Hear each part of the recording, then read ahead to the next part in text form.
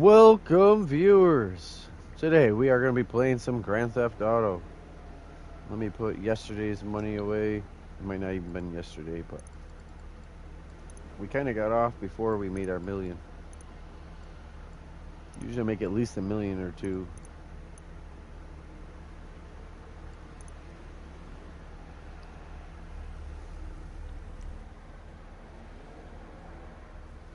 All right. Gonna do our routine.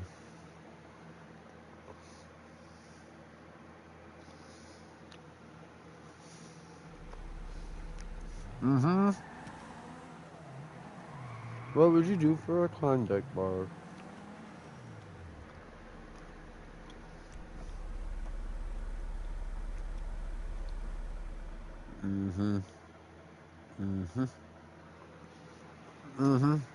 Hey, give me some cocoa butter. I mean, if you're gonna get in there, you might as well have some of that on it. Then at least it's like Almond Joy.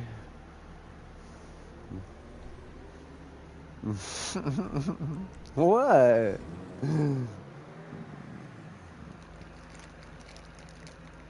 No, well, that would be if you had those what are the macarons, the kosher cookie macarons they have, or the other Twinkie. What's the other Twinkie? The red velvet.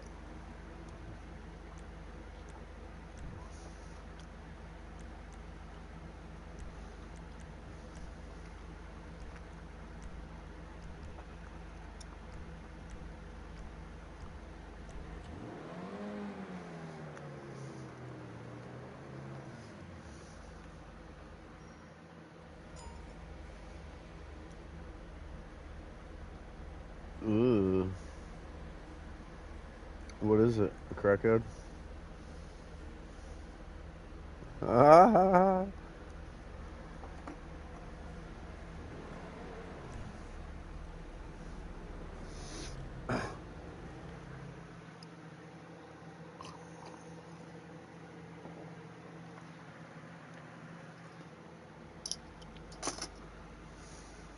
Ooh.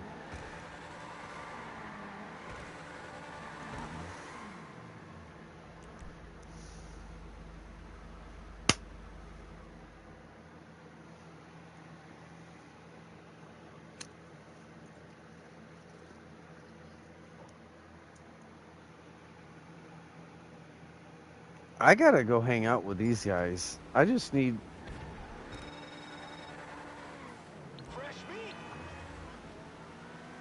These guys are already having more fun than I do in a day.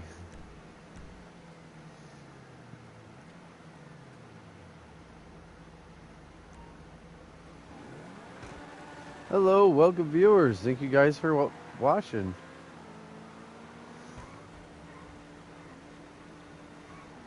Oh.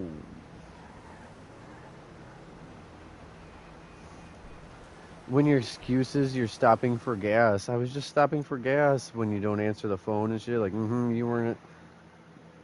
You drive a Prius. You get gas once a month. What do you mean? I'm playing with you, but I'm acting as if I was like, you know who. Like, what do you mean you're stopping for gas? Who was you? What was you? Get gas once a month in a Prius. What do you mean every day? It's like I was stopping for gas. Yeah, no. You're taking it in the ass. Only when you floor it.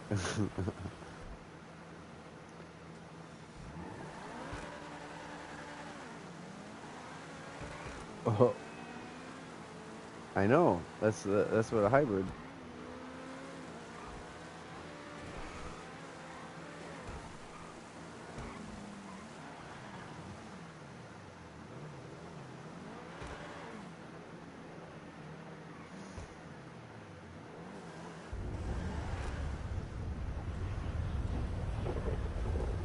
Oh yeah, I hate when you have a work van with ladders and you put it in your garage, or like one of the trucks and it's got all these tires and pallets in the back of it, and you put it in your garage, and you pull it out as your personal vehicle. Next time it pulls out, it's just empty, nothing on it, nothing in it.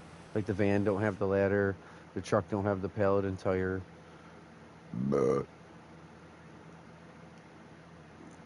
Can we, as a party, when I get to you guys, can we all do dealers at least while we drive? And you guys are dying a lot. That's fun. No, I asked if I could come join, but also take you to the dealers while doing that. I was. Oh my God, this is not COVID. Don't tell me.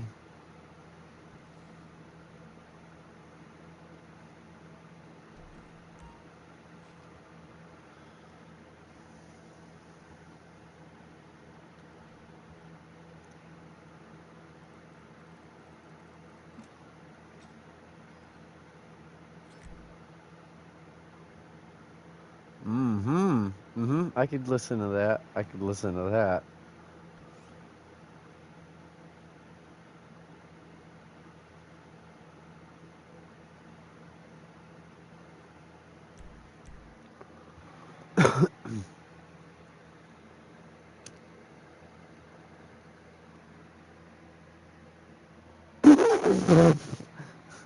That's totally what she said. That's also what she said.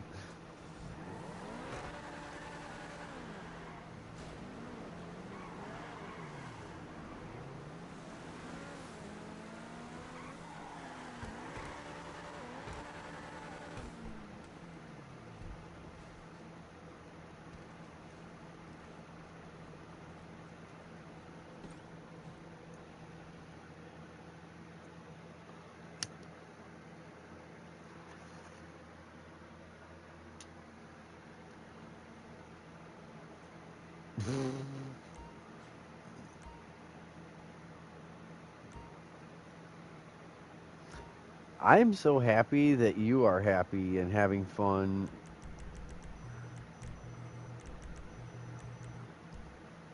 Buy your hair? You'd like that. Huh?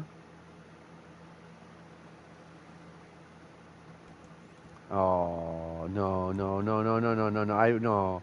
It's better than by the ankle. Sorry.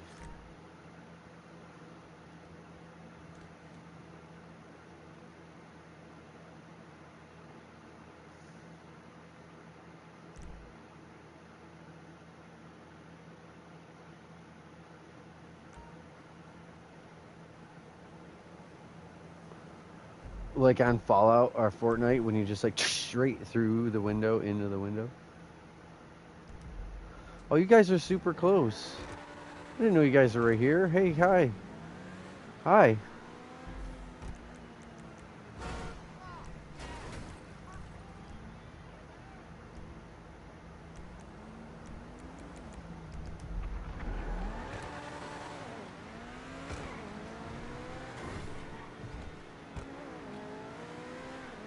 Are you guys on foot? Is there police? Yeah, I'm already squinting. I'm already squinting as I drive down the road looking for bullets, missiles, or people. So I don't have a four-door though.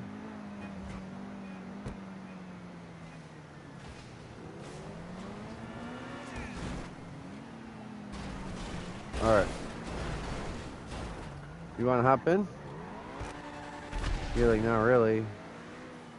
What was that? Okay. Wow. Ooh, well, you're laying there with your legs open. I was getting a view. Never mind all the blood, right? Oh, no! And the NPC piece of shit, too, at that. He don't even have his own car out. Yeah, here, come on. Come here before he does something stupid again instead of us hanging out.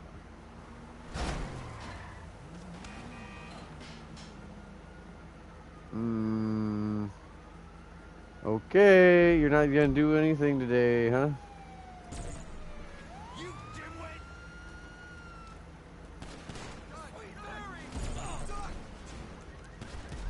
What do I need to do? Get a 4-door? Would he hop in then? Like, I don't get it.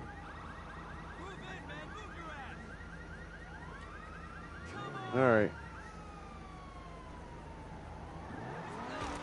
Okay, remember that. I tried. You don't want no partner, huh? You can't ride to 3 locations really quick and then do whatever you want. Lemon? Well, you're not getting anywhere that way.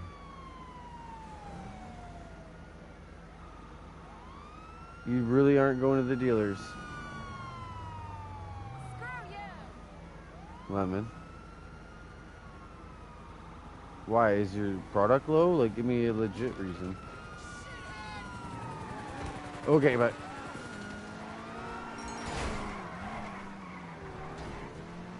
Oh, yeah. Consider it done.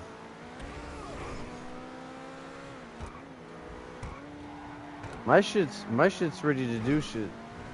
Like, sell.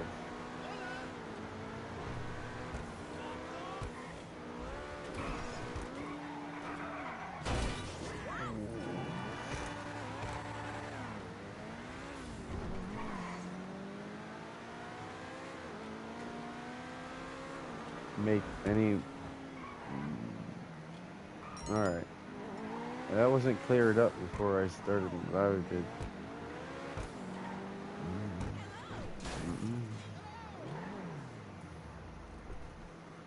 I thought you said you were ready to do the damn thing. Like, let's go GTA. When you first was like GTA, yeah.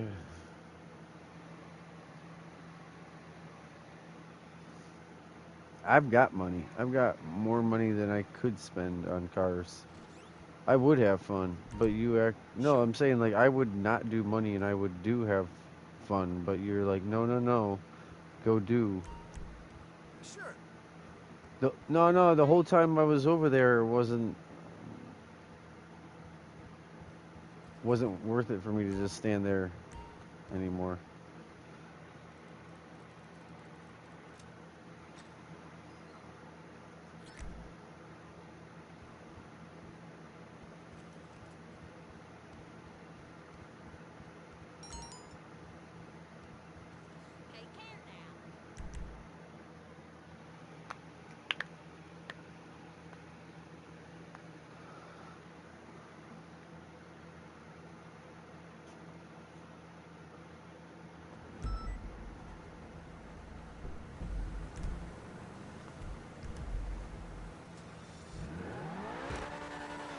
Alright, viewers, our first dealer is going to be right over here by Simeon's in the main gun store.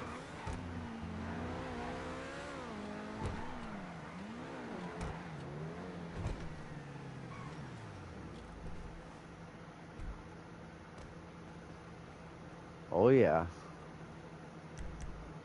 Later, man. I'll see you in a minute. What the fuck? It just ripped that down because of the kill list. I think it was 36,000, right? Yeah. 20,000, 14,800, and 15,650. G'day.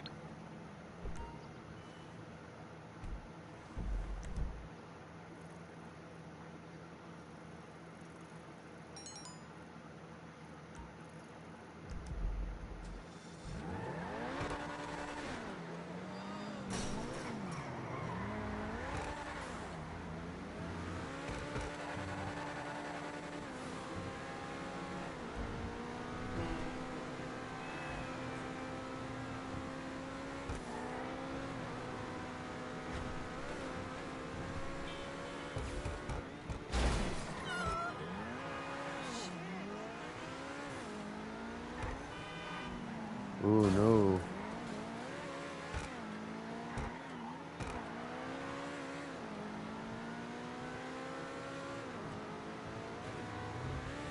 It makes... You just need a big spoon to stir it. Yeah, I do. You heard me though? I do, and that sucks. You need a big spoon to stir it. Stir it up. You know what I mean? Yeah. And it won't feel like that. It'll feel all better. Huh? Don't faint the first time, please. 30,000. If you don't move, it won't see you. 17,8, 19,9, 15,750. Bye.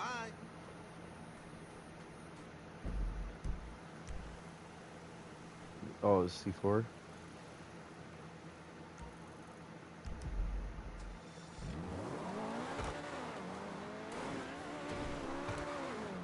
As long as you're having fun, I'm gonna not do what I was starting to do.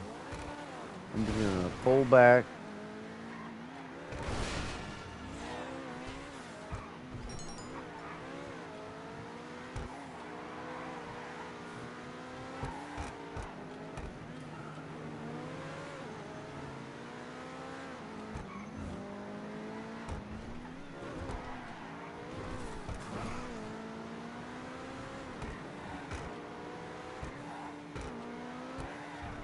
Yeah, once you start, you got to keep going, truly, right? Because otherwise that happens. It's oxygen. It's not even to do with being tired. It's oxygen. But you were up to like 2:30, I thought. And you were up at what? 11? 11:30? Where?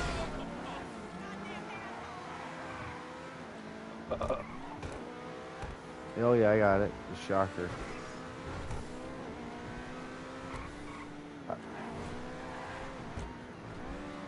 The puzzle. Yep, I did it.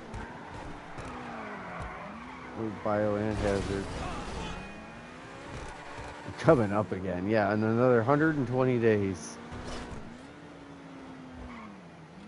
After 4th of July, it's exactly 120 days to Halloween. You didn't know that? I think it's June 25th or whatever. It's then at June 25th, it's then like, oh, 6 months, it'll be Christmas.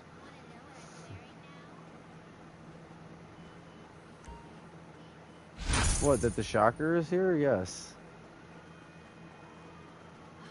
You're not listening to me. I'm saying Halloween. Halloween is 120 days after 4th of July. Okay.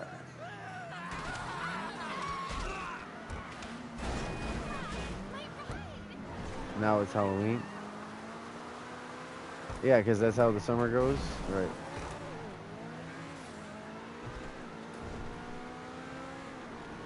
No, I'm too smart for all of them. No, I'm saying they say stuff. Right, so whatever they're saying, I just said the smarter version of it. It's 120 days. What? That's CNN for me. That's what's new in the news. Oh man. Hey, you ain't never accidentally fall asleep with it on and wake up in the middle of the night thinking you was actually lucky. And then like, what? Did you hear me though?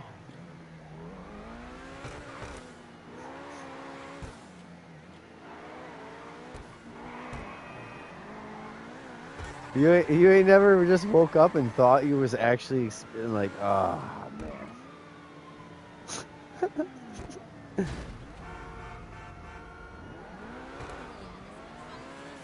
That was a good, oh yeah. Oh yeah.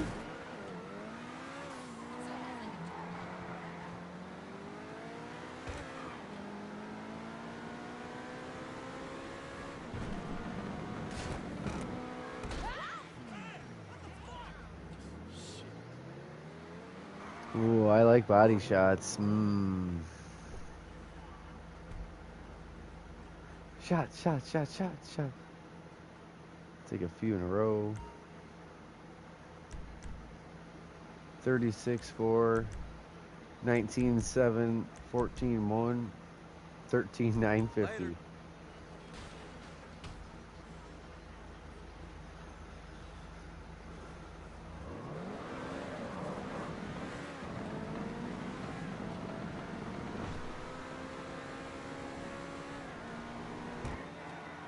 Not hurt me. Yes, you do, because he's trying to chump you right now. Oh, wow. I want to reserve access to doing that at least a few.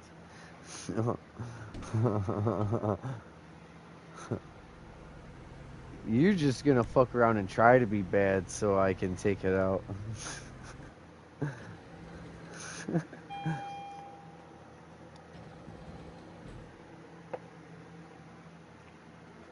Nice to meet, boss. Hello. How can I help you? Have a good day. Come on, you know. Mm-hmm.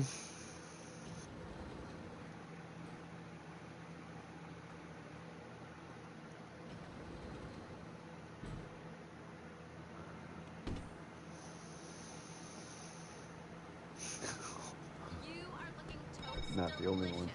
Hey, Jefe, what's up? We got all the stuff loaded up for you.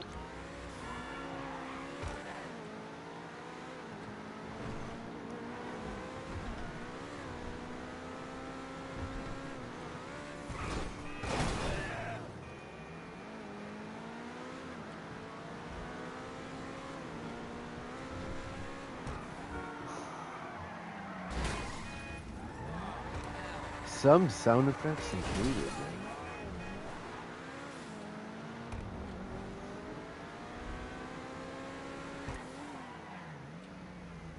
I really enjoy it. Okay.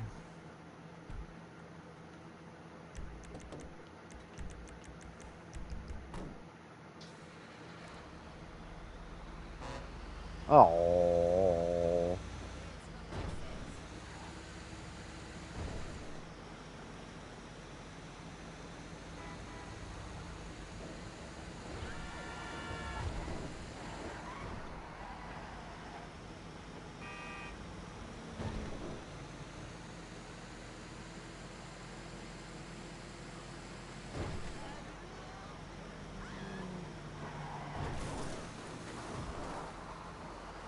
I want to know how you know, and we manage to hear you say it sometimes.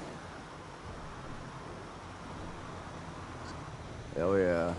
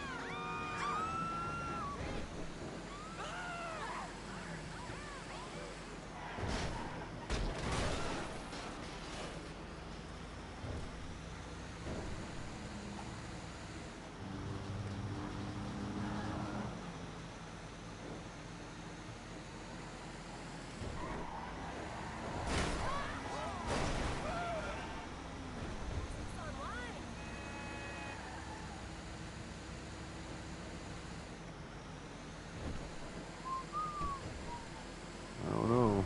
I'm just doing my thing, making my money.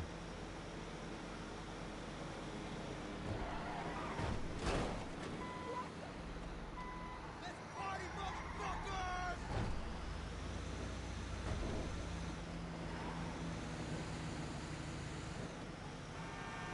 You want to do garment stuff?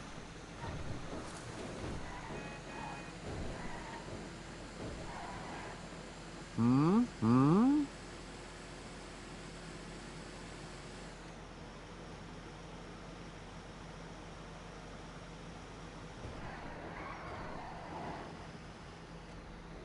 Where'd you go? Yeah, no, Travis left. He's not even patient enough to wait. As soon as you're not here, he's like, I'm bored. I have to leave.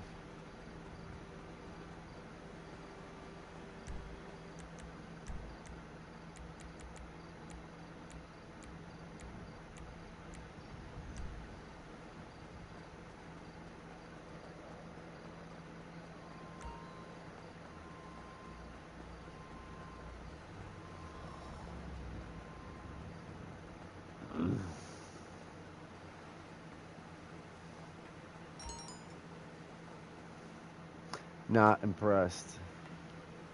Not the least.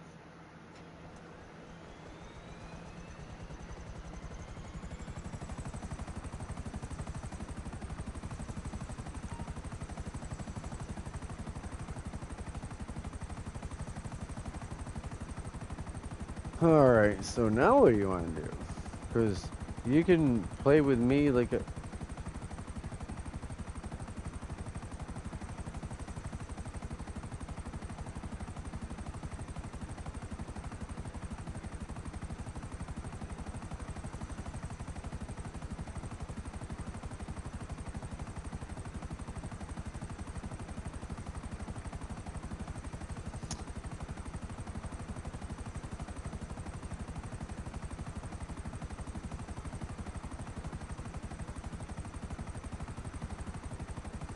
Right. Right.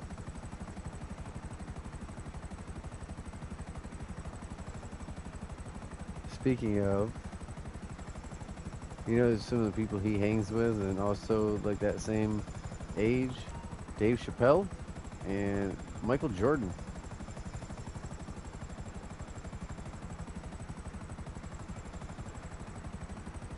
Yeah, Tyler Perry did Medea and all that years ago.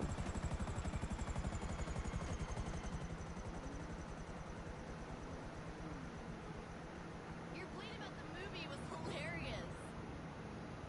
I want to say 64.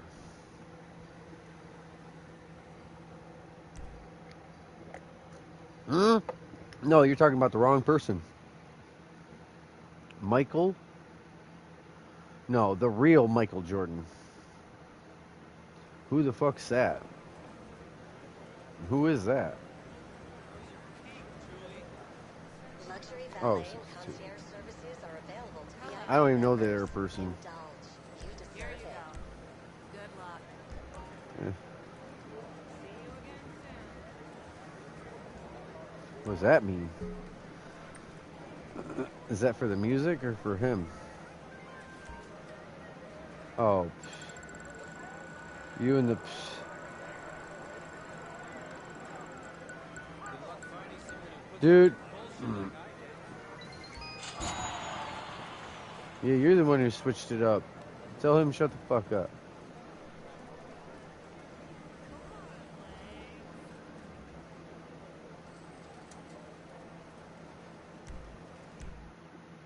Space Jams. Hey, my favorite client finally remembers my number.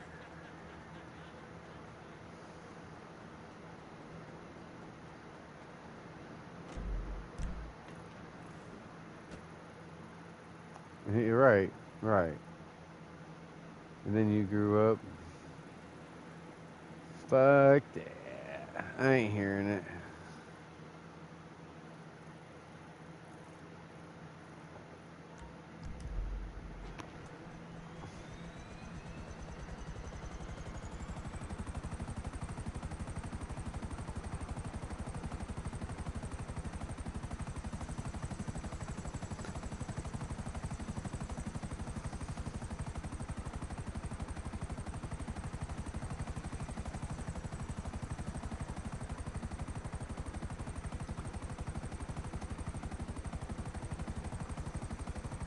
What would you like to do?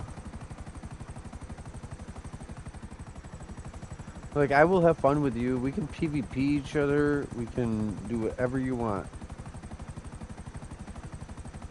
Yeah? Yeah? So, it's okay and they're fun or easy to hang with Josh or Travis or Grim or... But me is like...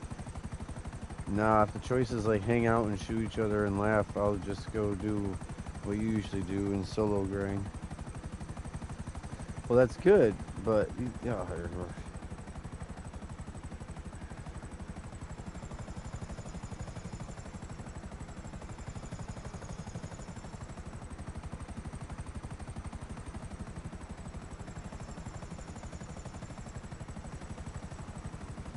So, real question though. No, I'm not trying to get on you, but real question.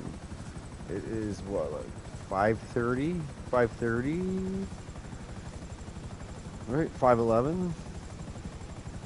Are you gonna need a siesta before this evening? Or are you just not gaming tonight? Because you're gonna be tired at some point. Oh, yeah. No, I know, you passed out. You passed out like early, and that's okay. You know what I mean? But you also like, how do I say, moved quick or in a different way. Like you didn't include.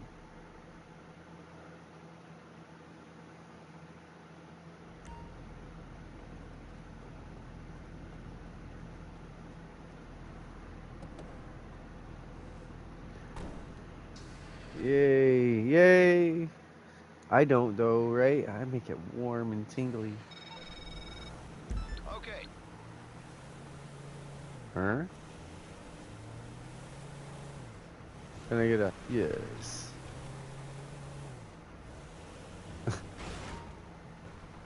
What?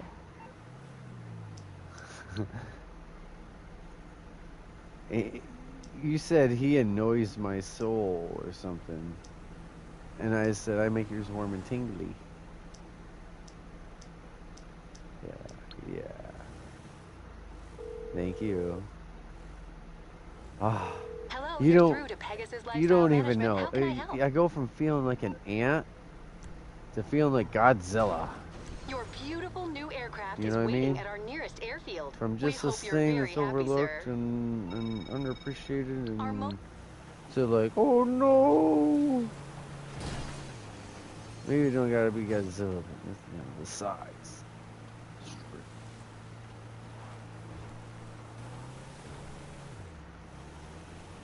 You know what his power up is? That mouth thing? Atomic Blast.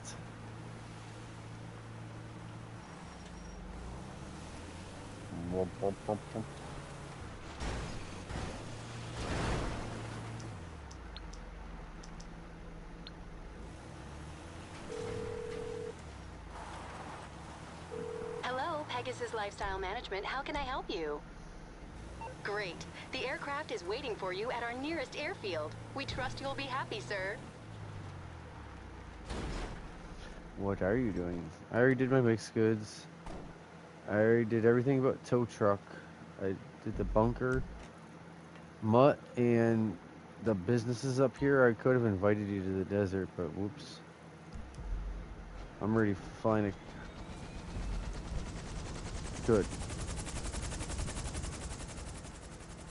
So, you know the two of us could sell your stuff if you wanted money. And, okay. We just did, oh, I say we just did dealers, but... Okay, so you know where the ranger station is? Oh, did you hear me earlier, or you looked them up independent? Okay. Ranger station appear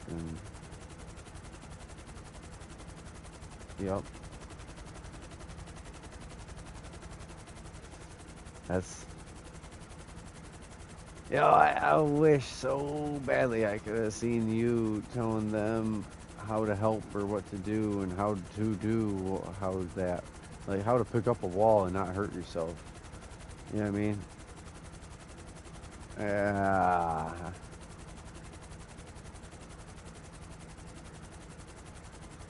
So, well, as a mechanic, though, oh, I don't want to get you in trouble. I'm sorry if I...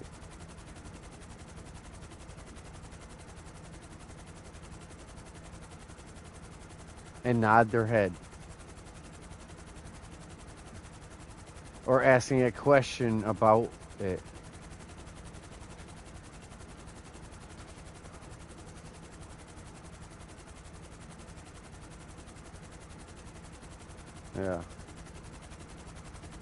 That's that's awesome.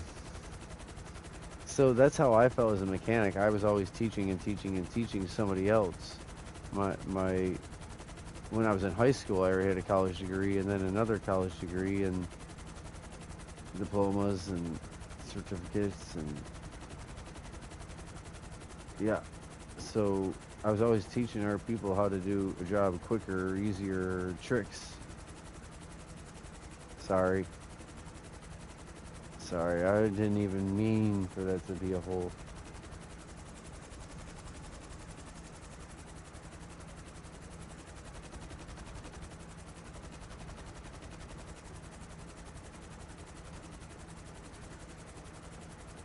Damn, I'm sorry.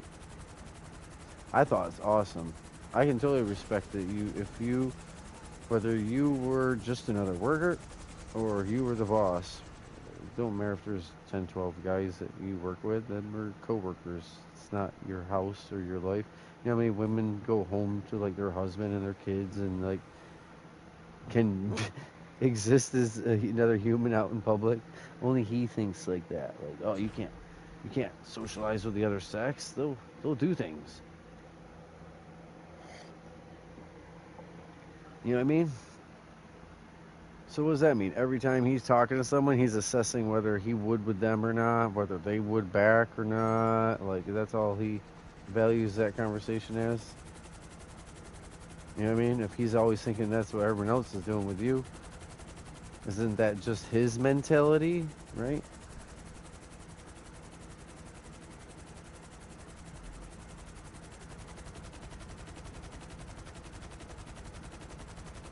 You know what I mean?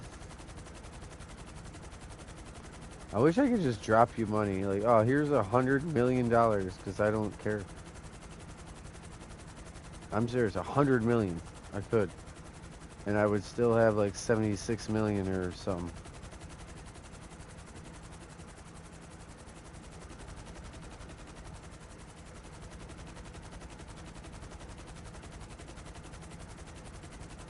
So I would totally like not hurt you, but put my knee to my like ankle, my shin, along your spine, my knee up by your shoulder blades. Grab both your shoulders and like pull them like away from your ears, like out first, away from you, and then back gently, not like a cop, gently. By pulling both shoulder blades, both elbows back behind the head, not behind the back, like lower, but almost behind the head. You will. So you can do it with the door jamb right now. Go up to the door jamb, put your back, center your back hard into that door jamb between your shoulder blades. Take both your elbows and try to reach back. And even if you actually can't, try to put both your elbows on, boom, both sides of that wall. Like pinch it like a crab behind your back. You will help your upper back. Your lower back is different. Your lower back is keep your hip and knees locked or like forward and bring your shoulders and that back and arc and oh, hold on, I got to real quick phone. Later.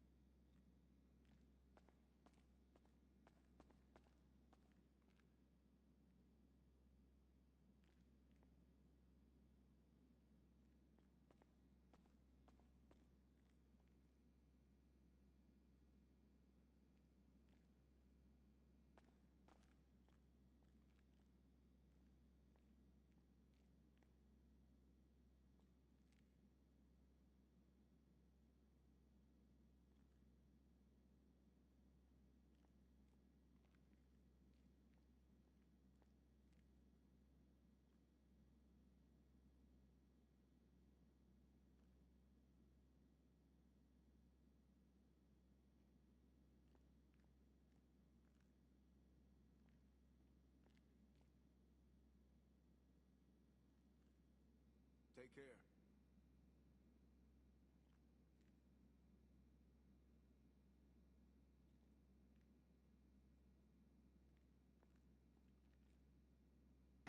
I'll be right back. She's trying to get underneath my nerves. You ever pulled a Dubachi to pieces? Man, shit feels sacrilegious.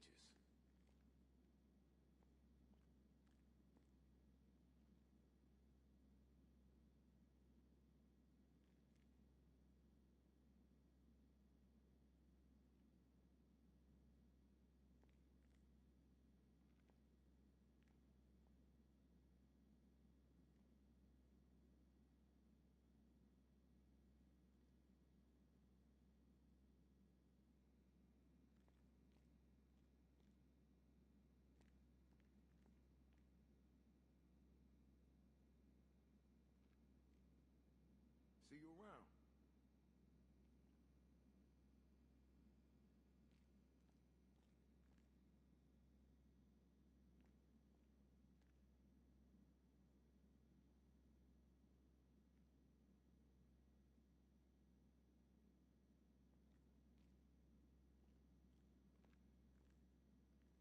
You know how long it takes Jamal to get one selfie?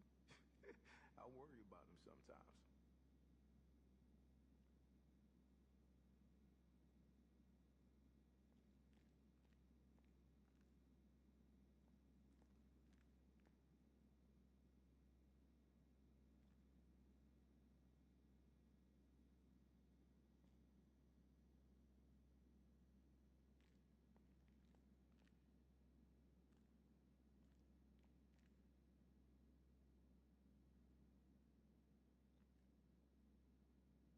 Later.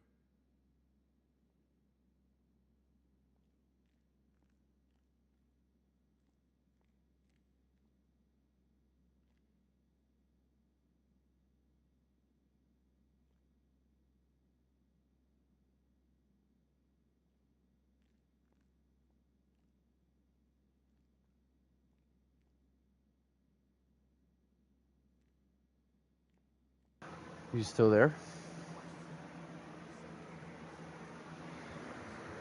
Hmm.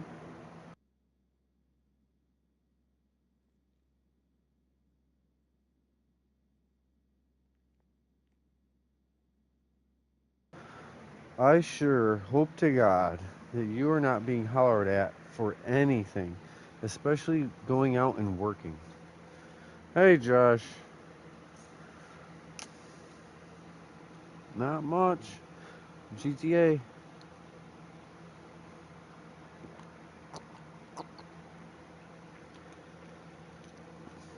Lemon, you heard me?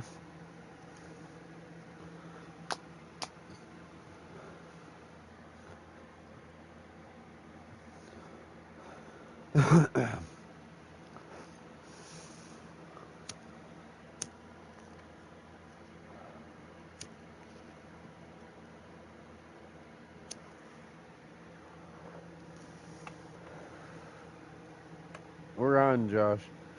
She's reading important stuff for him. You don't.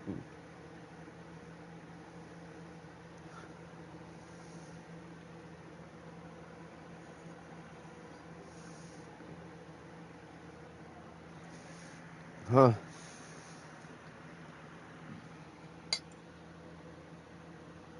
In Colorado? How? I thought it was decriminalized.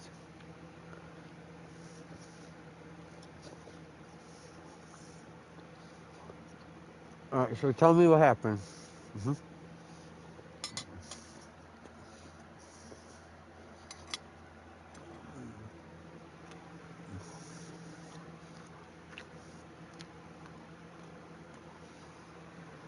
0.08. Oh, wait.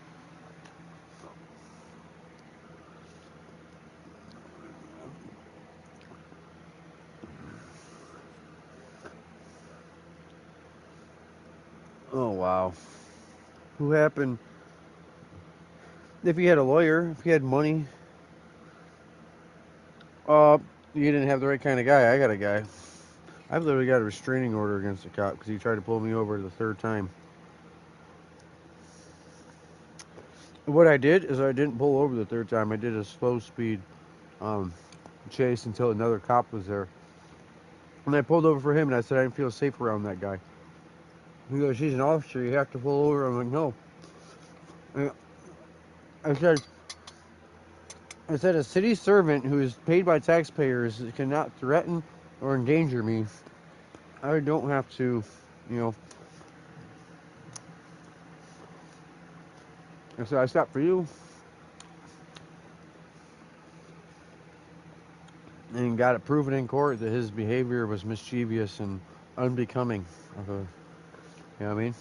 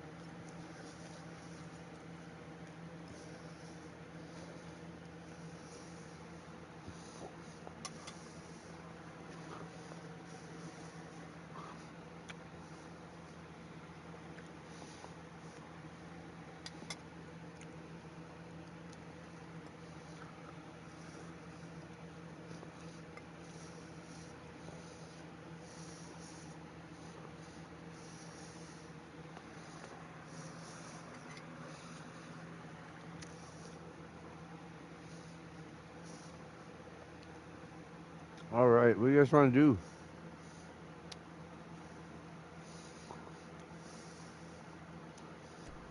Hmm?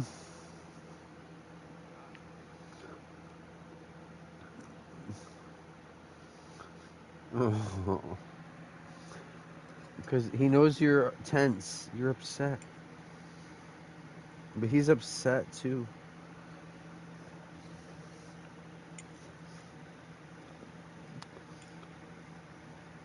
No, but all the hollering about the law and that too. You know? He don't know what you're stressed about. He knows you're stressed. Uh-huh. He needs comfort and he wants to be your comfort.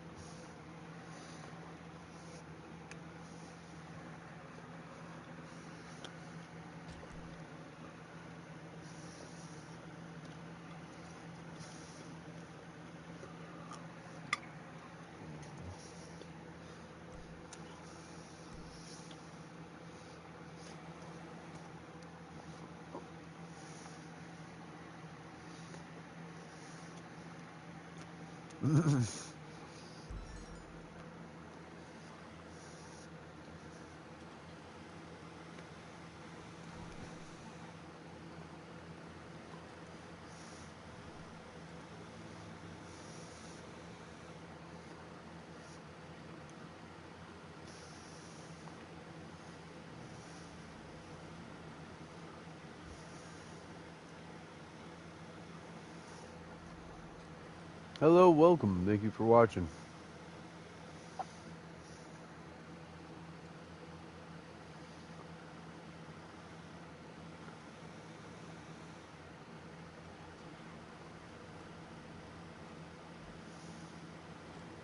Does his hip hurt?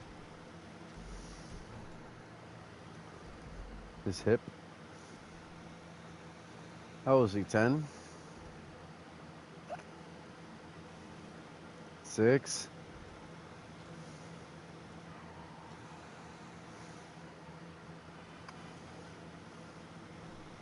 Okay.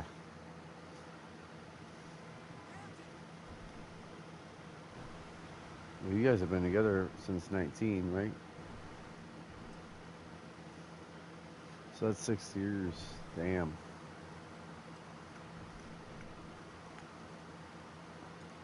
How old was Ruger when when you already had him pretense, or was that like your guys' baby you got together? Yeah. All right. So around your birthday, he was already 5 months old. So 6 years and 5 months. And it was the end of May.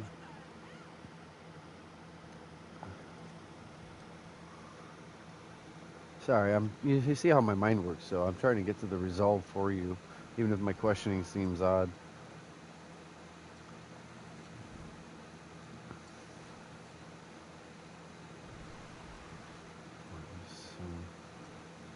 So then he was,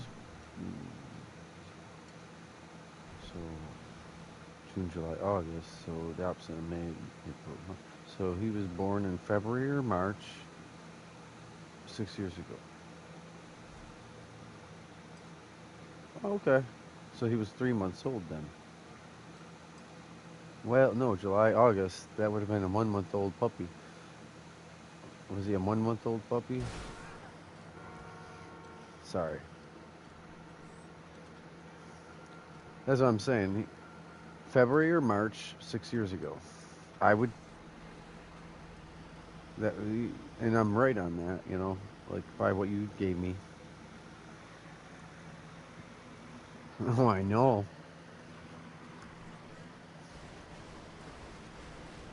Actually, that usually happens before their 2 year. The juvenile, that teenhood.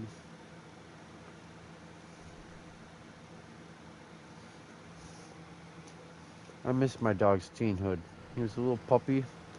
He was like 8, 9 months. And I went away.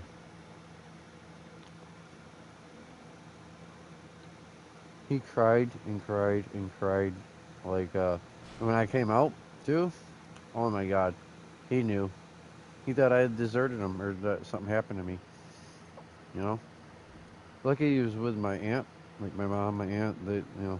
He was at my aunt's place. He still got to use the same yard even at the time. I just wasn't there at my place.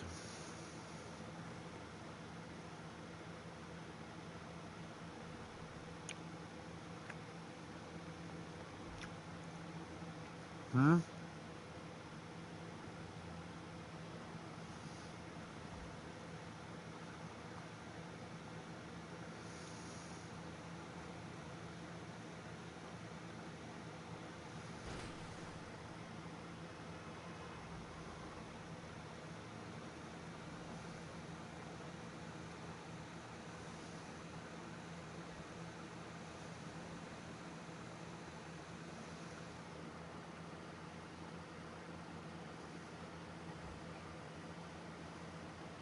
Hmm.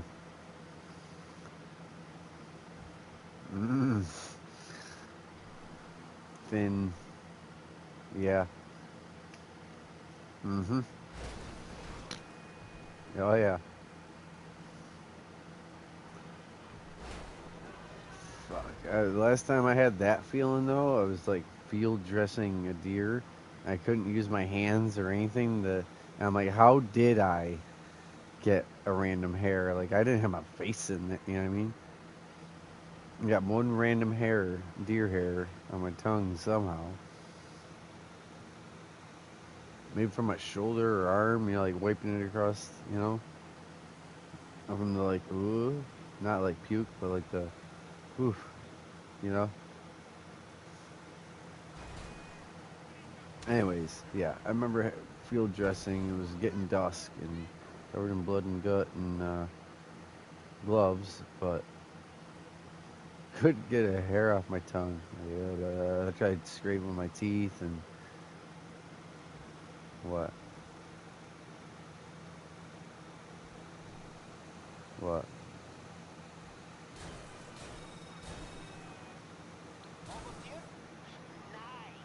We can get the car ready to be disassembled, which means payment won't be far behind. Uh huh.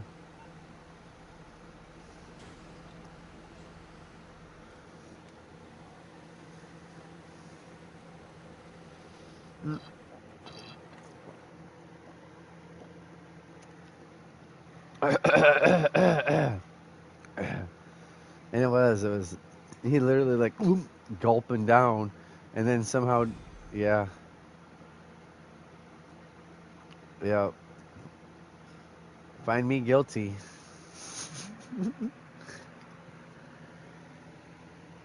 What, for going that hard? I'm saying I'd go that hard. Like lick like a cat, where the actual hair and the fur come out of the unroot your hair.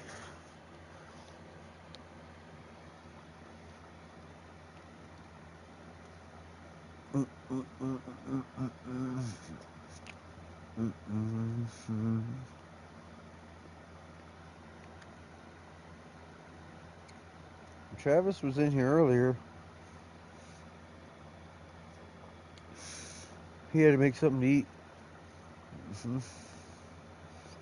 So you know what I got? You hate me for this too, don't you, Lemon? I get steak fajitas, and then all I do is like pull it out of that soft shell or whatever, and I just eat the meat.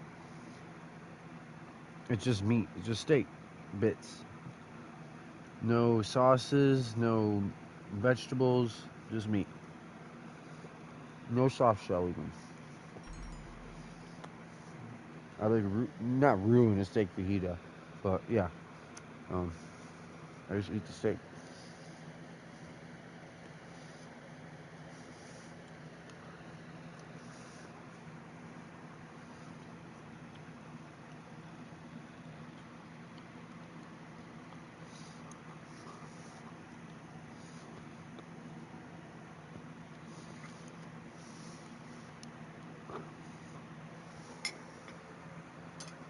You don't have to. You got tomorrow off, but you ain't got to though. That ain't gotta be an expression of oneself. Mm-hmm.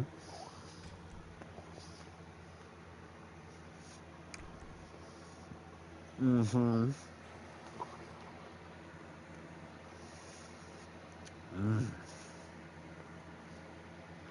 Mm. I actually just swallowed way too early, but I was still chewing. Mm.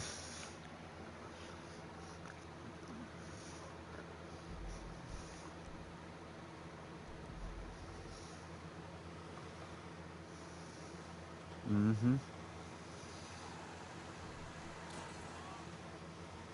Mm.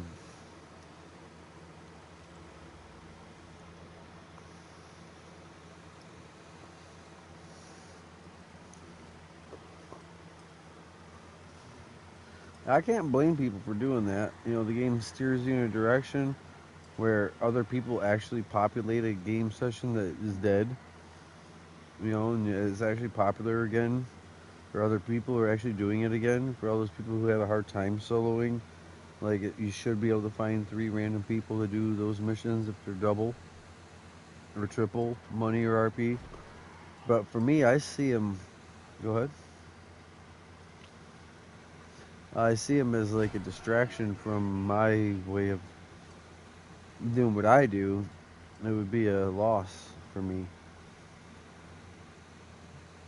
And it's like in and out of missions, load screens, getting snacks and armor. Then you go to the next mission, and it actually takes longer than you think.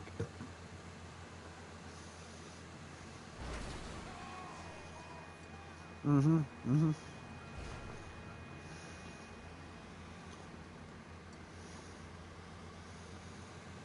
What you doing? Mm-hmm. Saving over top of one. I'm doing my second tow truck. None. Tow trucks pay more.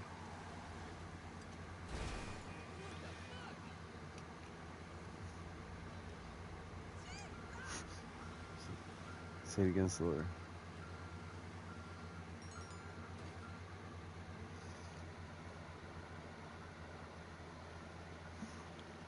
Mm-hmm.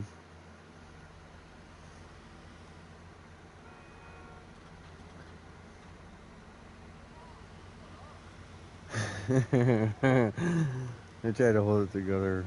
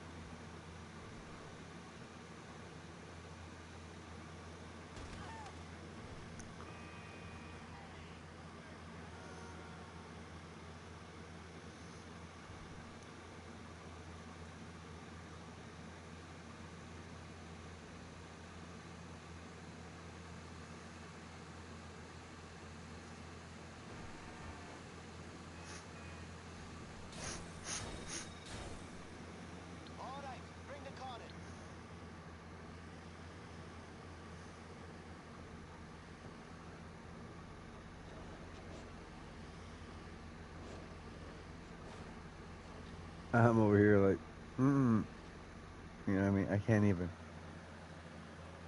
I'm the man. I'm the man. No, I'm the man. I trying to not cuss. You know what I mean? I got that stuck in my head again. Oh man, look at the man. Trick at the end. You were right in the first two. It's trick on the third. Right. It'll help keep your momentum, right?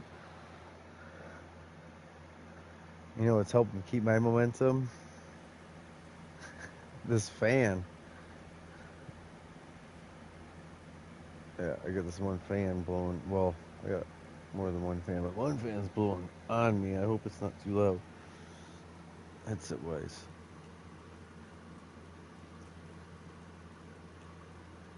Going from my knees up.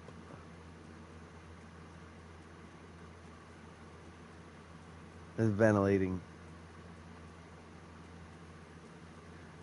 It's like gasping like a fish out of water down there.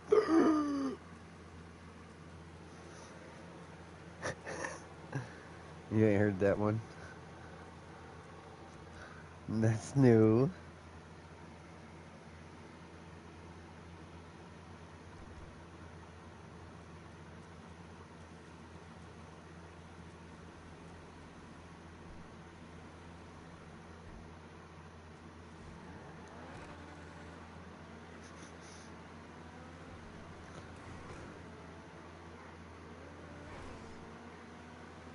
How's that back? I could chiropract it. I could come fix it. Or I could blow your back out.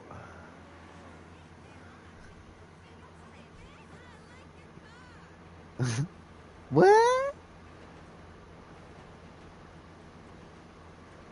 Sign me up for both?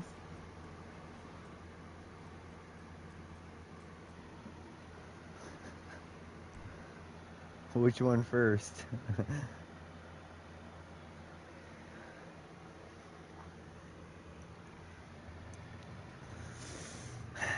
You gotta break it before you rebuild it?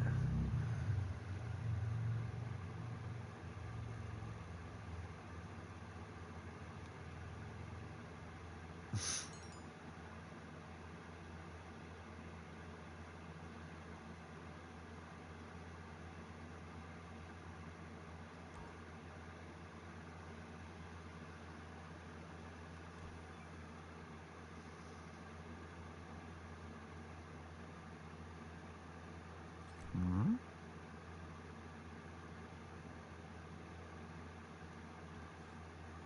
I know you're thinking. Uh-huh. Slap into a what was that? Smack into a Slim Jim.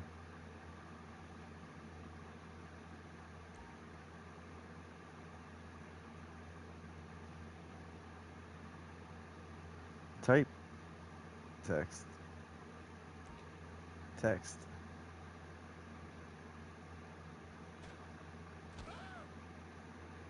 Text. Tell me. Yeah. Tell me, text. Is it what I think?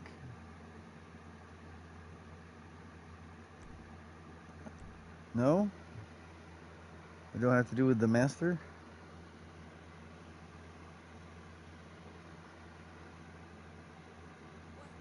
What?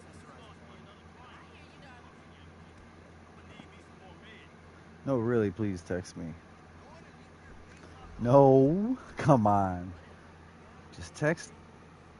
I know, but she's got to text me exactly because there's a whole variety pack of that.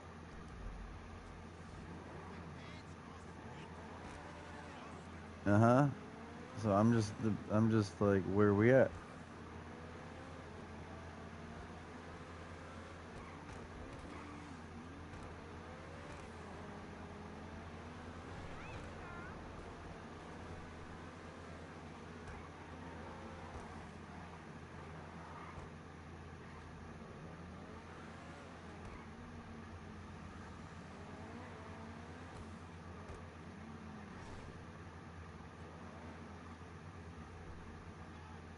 Huh.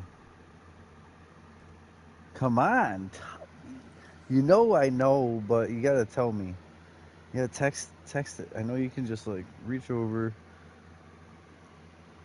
Come on, just put it into words, please. No matter what thought. No, I know. No matter what it is, I want to know so that I have an idea. Sure. Yeah, it's like hobbies and likes and interests. I want to know. Sure. It has to do with something, and I want you to tell me. No, it don't have to do with that. I know. I want you to tell me what it has to do with. That's you don't get the whole. Yo, I'm just gonna call you right now. See if you tell me on the phone.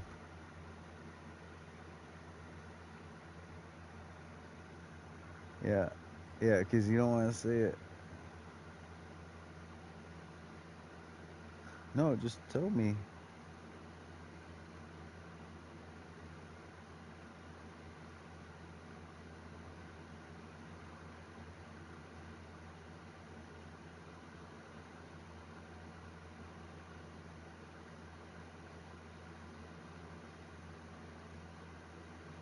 Yes.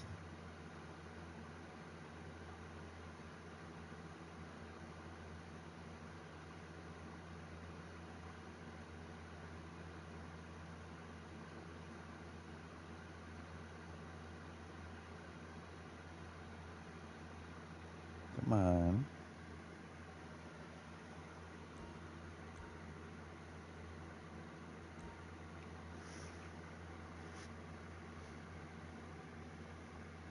Come on. You still look?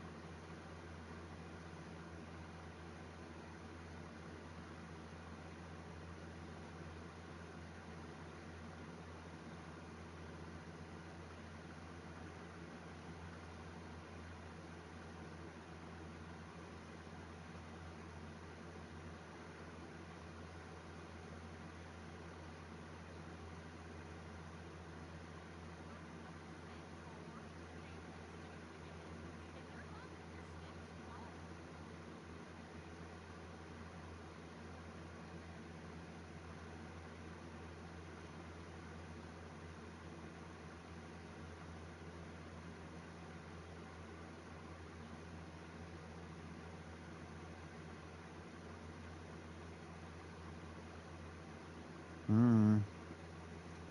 Hmm.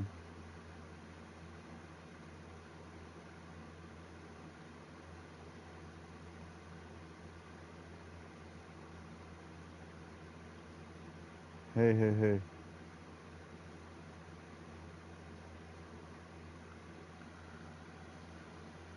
Come here.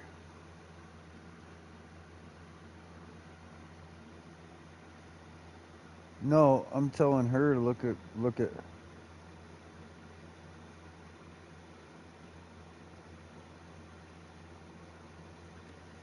I I mean, so I said, I mean fun, not funny. Like like fun. Fun is good. Funny could be taken like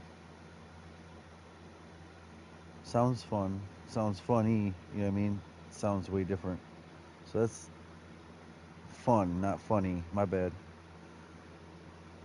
What? You're still knowing the top part of that? Huh?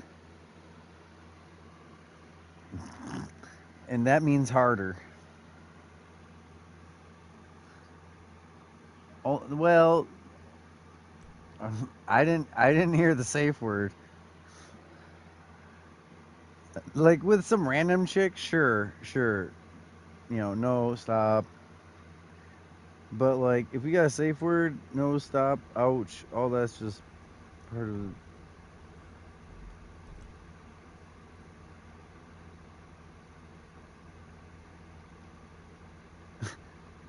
You just get used to you get used to hearing it. Ah! Like, whoa, who stepped on a cat's tail in the room?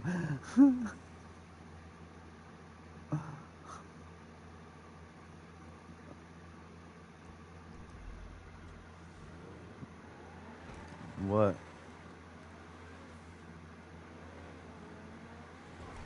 Mexicans is ready. Why won't you tell me while it's still in your head before you forget?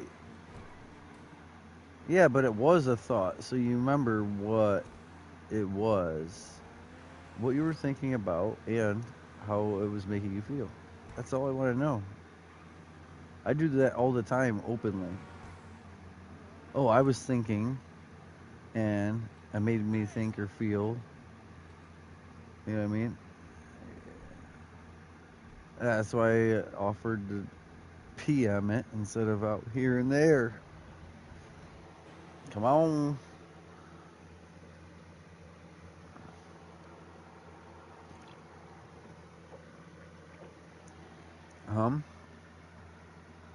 He's here. He's in chat.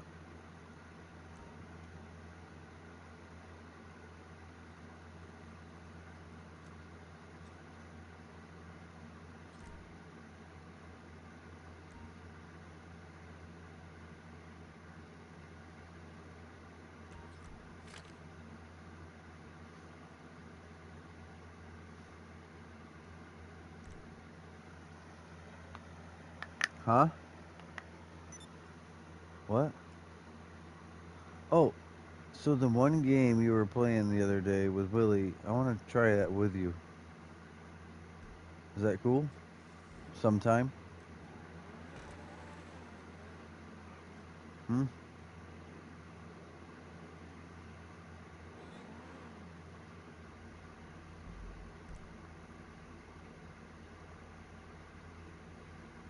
If you're going to Mixed Goods, invite me, please. Ote.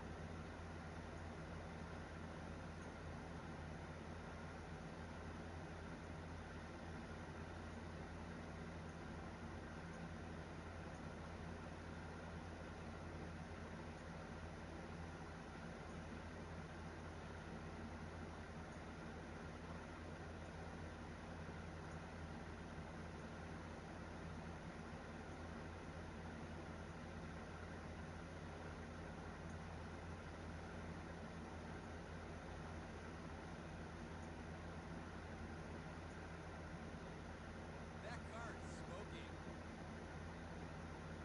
Mm-hmm.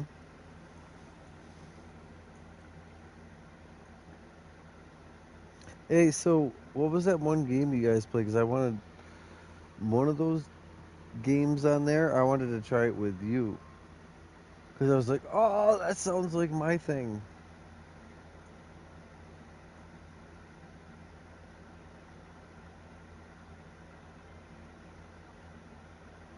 It'll be in your recent played. Hey, so I'm not saying that to start something. I'm saying that as a for instance, an example, okay? You hear me though? That's just an example of like when I've also heard it.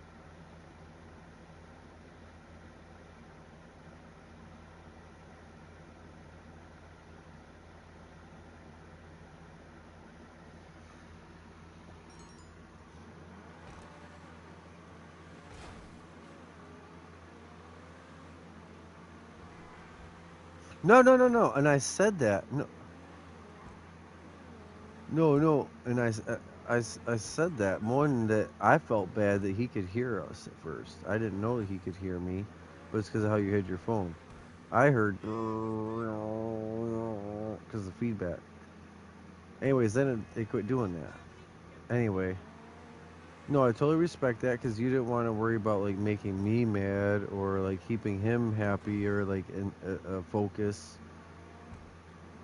Yeah, yeah, no, I know, I get it though. I'm saying that I've been really good about that. Hell, the other day when you just wanted to play something else, it wasn't even, you know what I mean? I'm cool with that anymore. I gotta be, but I just wish I could talk, hang out, and like sometimes have the option of joining you. Like if it's a game we both have, but like that I totally respected. Like you just needed, and I told you I'm very thankful that you just stayed in chat and I got to hear you talking with him and interacting and having fun and just being part of it and the occasional question in that was wonderful being part of that. You know, it's not like yeah, yeah, and it did a whole number on me. You know what I mean? Oh, I'm wagging my tail like Ruger. Roof.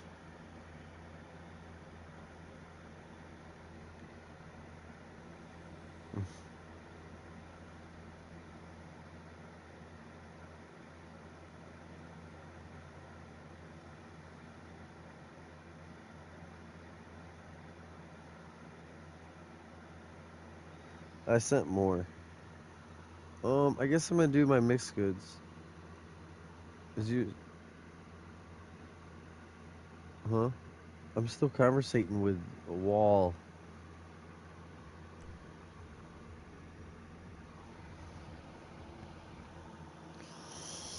I don't know. Wall keeps up. I'm gonna drill a hole in it. Good to see you, boss. Hi there. How can I help you? I got a big enough sledgehammer to pound a hole in some drywall. Hmm.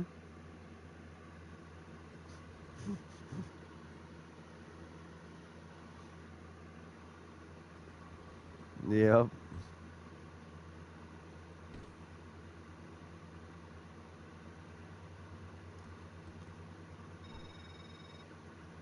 Hey, Jefe. You wanted to move the stuff today, right? We got it all loaded up on the flatbed right outside the warehouse. Only thing left to Yeah, he do done is to take it more down than to the dock. practice. And watch your back. I hear there's some I pretty just do a sensitive lot of files that need to scrimmage, be a lot of processed here. practice.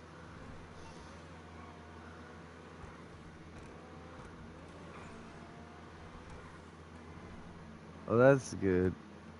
That's good.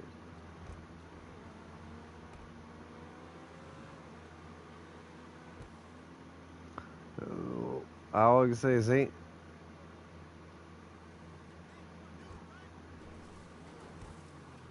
Oh yeah, ain't nothing wrong in his game. That's good game right there. That's yeah, and she kept yeah she kept yep. RN yeah. Mhm. Oh wow, she does it with the helicopter nurse. I was gonna say oh well they're paired. They're paired up. They linked. You know what I mean?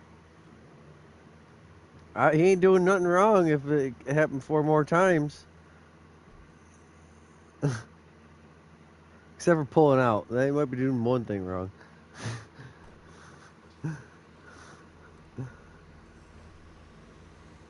Don't feel the same, he says.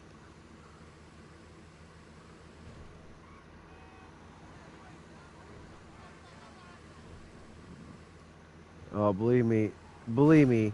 So listen, so in my practice, my practice of practicing, I've always told myself not to know what. You know what I mean? Don't even get in the habit of that. But every once in a while, when you like actually feel an IUD, or you trust in someone that they don't smoke cigarettes and they're really remember to take a pill every day, or anyway, all I can say is, OMG, the freaking difference. Those one or two like actually like staying in there and like like toes curl, eyes roll.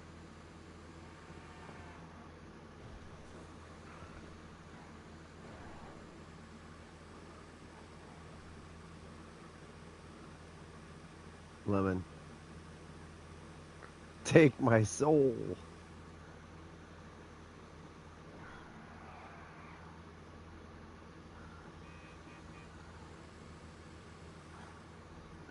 Yeah, you're gonna be.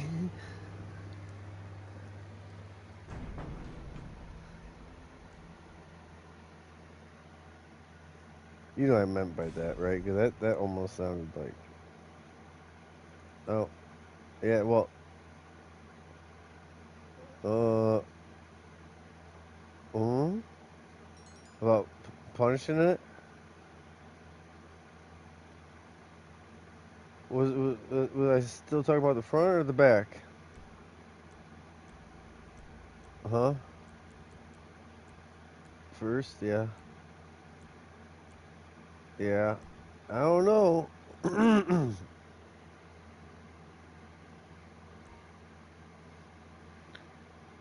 That's all. Yeah, every time there's double anything, whatever week that is, he's then good at that for that week. So I tell you what, though, like I pretty much made a million. Yesterday, I pretty much made a million. I would say we can continue gaming. We can like have fun. We can go off and do mission stuff, like stay busy. We can literally like switch game, like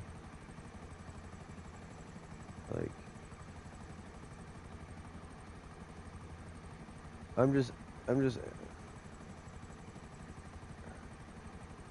yes, yes. That's because you're good at those and you know them all, and I'm capable. Grim was supposed to get on. Grim stopped in and made sure to say I get done work at this time tomorrow, and I plan on getting on.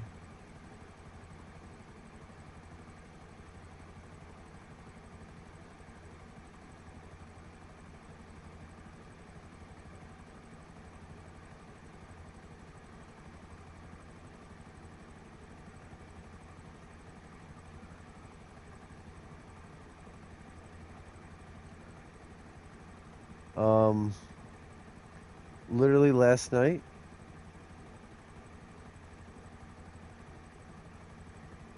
So yeah, the night before, because last night was yes. No, listen, I had the same dream though, Josh.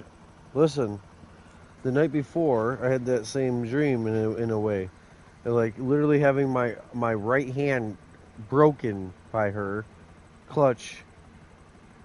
You know what I mean? Did you know? Was it a daughter? Yes. That's what I meant by did you know? Like, wow. I'm not gonna say the whole thing because of the broadcast, but yeah, both. And then so last night was me renting that place in Colorado. I don't know about you. Your head might have been somewhere. Yo, so I'm literally yeah. Just the night before, we both had that same. I don't think I planted that. That just was because we haven't even talked like that to each other, right? Well, no, the first one. Oh, well, because that's your first one, and that's the one you're thinking of. Your second one is gonna be a boy, though. Well, I'm almost worried for a twin, but I'll be blessed if it is. Yeah, I'll take it for granted, you know? It costs more, but you're already doing it. You're already doing the whole bottles and diapers and just doubling up. It'll bring us tighter because we each would have one in an arm and switch them off, you know, and then I don't know. I'm not rushing it, but I'm ready. You heard? I'm not rushing it, like trying to speed it up, but I'm ready. Like I'm capable. Close. Yo, though, that makes me so happy, and it's a little weird or odd though, right? That you just happen to say it, and I didn't. I told you I wanted to tell you about a few things. You know what I mean? And that was one of them. You literally damn near breaking my right hand. All like my pinky knuckle felt like it was gonna touch my pointer knuckle. You know what I mean? And I couldn't even imagine what you were actually feeling and going through if you were doing that to my hand. Like, holy shit, it's not a 2x4.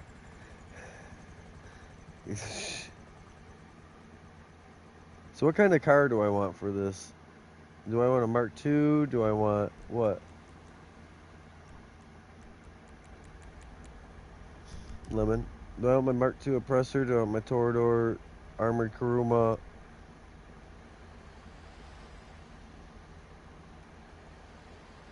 Who? Oh. Oh, that's steel on steel. Alright, let me just invite everyone over.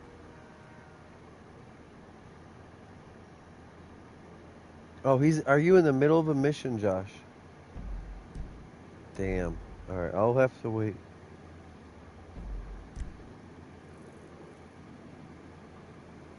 I see you. I see you.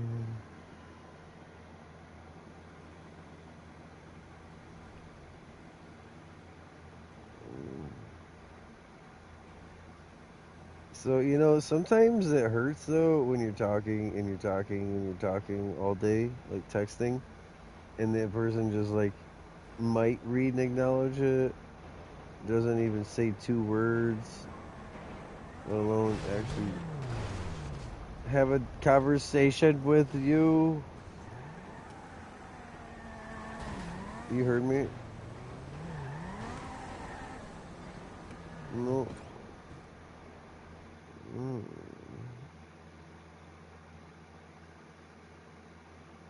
Alright. I don't know what's wrong with me, but I'm like almost. I'm don't run away. Don't do like okay. Well, I'm gonna go do this. But like I'm almost bored, and I think that is making me tired. I don't think I'm ready. I'm so ready. Well, join our lobby, please. That's it. There ain't really no one on.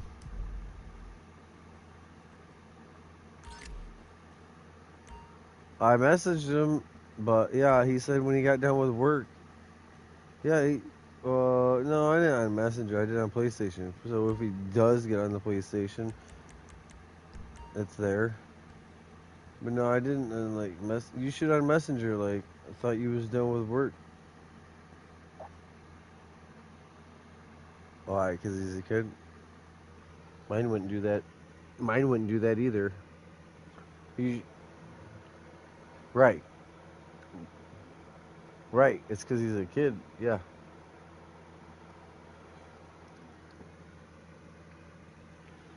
You know what I'm saying? All right, here we go. Yeah, everyone's invited. I invited him. No, I invited you over to my damn garment factory, man. You're opening the phone, starting missions and stuff. I didn't start no mission. I'm trying to get you at the garment factory, and I guess I don't need to, do I? Make a CEO, get everyone in the garment factory, like just hit it, right? No, because it's in world stuff, Josh. It's like in world setups. Hmm.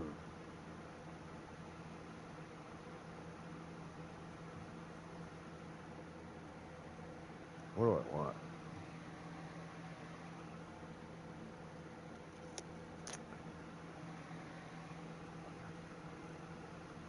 All right, you're driving steel over this way.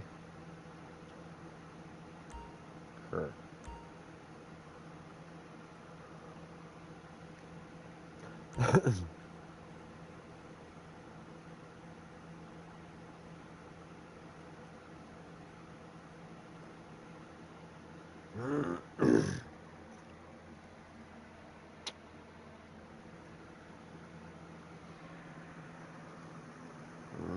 I'll be right back. We're waiting on Josh. Unless this is already loaded in. Nope. Oh, all right. So I'm inviting you over to a business, Josh, not a mission.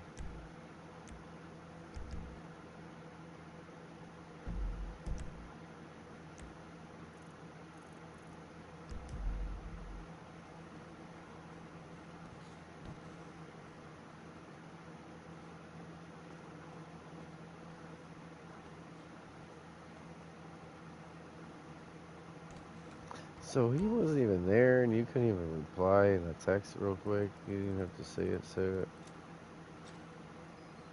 just like glanced at the screen and like, the phone. It's not speaking. All right, you guys are here. Register CEO. Start. Invite.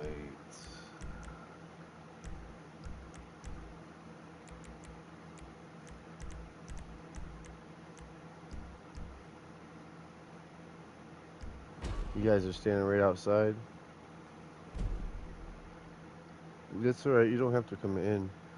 Yeah, no, I've tried to talk to you, and you just won't say nothing.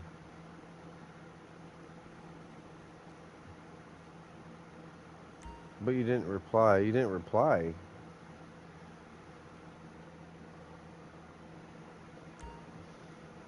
What I had sent?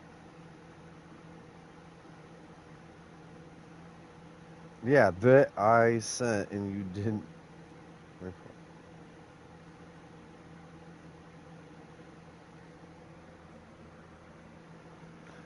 Alright, alright, so what does it say?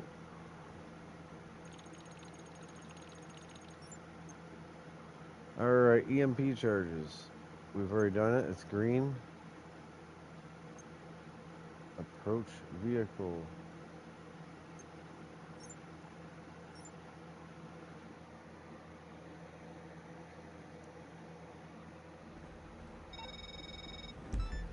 I've sent you coordinates. Got them? Alright. I thought we'd be able to source a surveillance drone from a contact of mine, but she told me she's more interested in doing work with billionaires than against them. I made the counterpoint that she's a spineless IAA pencil pusher, but my point was not well received. I sent you her group's location because her drone is still the best option, whether we have her permission or not. Why is he This not might be better hopping for in? us. If it doesn't go well, her group gets the blame. Used to call that the informant's paycheck. He ain't hopping in though. You just recall your car, please, so he don't do that. Can you just recall your car so that? Yeah.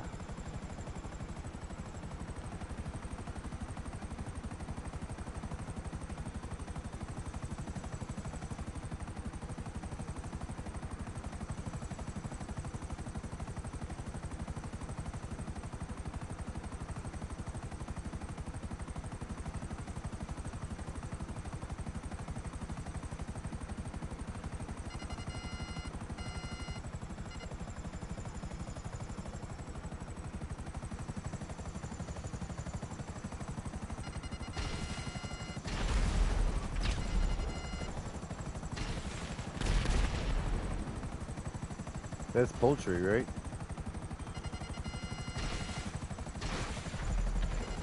which actually means poultry.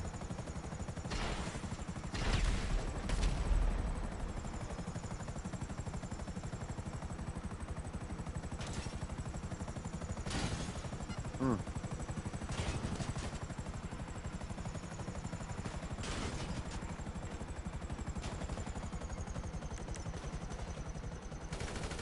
I tried to kill them all. I tried to kill them all before we got here. What, did you run to the back of the helicopter? Yeah. Alright, so we have to break into the trunk. Yep. Thank you. I switched all my guns on me.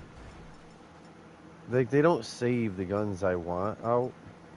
So, when you have the drone, head to the vantage point I'm sending you. Should have good line of sight to our target. I was Yeah. gonna use a dummy tower to get his location. I actually But then I wasn't flying checked his great. leader, and he's just posting his every move. Why did I even master parsing IMSI catcher data if people are just gonna say where they are all the time? Just go without them. Literally. Nope.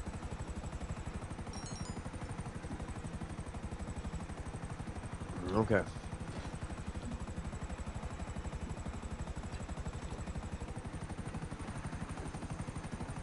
Is this the one at the hotel? Yeah, okay. I know. I only tapped it like twice. Mm-hmm. I got shot, I hit the wooden pole and the truck. So the shooting did more than I thought, is what it is. I wouldn't go low like that when it's going down, down. Heli stalled. Yeah. Yeah. That's why you don't want to fly low, so that when it does stall, Looks you like got there's a room big to fall. concentration of signals on his Alright. location. Must be some sort of event. Party, maybe? I've been to one of those. Find our target and move in for the scan. Just sit down. Everyone out. Manage recall.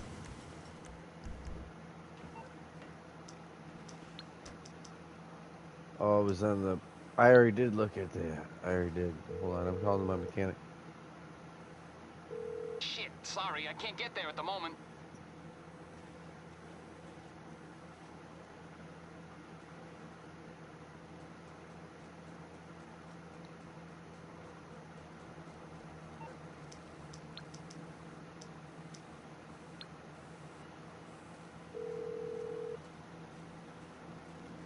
What you need, boss? Some wheels?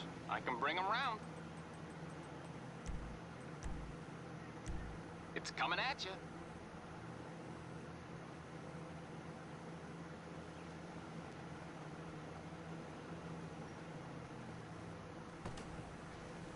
I flew around multiple times before I...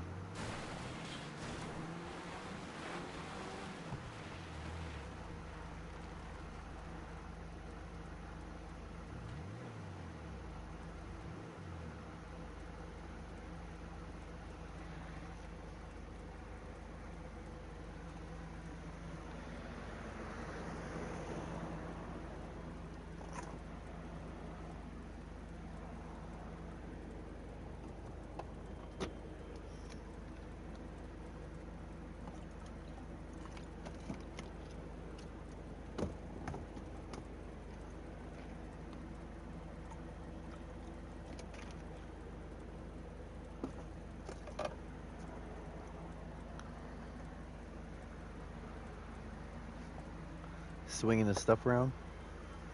Well, obviously not that. That's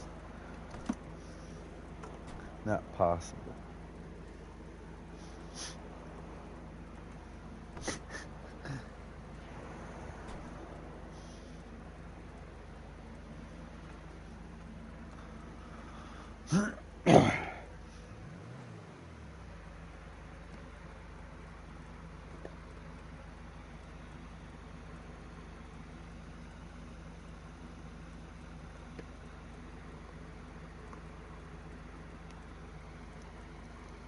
Alright, receiving scan now. Oh, high definition Trotman is hard to look at. Get out of there before they realize that's the surveillance kind of drone, not just the annoying kind of drone. Okay. I actually want to go this way.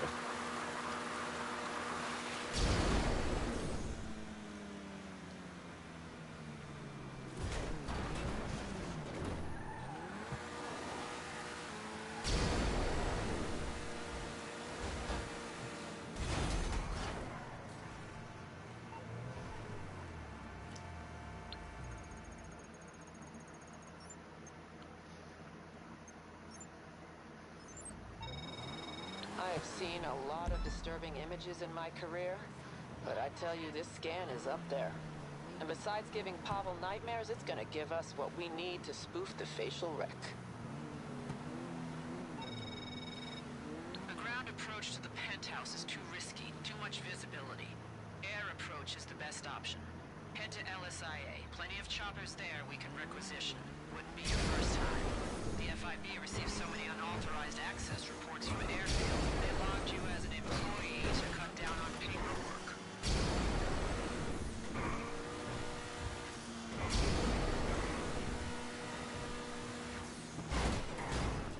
What is it exactly, or are you guys talking anything in general?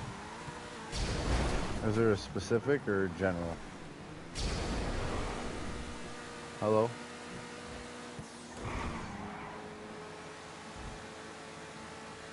Oh, okay.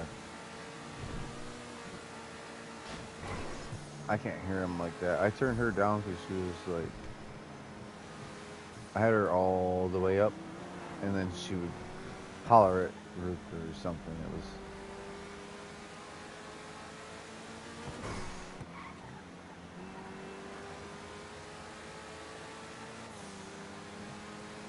What, does he think he's gonna go load up a truck full of box Bad timing. and make They're money? prepping for a VIP arrival. Expect increased security.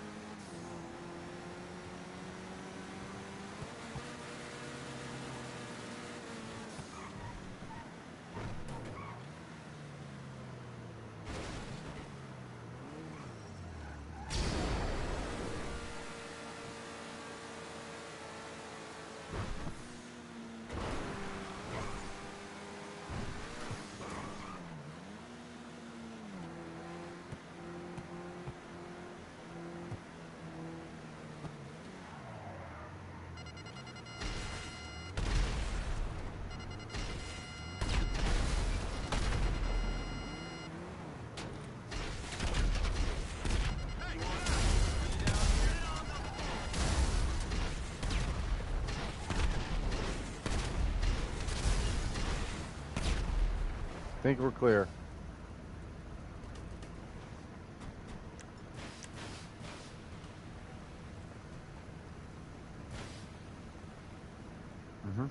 Chewing it? Don't chew it. Okay. Okay, good. Very good. Yeah. I don't chew my nails. You work, you work your butt off.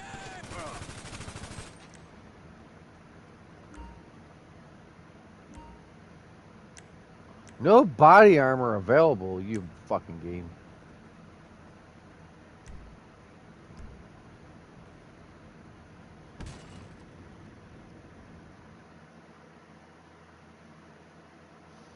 Yeah, that can be like that for that long. Hangar's on lockdown, but I found a recent report about the building having a faulty bypass system in the Careful. rafters. Should short out the system if you hit it.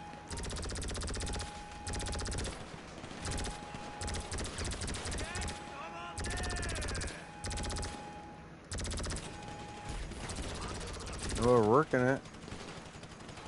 I have no body armor, and steel is. Well, we gotta take a helicopter. I have no body armor. It's basically Josh doing this.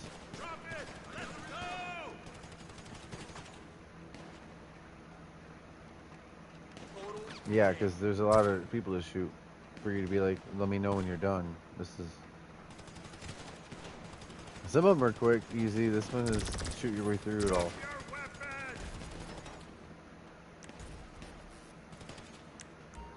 Steel should level up doing what he's doing.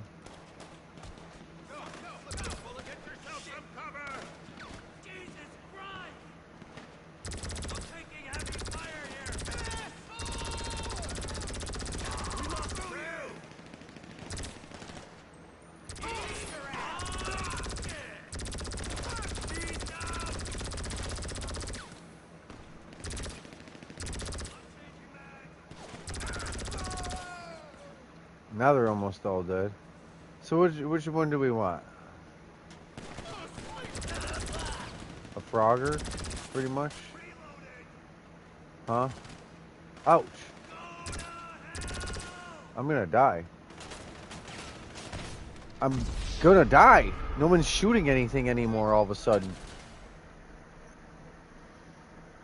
And I couldn't just get in. I didn't even see. Couldn't even see which one you were in. That one doesn't say what. Fly to the drop-off when you have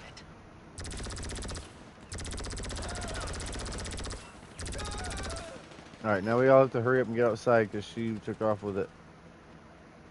Are you waiting out there for us? Oh man. Yeah, we're still being shot at inside here. We weren't really ready to take one, or I would have gotten in it. Well, yeah, but we weren't ready. Come on, Josh, exit. Yeah, and I got shot and died. Yeah. All right, all right, all right. All right. Yeah, because Steel wasn't shooting nothing. You were in a pilot seat. No one was shooting anything.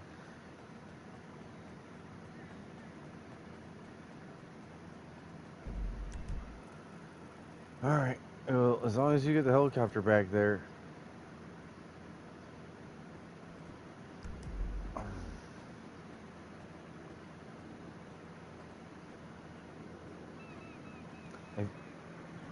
If he puts the wrong helicopter there, it's gonna. If he lands first, it's gonna put the wrong one there.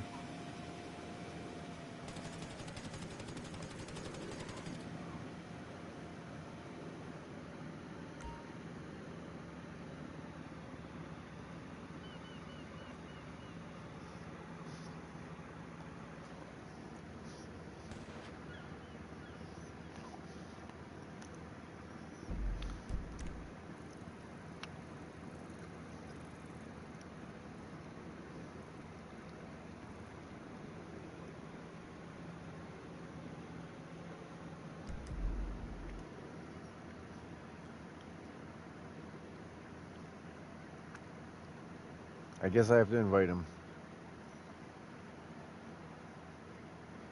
Invite player.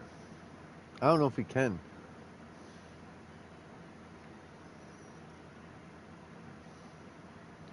Like me.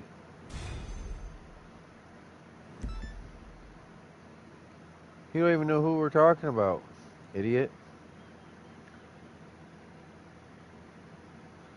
He don't even know who we're actually talking about. He's just saying he don't like me. Which no one likes him, so I win.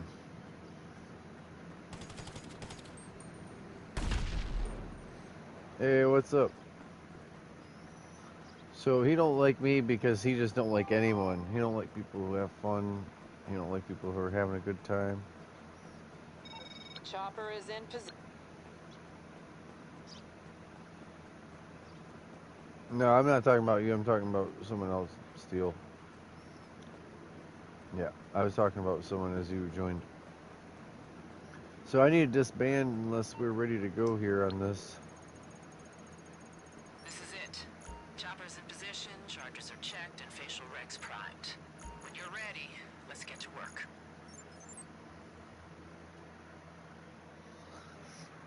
Of course, we're not grouped up, but here we go.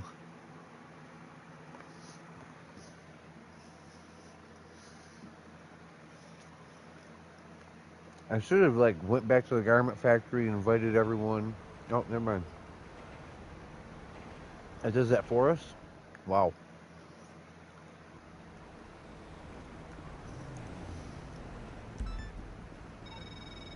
This is it. Transport's ready and waiting. Pavel, you there? How's the signal? Clear as a whistle, Jody. All right. Into the helicopter. Okay. All right. Just be easy with it because we have to use it. We are.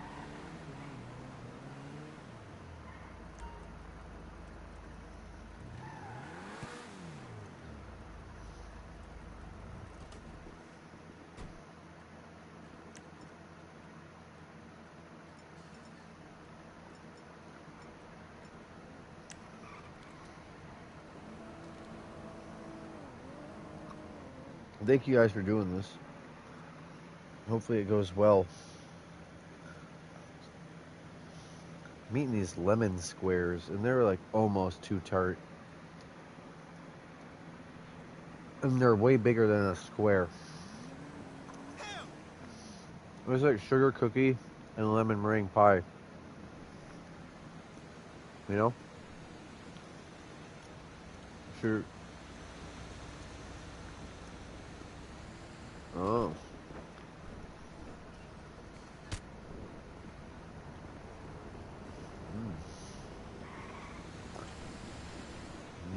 She's a ruffian. All right, here, hop in. Hop in, lemon.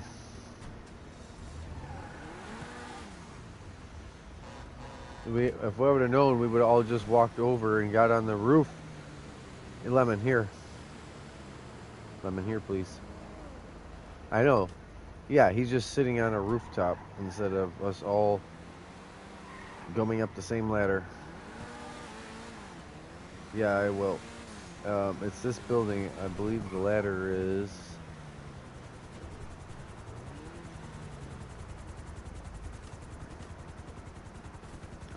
These missions are really weird, so...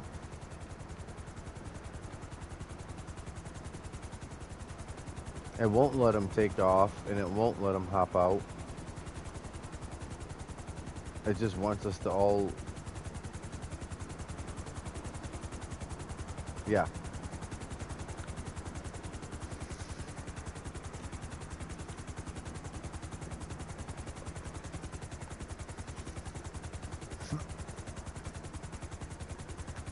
It won't let him.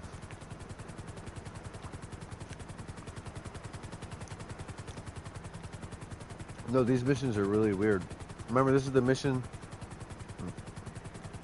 It's really similar to the mission with the dinghy in the lake up at Sandy Shores, where like everyone has to get in the dinghy, or the mission won't even continue. Once you land, head straight to the service room above the penthouse. It will take some jigging and poking with your hacking device to get inside, but that's where you'll plant the EMP charges. So we have Will be patrolling. Any trouble? a CEO Them out. building here. I have Why would chills. we have to hack in?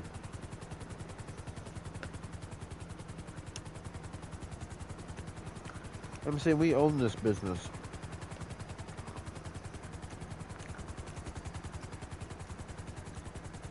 I don't know. It's our security, our CEO, our assistant.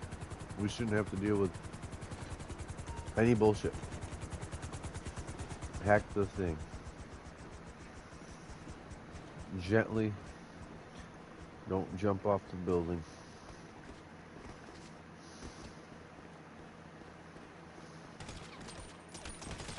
Very good. Silent.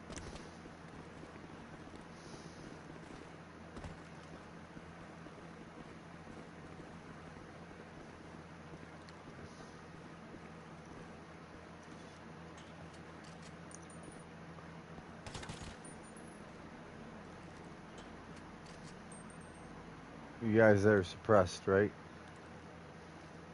Silenced? Yep. Silencer? Mm-hmm. Got a suppressor.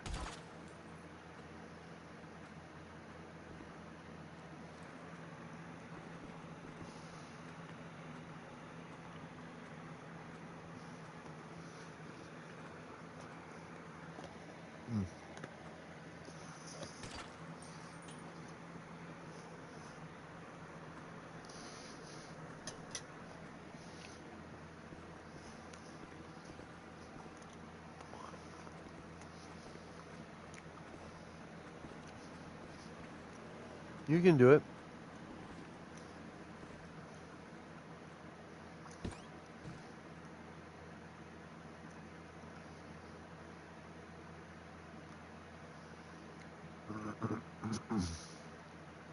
In the mud.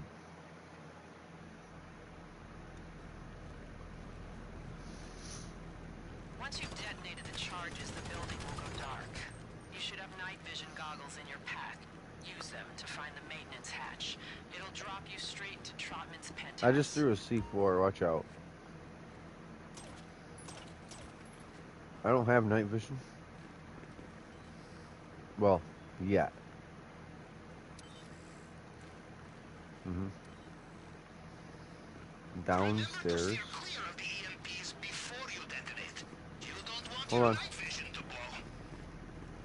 Hold on. Hold on. I think we're far enough from.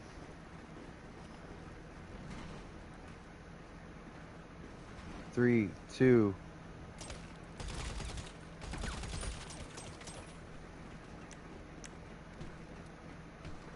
Yeah, my auto aim corrected anyway. Sorry.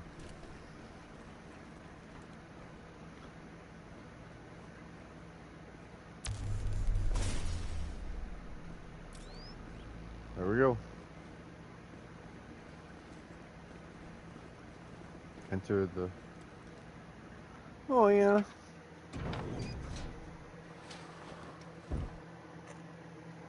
Mm-hmm.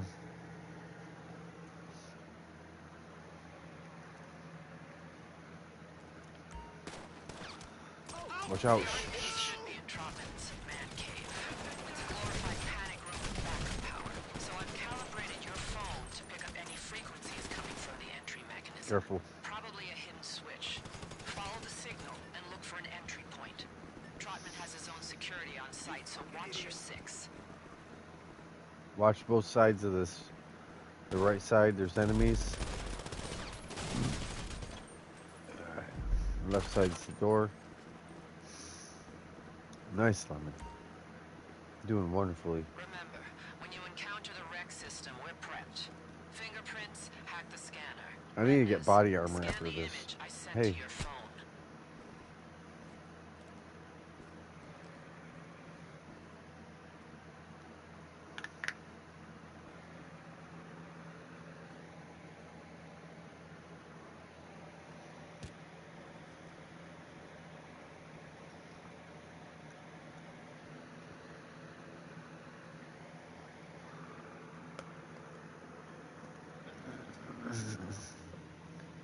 Does he always watch like that? I thought he was usually in his phone.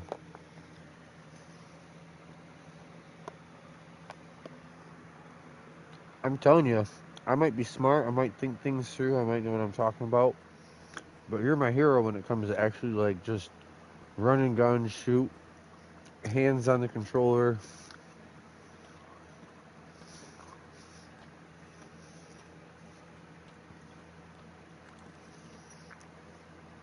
Maybe I should try the puzzle.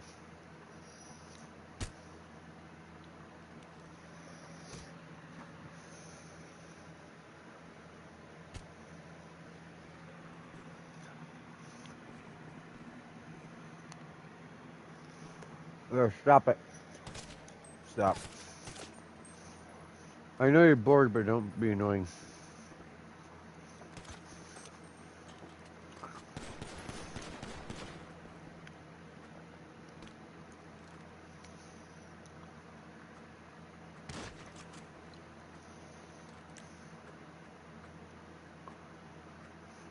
Don't touch it.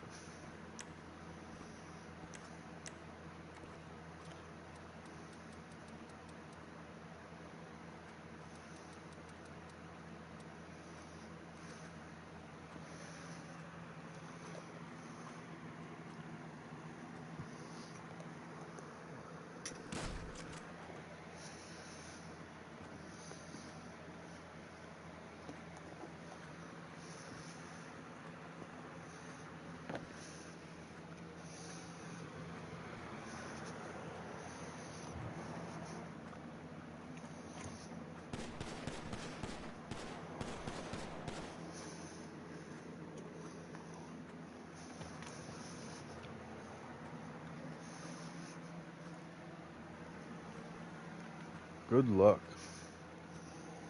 I don't know if I could do it.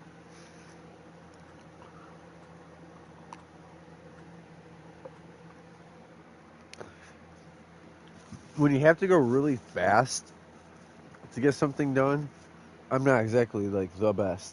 But like the one where it spins fast and you have to say the name, like it says locked or password or Whatever it is.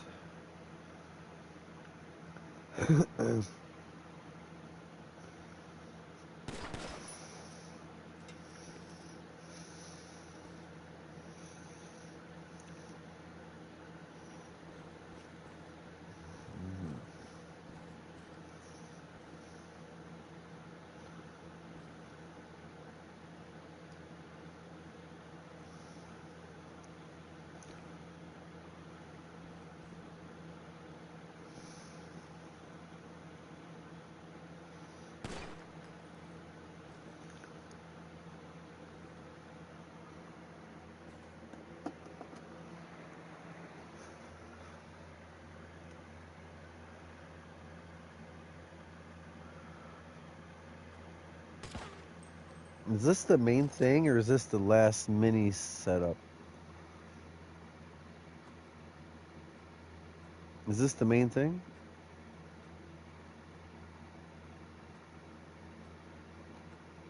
Okay. I didn't know if this was just the last setup. And then you're like, go do this. This might be the real deal. We already got the helicopter, got the face jamming equipment, you know what I mean? EMP charges. This is the okay. I wish I could have saw it already.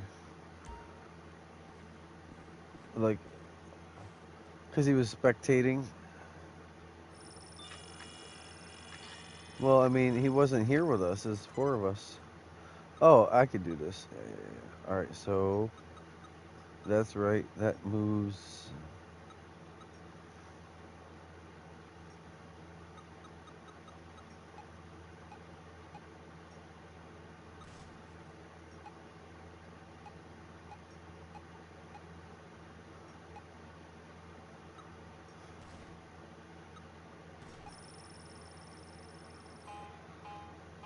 Got it. No?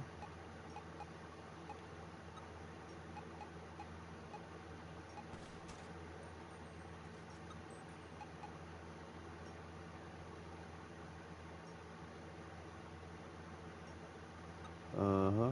And then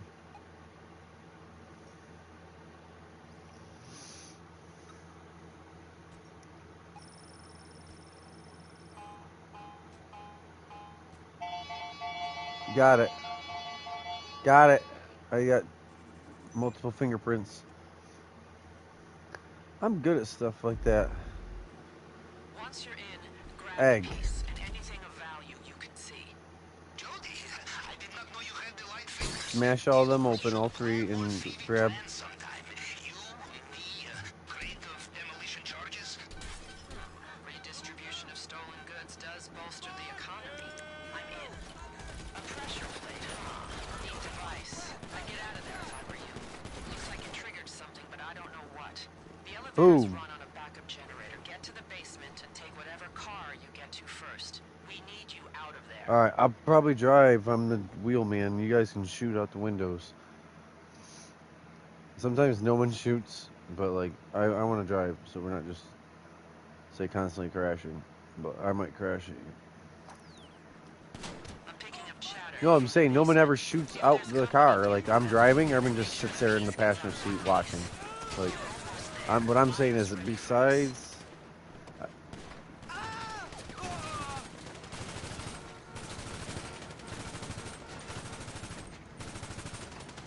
No, I'm saying like there's people who will literally just hop in and just not do nothing. I'm saying we need group activity on this. I tried to preemptively say just everyone work together. All right.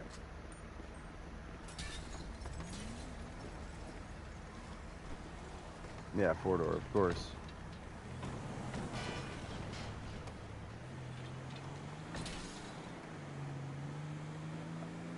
Oh, so even though we all loaded up, hop in. Just why are we doing all this? Why? Why?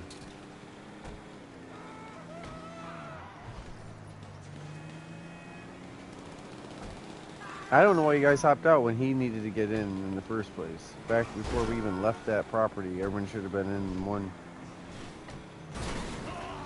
Alright, but we gotta do this together. It shouldn't be like that.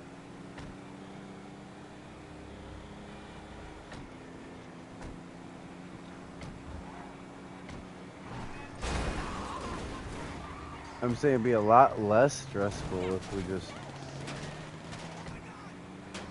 Are you shooting at these people? No. Yeah. This is that part where I said I'm trying to get away and no one's even shooting who's following us.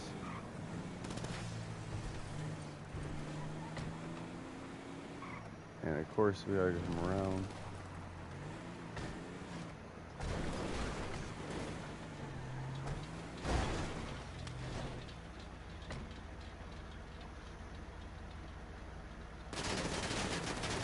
What?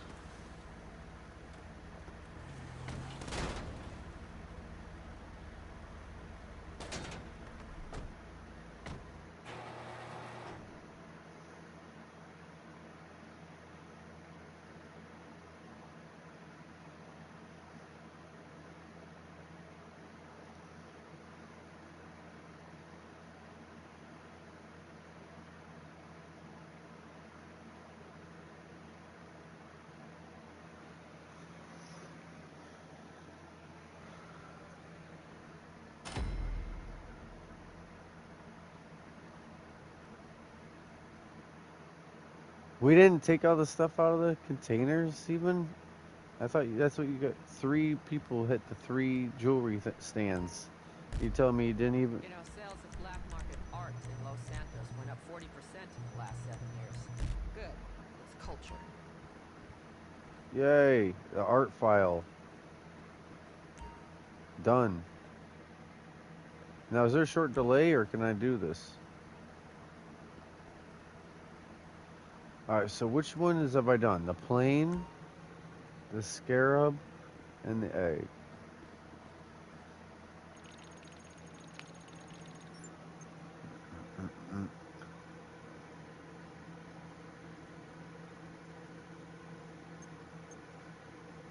The Project Breakaway. Yeah, short delay. Alright. I don't know, I didn't want to say. I need to disband though. And I need to go get body armor down the road. Literally. Right down the road.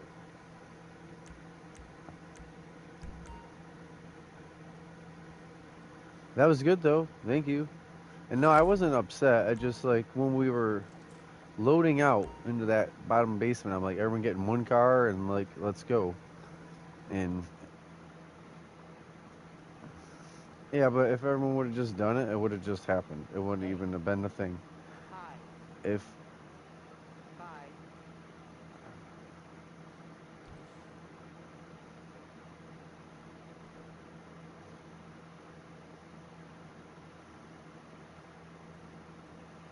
hey, yeah, Later. she's on her high horse. She's put herself as team lead.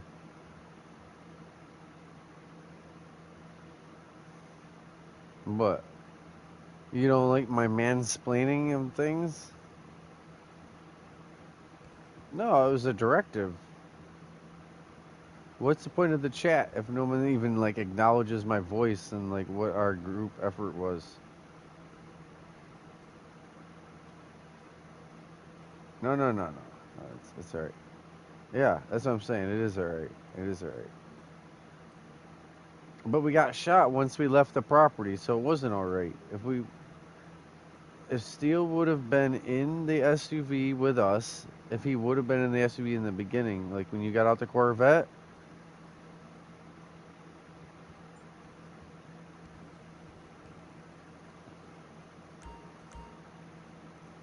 we're good.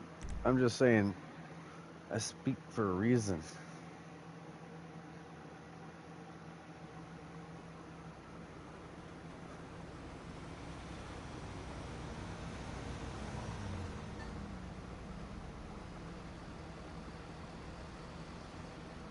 food?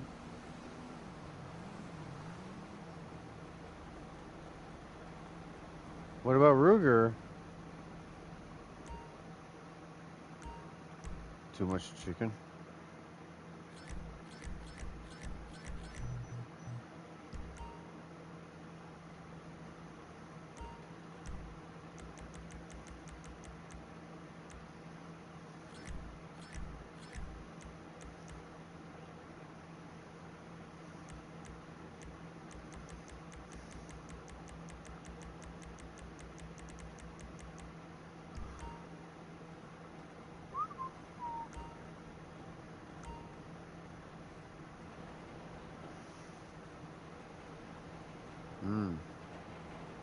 He had to go meet someone.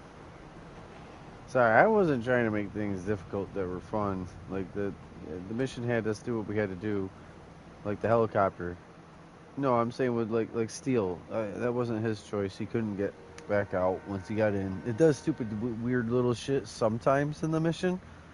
And like so, the other one, the black box, we would have all had to be in the dinghy, regardless if everyone went up there together, and then the plane went down over the lake.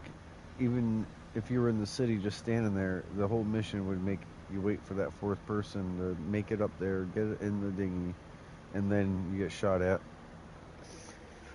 Anyway, so I thought it was gonna make us.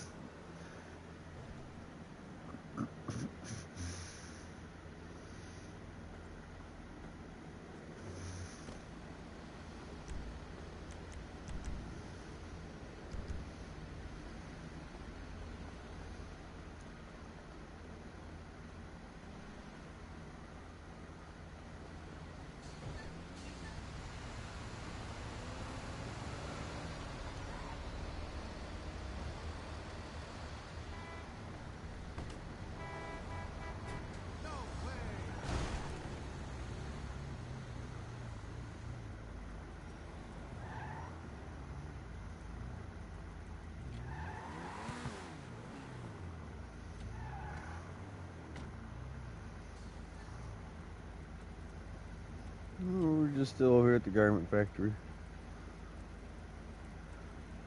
Yeah, I believe we're all just kind of like, I'm literally like, pfft, you have no idea.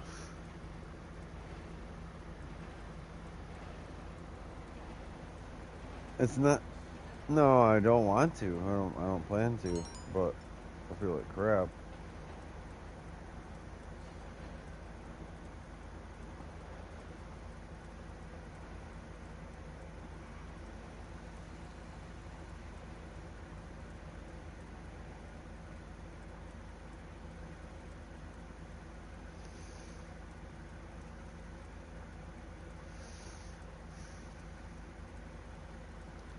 What does it look like? One of the.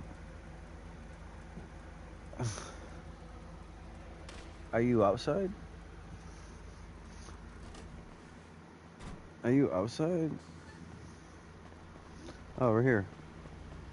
It's too dark.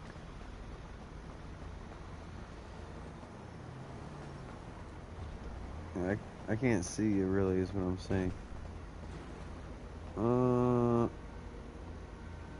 Blink Team Tracy?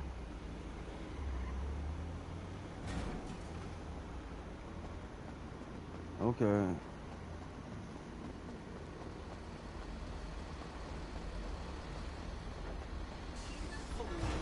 You've been watching Jay play? Have you ever seen Jay play that? Lemon, you don't ever share screen? Oh, you can't share screen. Me and Josh be watching. Oh, no, he's gone. Now it's your truck.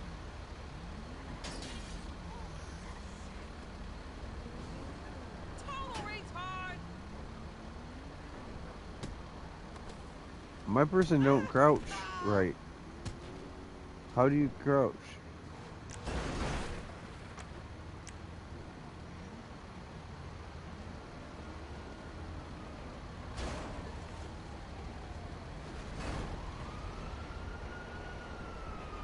Yeah, we're on fun time. We can have fun.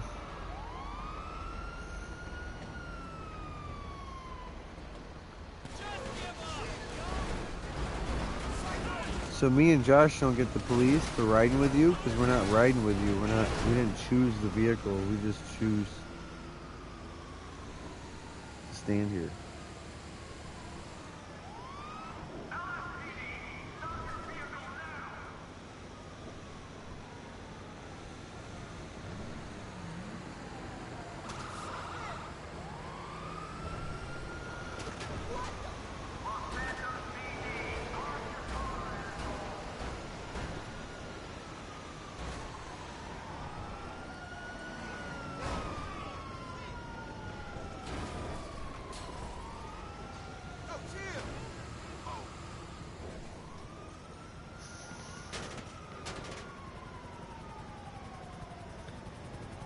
I need to smoke.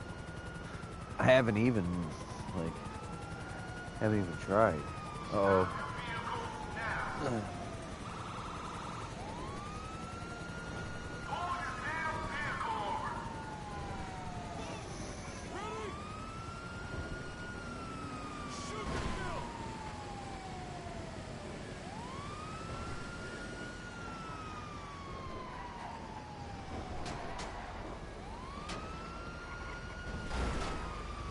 Take it easy, Oosh. You trying to kill me?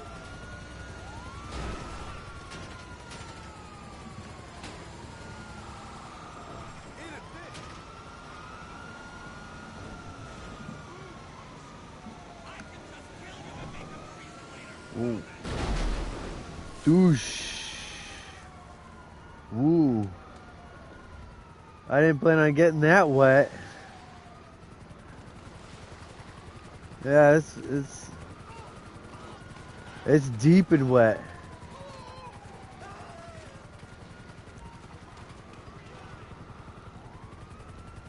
Bust my dick.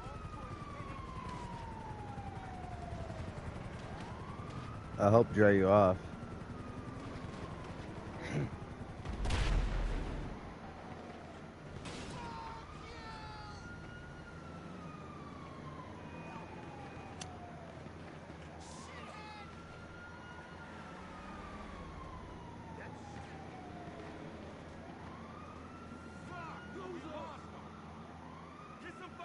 Do you want to do more of those garment things? You don't mind?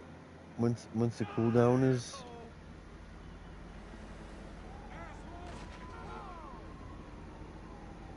I say, if you're bored, tell me. If you're like sick of this game, tell me. Like, because we can do anything on this game you want. If you want to play a different game, we can. If you're done with gaming, you know, let me know. But in a way that don't make me feel like I did something, like ran you off, you know. I tell you what, it'd be great. I'm not saying, but like, if he wanted to play for a couple hours, and you want to do something different for a game later tonight, me and you. But I hate when we're already gaming together and I let you go. Like, okay, bye. And then hope to play later, and it don't happen later. And thank you. My bad, I didn't even... I was avoiding... I still hear the cops even though I lost the cops. No, I lost them. I just still hear them.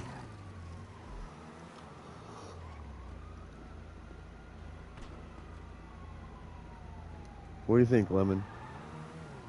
I thought you needed a siesta and then we come back to it later.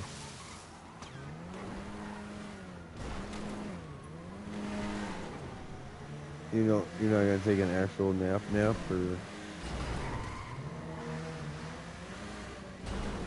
But yeah, I'm cool with that. I wish I could watch you siesta. A nap, a break.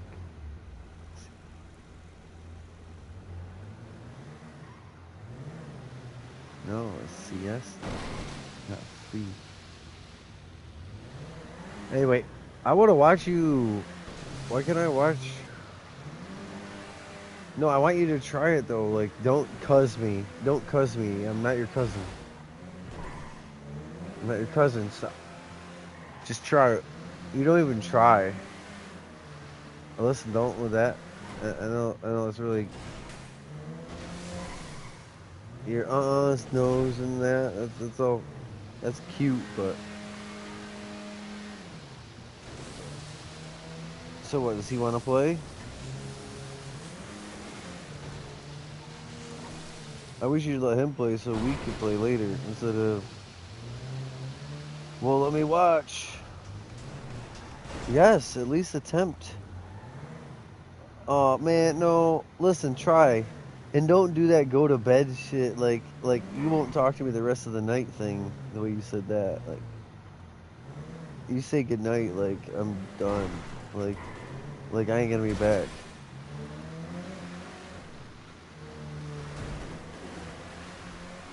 9. It's only 9. What? What happened? Your outfit? What? A save? Oh. Oh, she got out in the sewer. That's alright. No, no.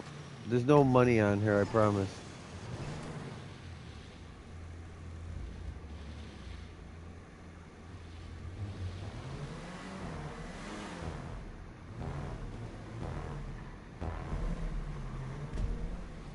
Anyway, Lemon, I want to watch. I want you to try, please. Try. But I really enjoyed watching you play. No, it's. You tried it? Oh, let alone have me. Okay. But I have watched you before for over an hour, and then we restarted it, and it continued to work. I'm just saying.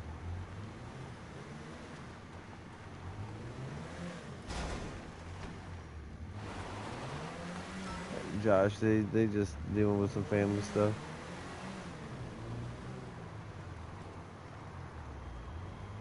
We can do whatever, but I'm like, pretty well. I was the one bored or spent.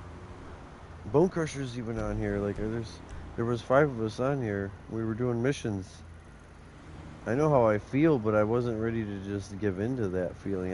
I can't ever admit shit. As soon as I admit, like, oh, I feel tired, meaning at midnight, I'd be ready to call it a night. It's 9. That's why I said it's 9. Like 10, 11, 12. I was going to stay up 3 more hours, game, hang out. And then when I go to bed, I'm going to go to bed so I can be up at 7:38 tomorrow, working out, doing my routine. You know what I mean? I don't want to go to bed now, sleep for 3 or 4 hours, get up tonight, be up from 2 to 6 in the morning, and then throw off my schedule. I'm fighting through being tired. I didn't say I'm getting off. Like you thought that or you said that. Again, I would do an old Globe TV with the antennas on it.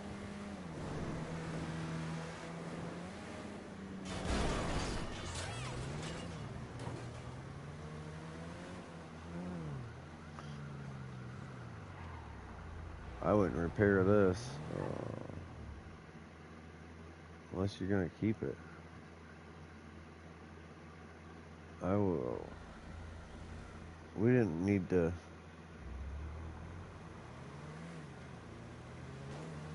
I said we didn't have to keep it though. It's just stolen shit. Do you not have cars in your garage?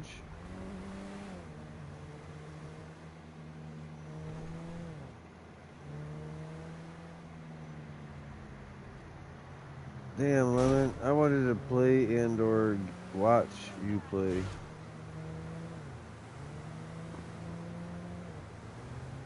I can't ever be like, oh, I'm kind of tired today, like, or I'm not in a game to do a serious game and still do like a nonchalant game.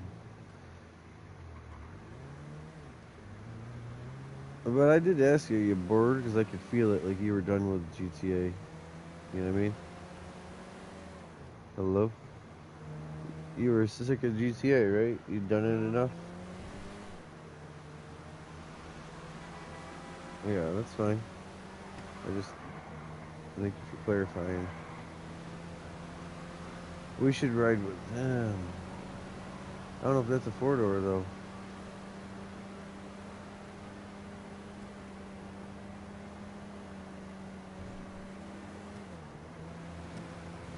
Huh?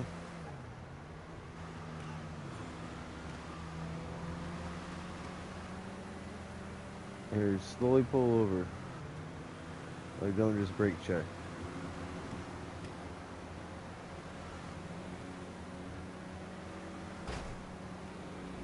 Steel, pull over.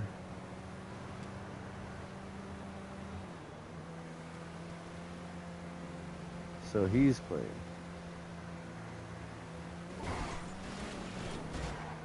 Right.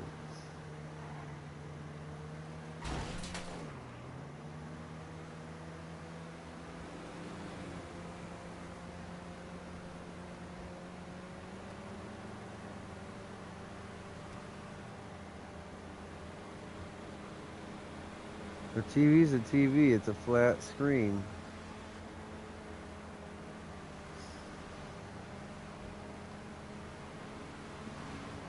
Where are we going?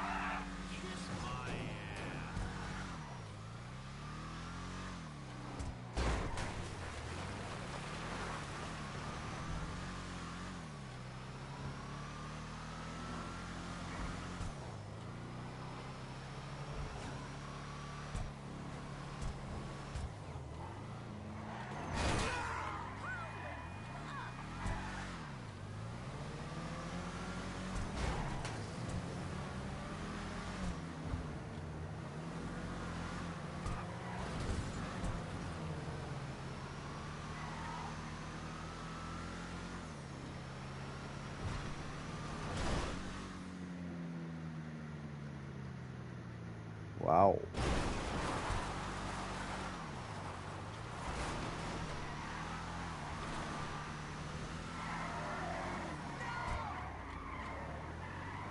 I'm chill with Bone Crusher. We're doing cars, slippery stuff. But we just ramped up in the air and went over all the satellite arrays in the desert. I know, I miss you already, you know that? Like, you're in here talking to me, and I'll be alright. Like, I'm not doing it to, like, have you feel bad. But I'm just saying, I do miss you already. I know other characters, you know.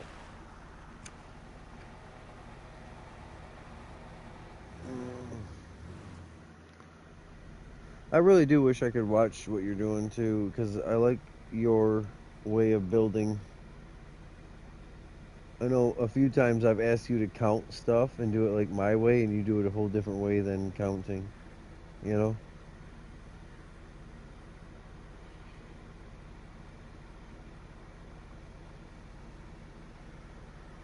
But yeah, I really did enjoy watching.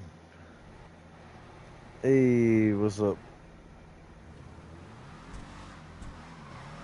I'm just chilling, man. I made $1 million for the day, and I'm just kind of relaxing. kind of tired, but I'm just fighting it. I'm just relaxing. To me, right now is like midnight to 2 in the morning, and it's definitely not. But that's how it feels right now. So I'm just slumped out. Ate too much food, too fucking stoned.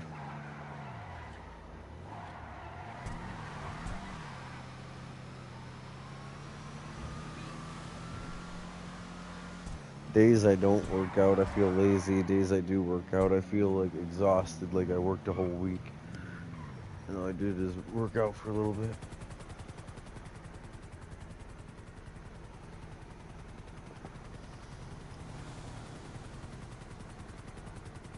Like sore and burn that minute, and then the next day, like pain, like random shoulder pop.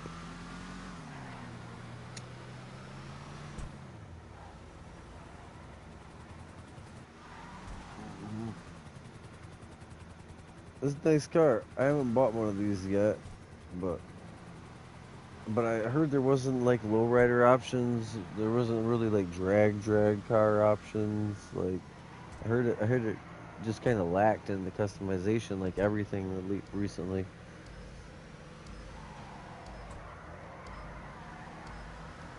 Hmm.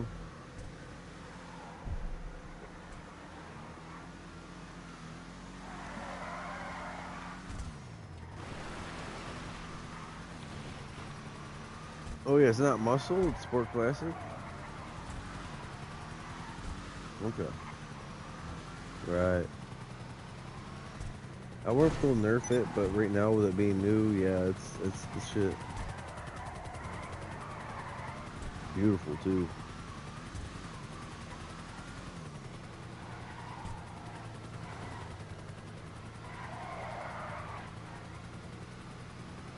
We're going up to the spot once, and then anywhere you want to go.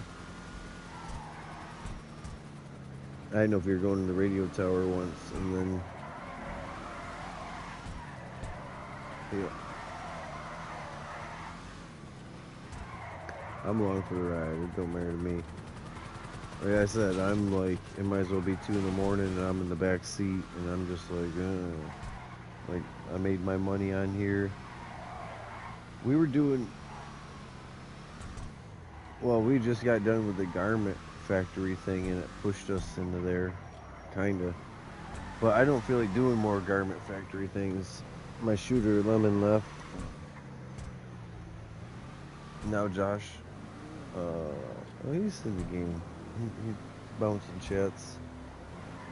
But yeah, I'm freaking done. It was hot enough today and stuff too. It's not hot like that anymore, but I feel the fan blowing. Damn, that feels good. I think it was 96 today. But at night, oh yeah. But at night it gets down to like 60. Yeah, yeah, it's like not even 70. Sometimes it gets down to 60. Like it gets too cold.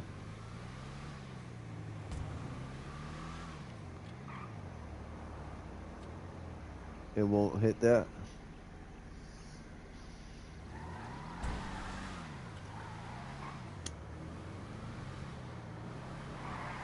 So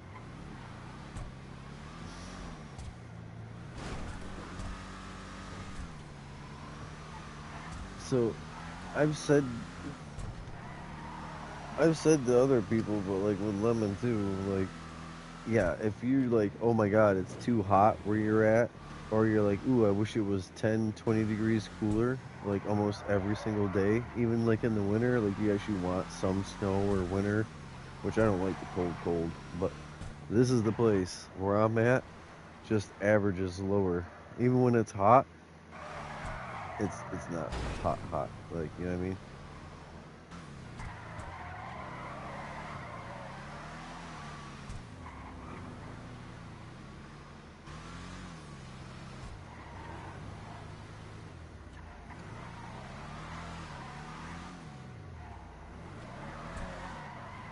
The trees, yep, mountainside.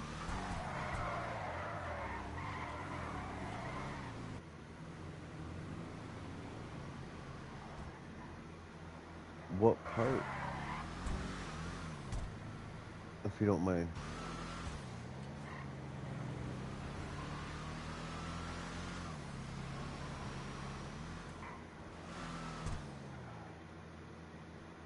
Okay.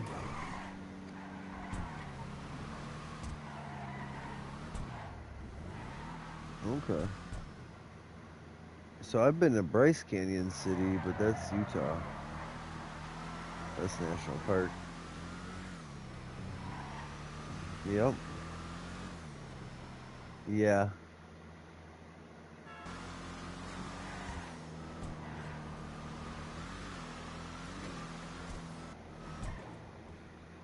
Opposite of Colorado Springs.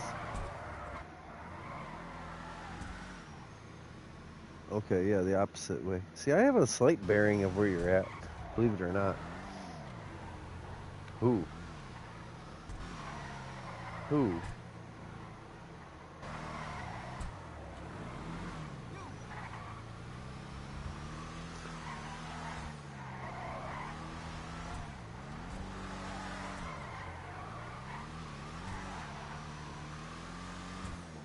Oh, it's got the black and the yellow. It's got the symbol on it. Yeah, the symbol. Yep.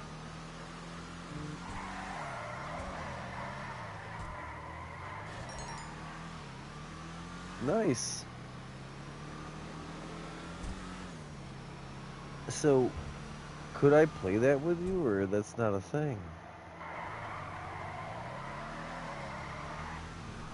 Account Microsoft, yeah. I have, though, before. I've done Realms.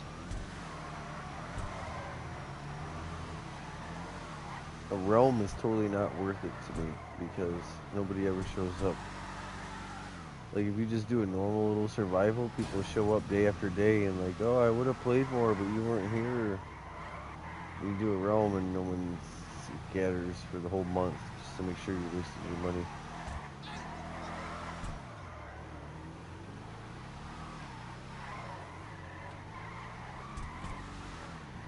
You can do a dolphin, a starfish.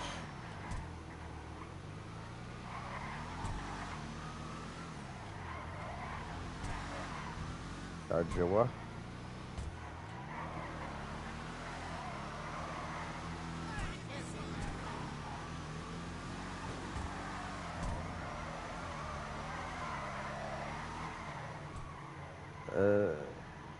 I can't even get over like how smooth this car is. I'm just watching. I haven't said a whole lot. I'm just watching how it doesn't have load tracks. It's not a drift tune.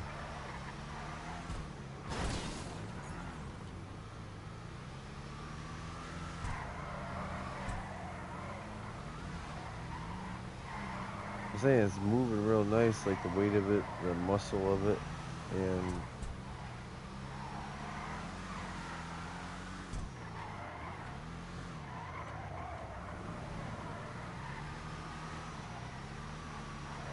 yeah, I wish you'd come around more often, but I understand if you're busy or you got our friends on. And there's times I am actually like constructively busy on here, and then by the time I catch up with you, it's early night compared to most days when you join, but I'm already off the deep end. So my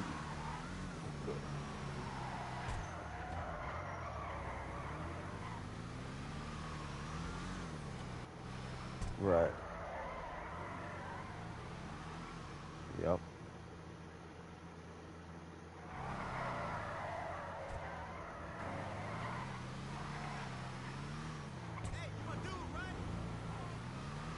right.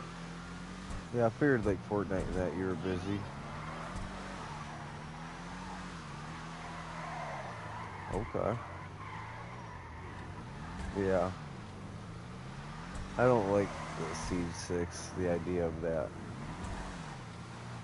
When it first came out, I didn't like it. I still don't. Like blowing open walls, reinforcing walls, like the right.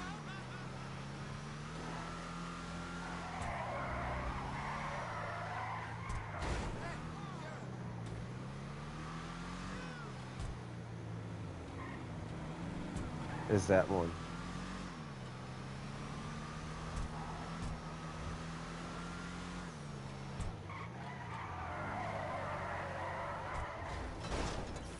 Shit.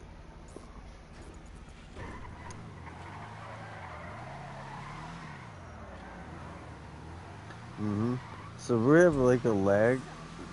Congrats, man. Congrats. The whole everything changed. Like you feel extra busy and you feel extra bored. Like extra busy with little things, but bored as far as that linking up with friends every day though.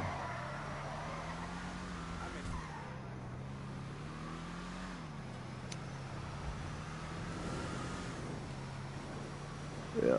Well, shit. You know what though? I felt that way, and you know it's good to work. It's good to have your own money, and then we can get a vehicle and customize your vehicle, and you know what I mean.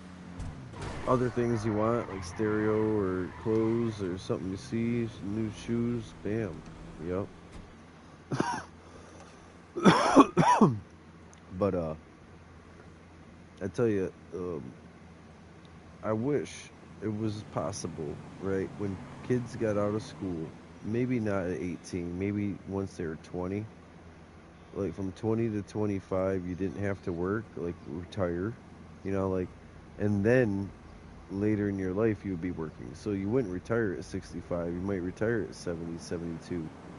But you got to enjoy some of your life when you were younger instead of be all like maybe alive, maybe retire, all old and crippled up, and then like because I enjoy things like when I went to the different places like the Grand Canyon and Bryce Canyon City and Moab and you know Arches, all the different national parks out there. And when I went on cruise, like not everyone is an old person that does all that, but most of the people who finally are comfortable with their money and are actually willing to spend it, most of the people who have the extra time and they don't work every day, they don't enjoy their trips almost. They're some of the older people were tan and laughing and really having fun and half drunk all day. They knew what they were doing. But some of them just finally got out the house, like you know what I mean. They finally cooped up and they did it, and they barely can walk throughout the day. The heat was too much. They're pale, and they're out in the sun, like you know what I mean. But that was like finally them getting to spend their money or finally getting to see something in the world, and like their bodies almost ain't built for that no more. You know what I mean? By the time they enjoy, and like I'm out there enjoying it, you know, I'm not past my prime, but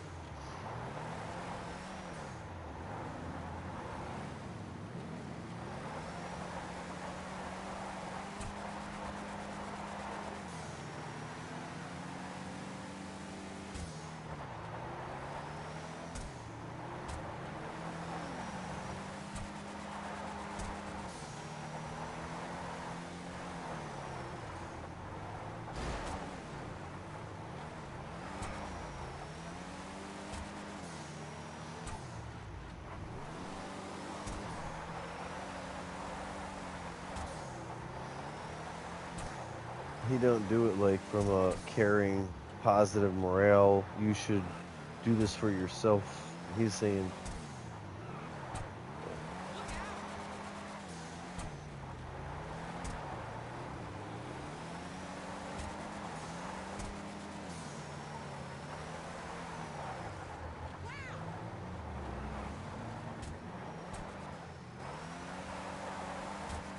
mm-hmm.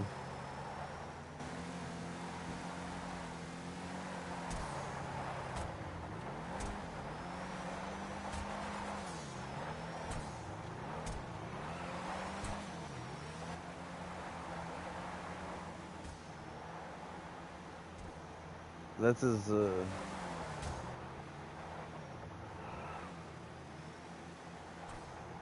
That's his own animosity. That's his own issues. So,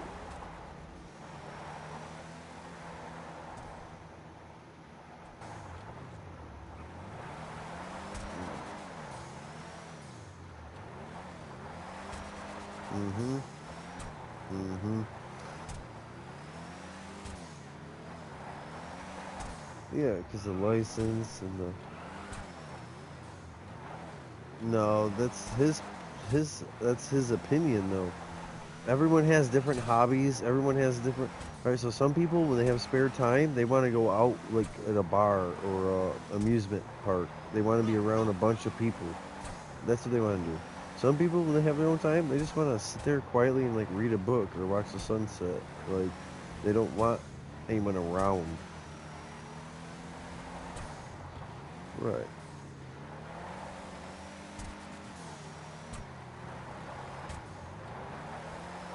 Okay. Yeah, billiards. Yep. Yeah, billiards. Cool. Yeah, I've shot. Yeah, I did that in college and shit. That was one of my reprieves when I wasn't street racing. Yeah. Yeah, it was a place to drink. It was quiet. It was, yeah. Because we were drinking, 17, 18 instead of 21.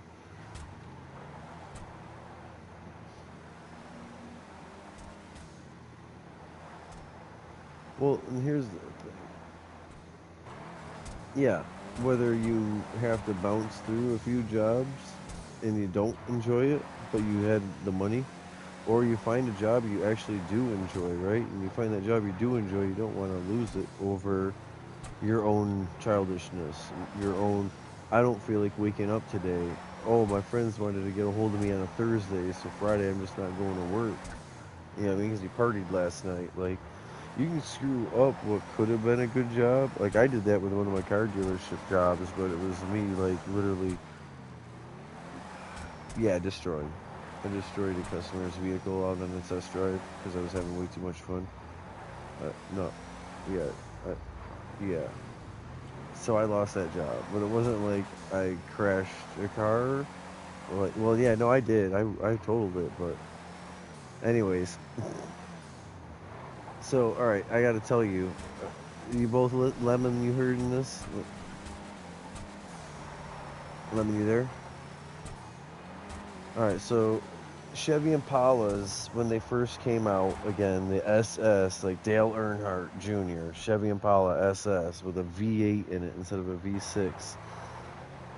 One of the customers had one, older guy, and he heard a rattling, like a bump. Well, I found out what the rattling bump that he was complaining about. It was the rear trailing arm bushings. But by the time we found out the rear trailing arm bushings were bad, I test drove it. Well, I test drove it 160 miles an hour over some train tracks. So, all right. When it popped up in the air, driving, driving along, and it popped up into the air, it started scraping on the front bumper so far up, like above the license plate bracket and above the fog lights, that I thought I was just gonna go over on the hood and over on the roof, like pancake. It went, and scraped on its nose, not the chin, like the underneath, like all the way up on the license plate bracket and higher than the fog light bumper, like in the bumper, on the Apollo SS. This is like the first or second year of them. They're a brand new thing. So like, 08, 08 or 10. Anyway, so that front scraping on the bumper was just like the weight coming down. So when it come down, it hit the front and then the whole K-frame, like where the engine and tranny are mounted between the wheels. That's an aluminum K-frame on them. Well, the front of the aluminum K-frame literally cracked the welds and gouged so deep in the aluminum there was chunks like ripped off into the road. And even the back of the K-frame had serious road scratches, like half-inch deep. It ripped the oil pan and the oil filter off. It immediately had no oil in it. Like, so I had to check that section of road. It was literally the first time when it came down on the plastic and the front K-frame, and like there was a second time when it came down, and that was the K-frame again, and even like the rear seat, like floor pan, the whole thing bottomed out. And then a third light little scrape again in the front end because of for the whole car for that guy. Yeah, and I got fired. I got fired, and I had to buy a $36,000 car that I never got to drive. I had to give it to him. Well, they gave me what was left of the other car, and I just took pictures. It was like a trophy. Anyways, I have pictures and or pieces of my dead. So like a Saturn I had, it was a twin cam Saturn, you know, like dual overhead cam, twin cam. I kept the valve cover from that Saturn. It popped its engine. One of my cars I got crashed into by an Olds Cutlass, you know, steel bumper, Olds Cutlass, like G-body. And he hit me going about 45, maybe 40, because he was on. Oh, he did get on the brakes. He did get on the brakes, so he was going like 40 instead of 45. But he T-boned me right in the driver's side between the doors, or between the. Well, it almost killed me. I had seizures for a month. Like I spent 3 days in the hospital when it, what happened is where your seatbelt is, the B pillar where the door latches. It was a two-door. That B pillar hit me in the side of the head, right behind my ear and higher up, and I had a huge swollen spot. But I also my whole brain swelled and was pinching off blood and stuff, and like I didn't go brain dead. I didn't lose any cognitive thought, any memories, or any like emotions or feeling like. But no, I had seizures for a month. Like I had a seizure while driving a car. Yeah, and had to pop it in neutral and roll over off to the side of the road and like the tire rubbing into the curb. You know, slowing down to a stop. Yeah, because all you do is pop it in neutral, and you know what I mean. I didn't want to actually like try to steer and gas.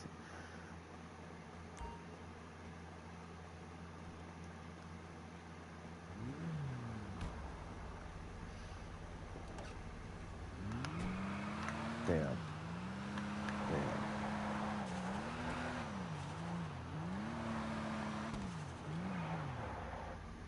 Mhm.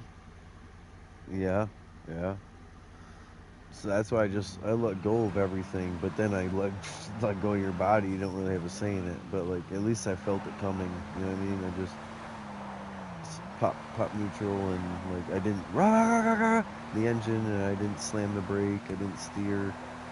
You know, it happened once. Luckily, I was with a woman. Like she had two kids and all, and that. But I was with her, and she heard me.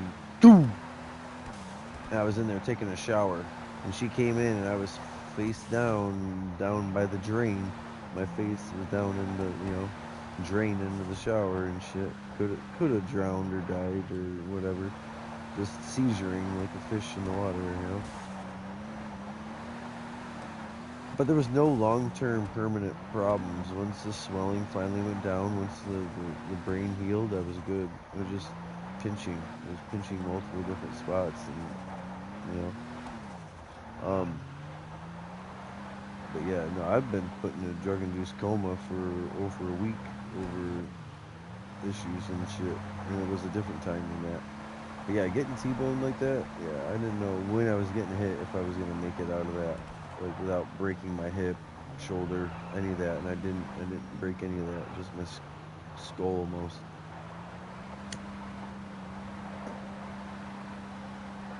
But so I've rolled a car. It was like 7.25 times over a cliff. I finally hit a big enough tree that stopped it. Um, yeah, I've end over end the vehicle, or the front end dug and went over.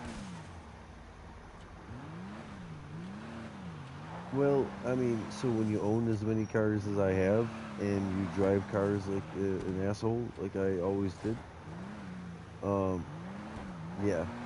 But like, so all right. Well, no, I'm a really good driver, like in a normal driver, and I'm actually a really good driver in my own drag car, or back when I had a drift car. But when you're constantly climbing in others' vehicles and stuff like that, like I'll be respectful. I won't crash your car. But like after I've driven like Watkins Glen, right? Watkins Glen is a racetrack in New York over here. one of the only NASCAR tracks that isn't a circle, right? And so it's a road course, and I've been on it on a Ferrari, I've been on it in a Porsche, you know, different vehicles. Well, my buddy with the Porsche, he drove it for 2.5. No, it had to have been 3 laps, right? But after the second lap, I told him like, hey, quit using the brakes like that. Just don't go as fast. Like, just let the car roll from the wide to the tight to the wide in the turn. Like, so, but anyways, I had him start trying to not slam on the brakes like he was at first. I was trying to not tell him what to do with his car. Anyways, so he did 3 laps, but the third lap was almost like a cool down for his brakes. He almost overheated them.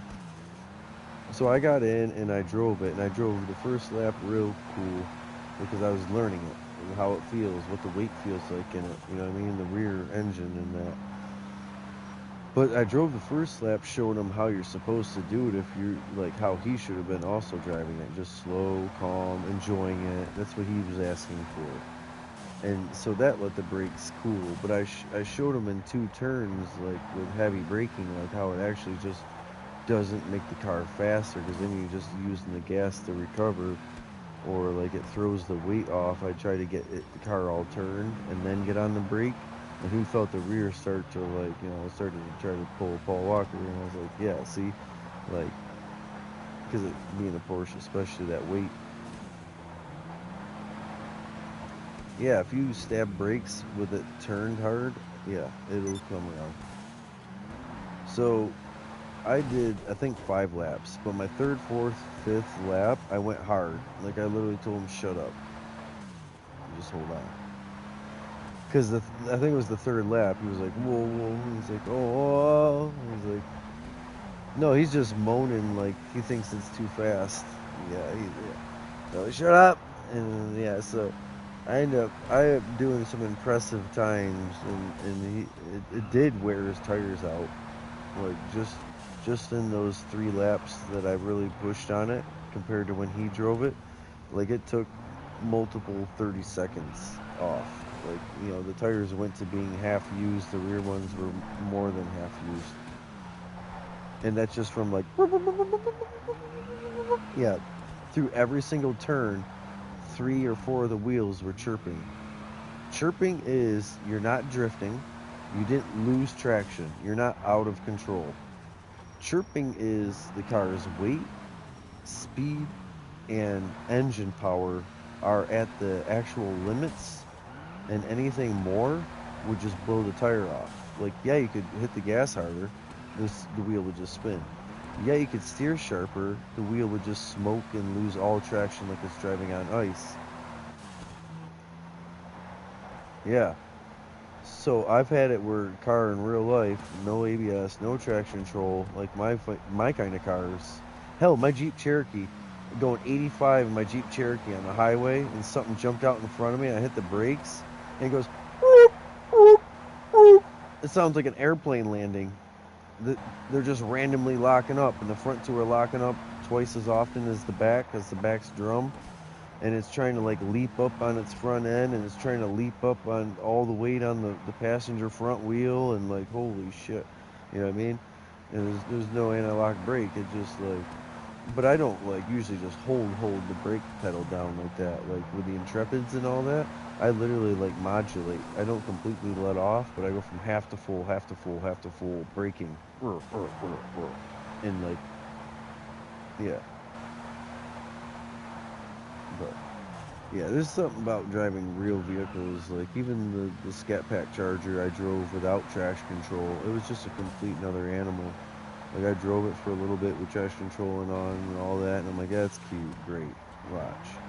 And I turned that off, and it was a whole nother car.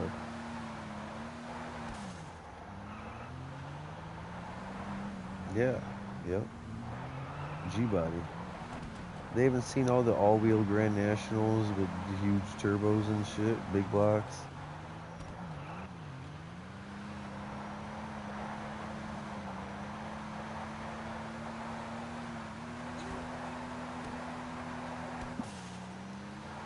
Okay. Yeah, that ain't nothing though. Yeah, I mean, just a Chevy truck. Just a V8. Oh yeah, 5'7". Yep.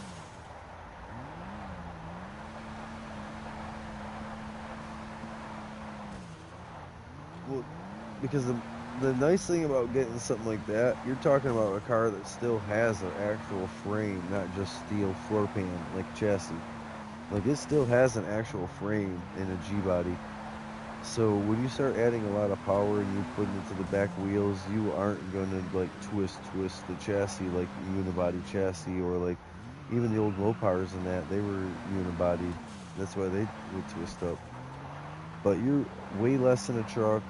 It's got the right suspension and handling to do more pro touring stuff than a truck. They just think in a straight line. There's completely stock Chevy or Hemi is gonna do something.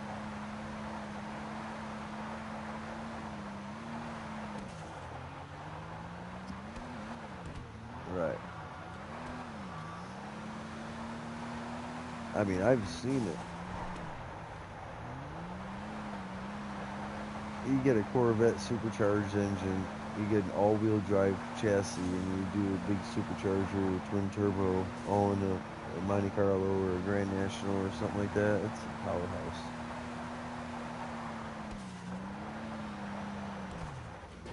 I just had Grim Reaper just recently sent me about a Grand National that was all-wheel. I think it was 800 horse. Which,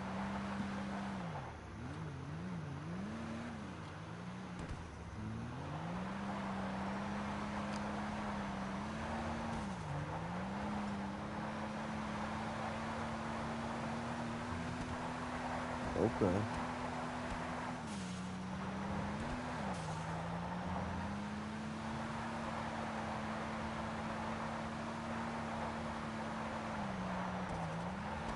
Mm-hmm. Oh yeah. I believe it.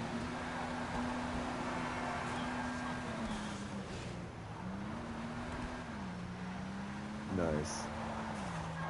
Yeah, I've helped with that. I haven't done, but I've helped with that. My uncle, he's always had muscle cars, Corvettes and actual muscle cars.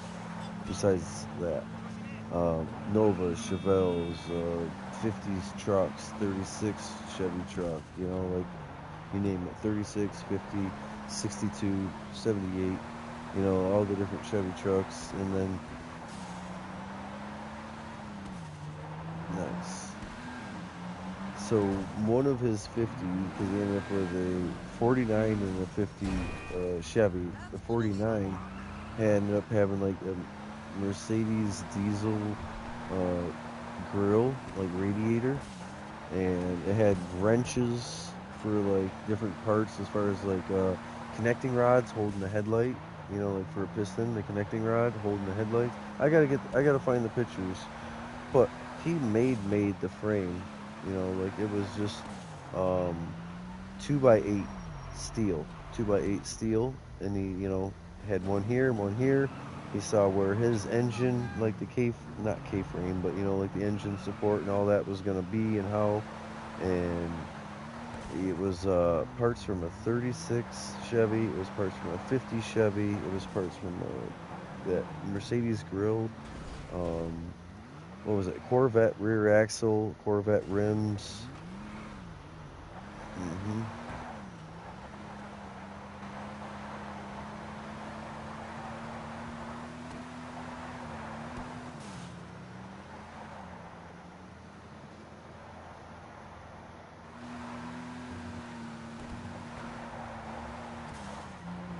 Chevy 454, 454, 502, or 572. That's the most common.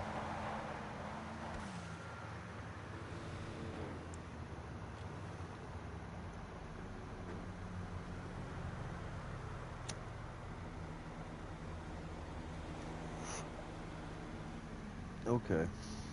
Two door, two wheel. Oh, okay.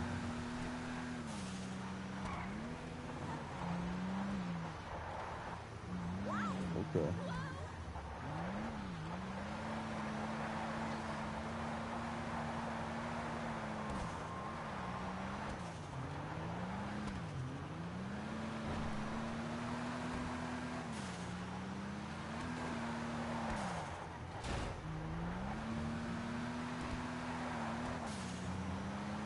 It's too much.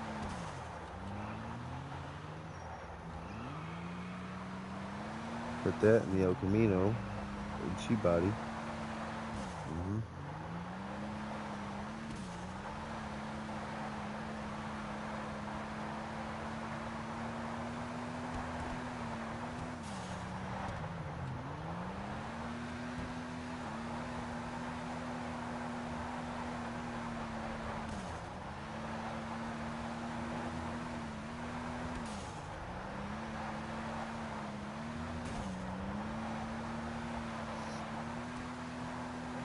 That's what mine.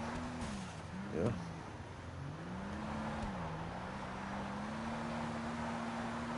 Hmm. Well, the thing about mine is I didn't even like pay someone, you know. Like, there's a lot of old heads though. Like, you go to an old guy and he's an engine builder. You went to the right person. You know what I mean?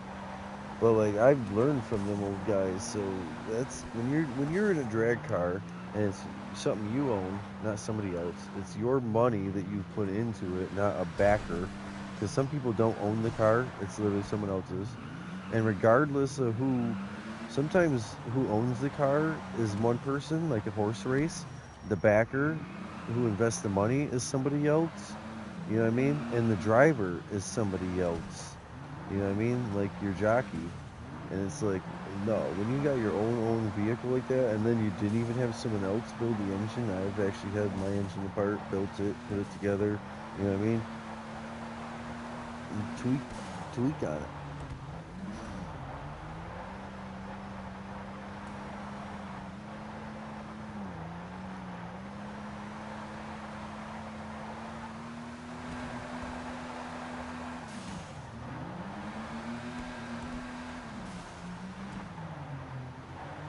Hmm.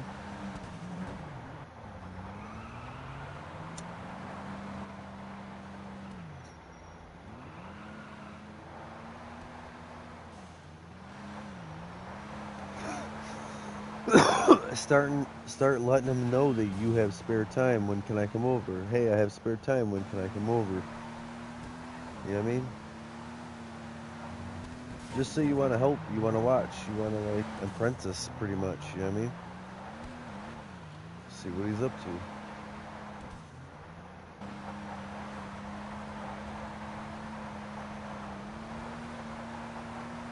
So you know what you do though. If you're kind of serious, my first time was easy because of my uncle in dirt track racing. But what I would recommend to somebody else is that first you get like an actual paper manual for how to take apart like a Chevy 350 and put it back together. Like the new Vortec, for instance, a newer Vortec or an older Chevy. Personally, 74 to 89. But if it's not 74 to 89, it's one of these new Vortex. You're gonna see them all the time. Them new Chevy Vortec engines, like the 4.8 and the 5.3, they're everywhere.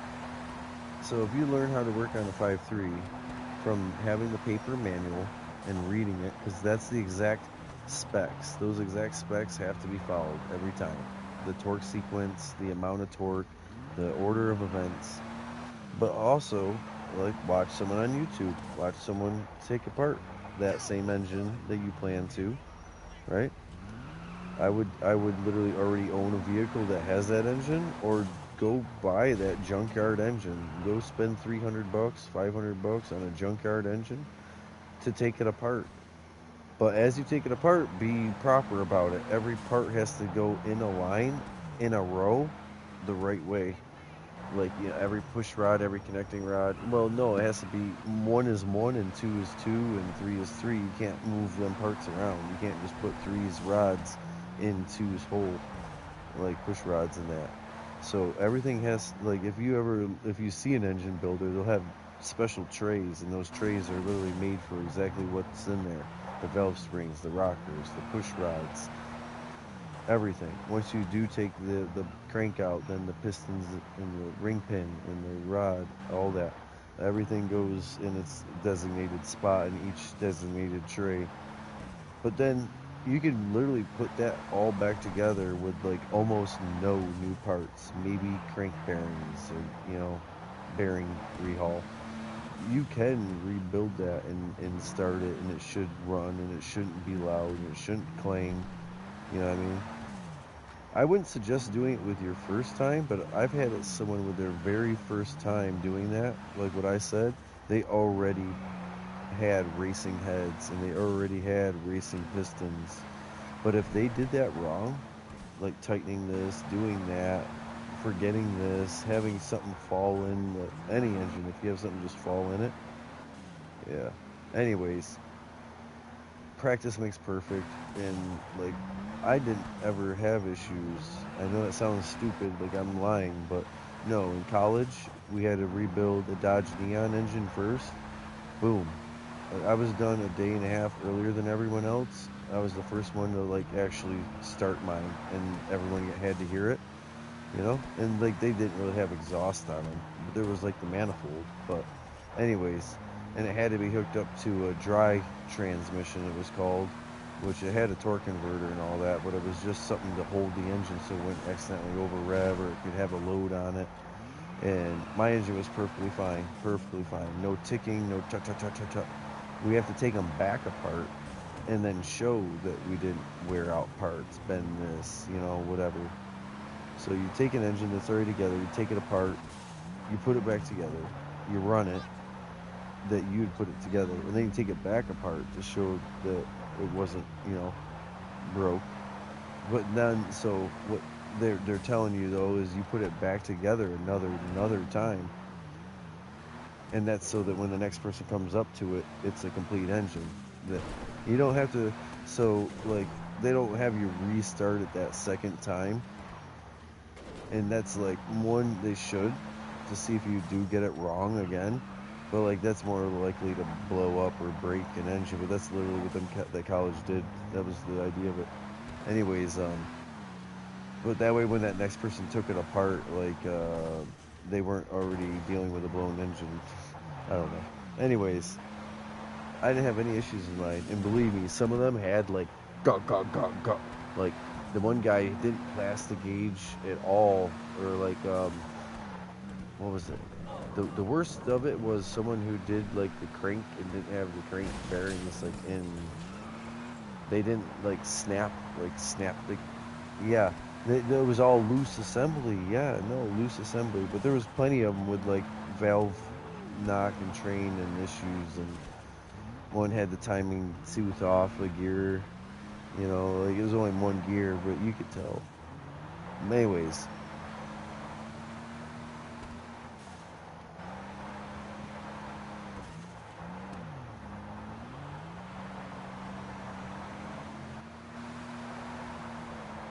mhm,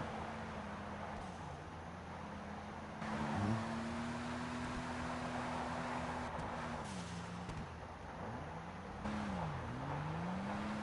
mhm.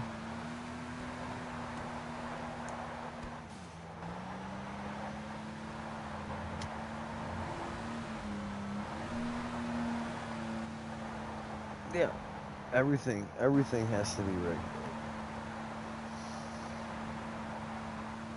Mhm. Oh, and there's really good money in it. it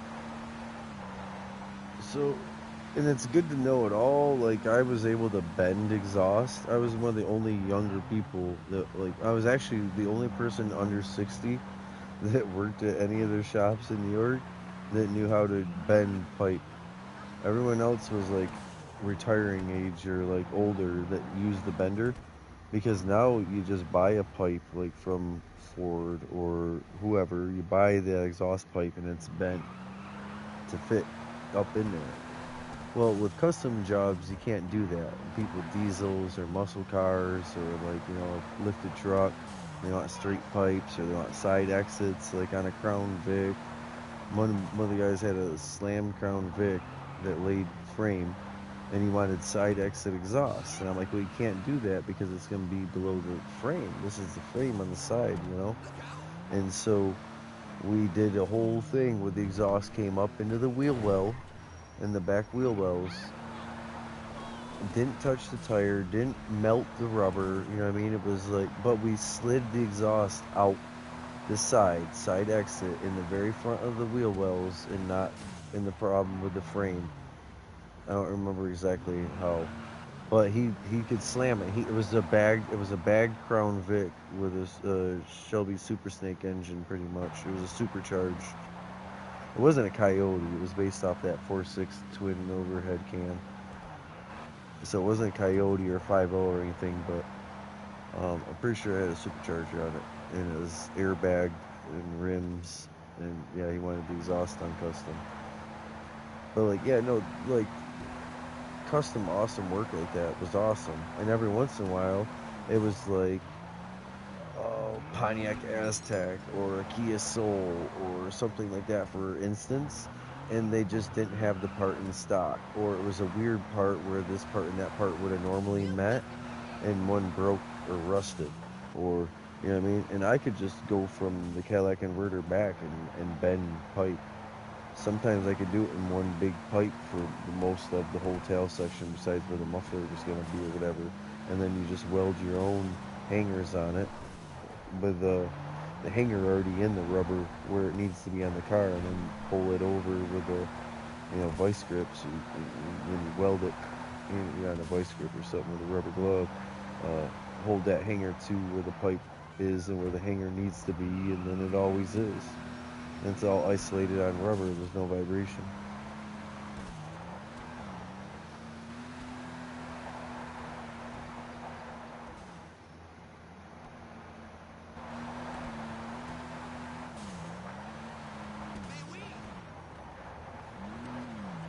Oh yeah, I've done it, but it goes car to car. Art, skill, yeah, no one else truly knows it.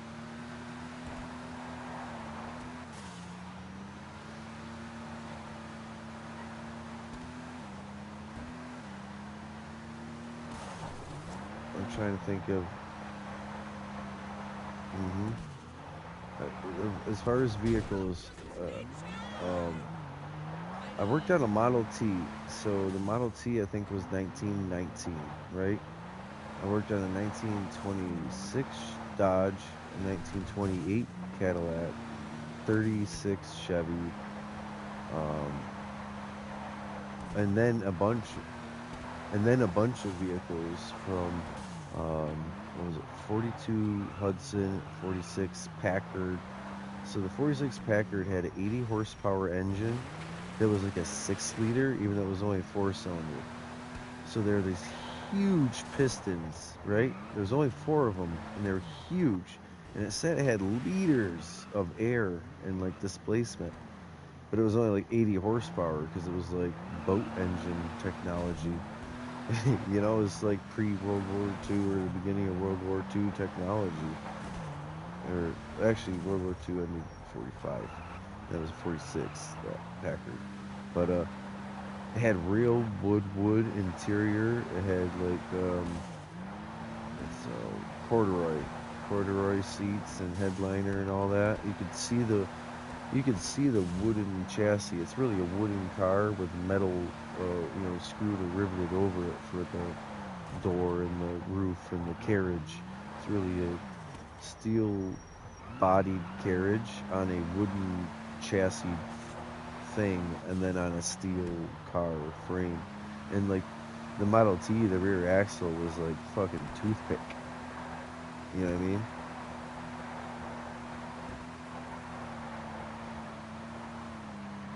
Yeah, how thin, until weight and all that started to matter. But yeah, also, what was it, the Nash? I think it was a 52 or 6 Nash, which would be, Nash is now considered part of DeSoto and Mopar in that family. But they had a 2-speed rear axle, so you pulled a lever on the floor pan forward or backwards in real time with no synchronizer. It went and switched from this gear ratio to that gear ratio on the rear diff like a pedal bike, you know. yeah, it was quite rough on equipment.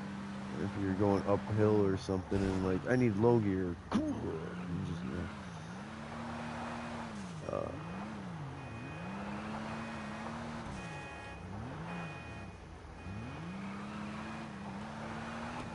hmm I'm trying to think of some of the other awesome stuff. Like first year Ford Thunderbird, I think 54 Ford Thunderbird, 54 Corvette, 62 Vet. What was the other? 64 and a half Mustang, the Pony Mustang, with the V6 four lug. Well, some of them are some of the older cars, I guess, or like, but yeah, like the Boat Tail Riviera, 72 Buick Riviera. It was completely mint. It was completely stock. It was completely untouched, and we put hydraulics and pumps and hoses and a stereo with a fiberglass trunk, and like this thing was a virgin though. It was a survivor. It wasn't rusty. It wasn't in a collision. It wasn't like it was all numbers matching. Interior was the right color. Like if all the I asked the guy. I asked the guy. I'm like, don't you have a parts car? Like I was like, you got a rusty ass parts car? Like, can we just paint that one and start with that, like the hydraulics? And so sure enough, it was a beautiful car and all that, and he barely ever like used it or whatever as far as the hydraulics and all that. It was just a statement of his money in an art form in the car.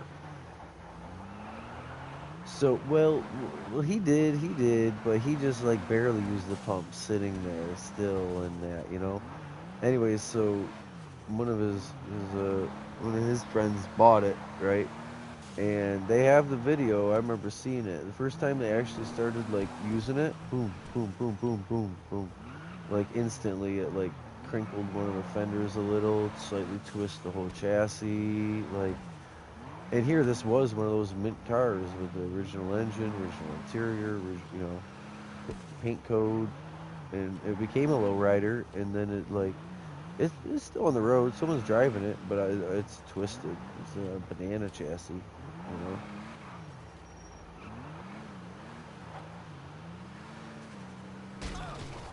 Yeah, 72 Buick Riviera.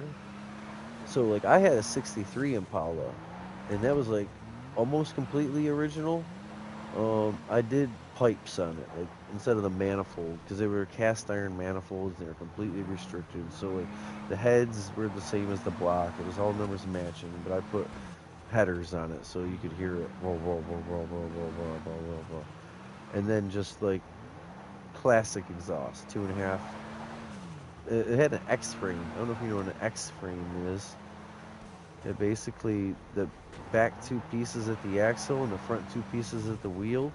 The frame don't go straight down the outside like a perimeter or the inside like a traditional like G body or a truck. It X'd. It only yeah. Anyway, so yeah. There's those 64 Impalas and all that with hydraulics and that. They have that. And so I've done a 64 Impala. I've done the hydraulics and all that on an Impala. But like my 63, hell no, I would have never done that. It was a survivor.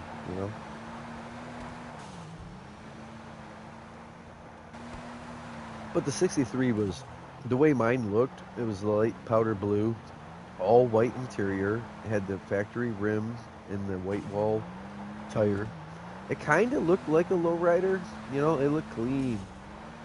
But when you start it or you drove it, you knew it was a muscle car. You knew it was a two-door hardtop. Oh, 3-speed pretty much. No, it was not pretty much. It was a 3-speed.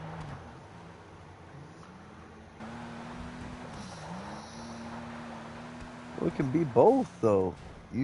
So the thing is, you can without the hydraulics, you can get like a pro touring style muscle car to drift and do drag racing. You know what I mean? Like grip when you need it, slip when you want it, look like a show car. And as far as the hydraulic part, I would say literally like You know, when you're drifting, you're like leaning over, you're driving on edge and stuff.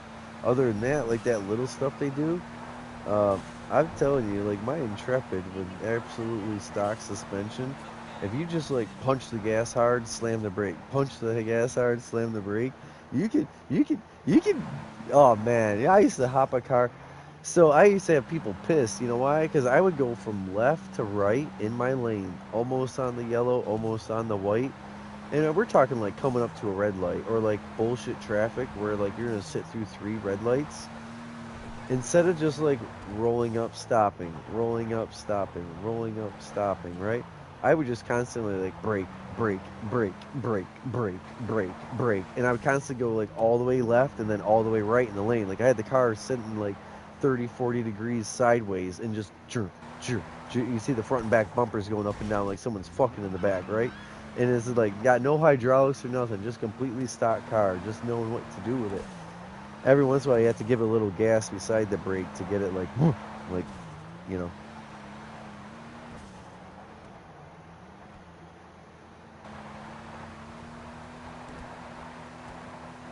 doing that. Brake gas, brake gas, brake gas.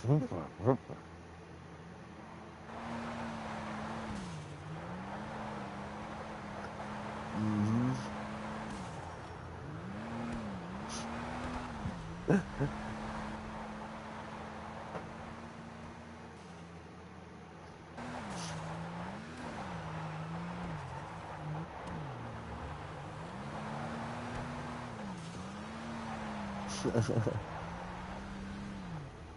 Lemon, I hope you don't mind listening to car talk.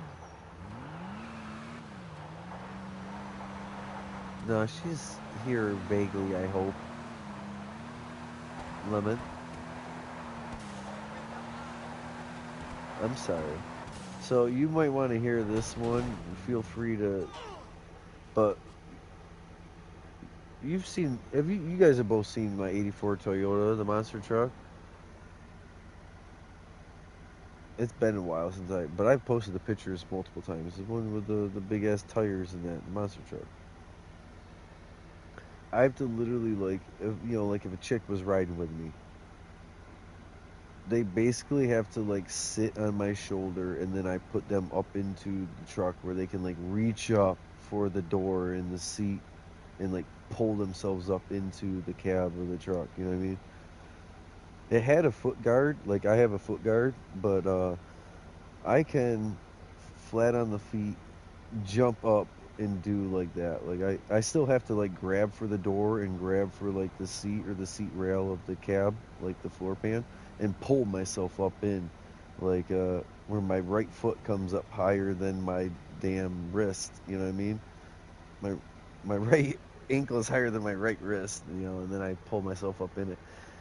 Anyways, so it's like you literally have to be able to throw your friend up into even my buddy, man. My buddy is 6'2" and like 240 and like stumbled twice. I'm like, dude, if you fall, you're gonna crack your head open.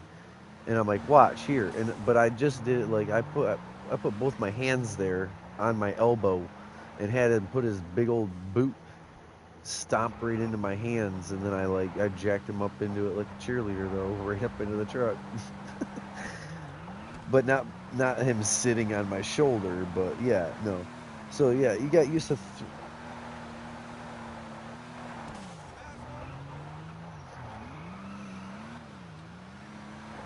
the step, the side step.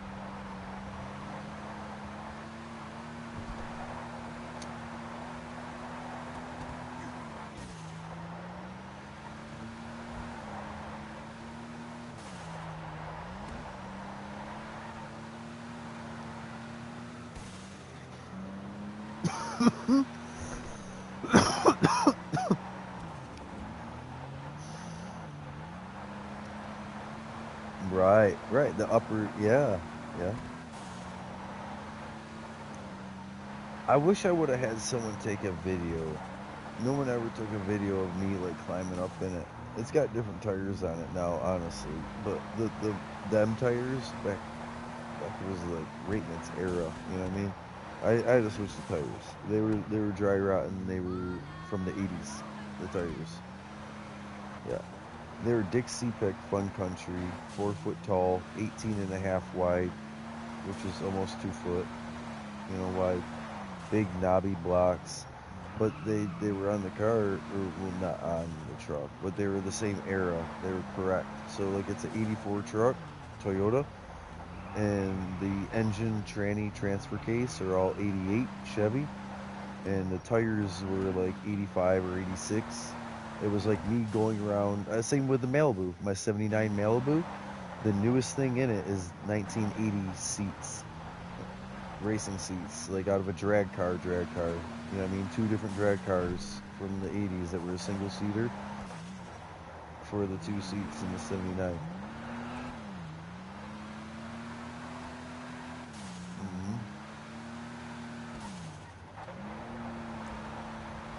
and I have no scare in the world. Like someone calls me up, hey, help me with this, like Jay, right, Jaden? He's got a box. He's got like the square Caprice, an '85, '88 square Caprice. And I'm like, dude, if you need like a new fender, if you need like a door aligned and you need it painted, you want to drop a whole new engine in, you want to pull that engine out and do head gaskets, like I told him if it's ever like not the license and not the money and it's just the like I need time and someone to help me, fuck, I'll come live in Kentucky for 2 weeks or something, crash the pad, we'll get that thing done. When it's running and driving, I'll fly home. Fuck it. Like, I got the time.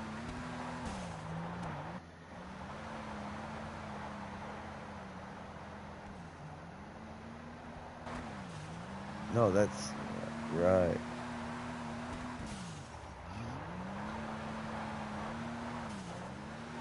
Right. Yeah, you know how many people with a lot of money brought me in a completely normal, like, at the time, like a 2020 or 2018.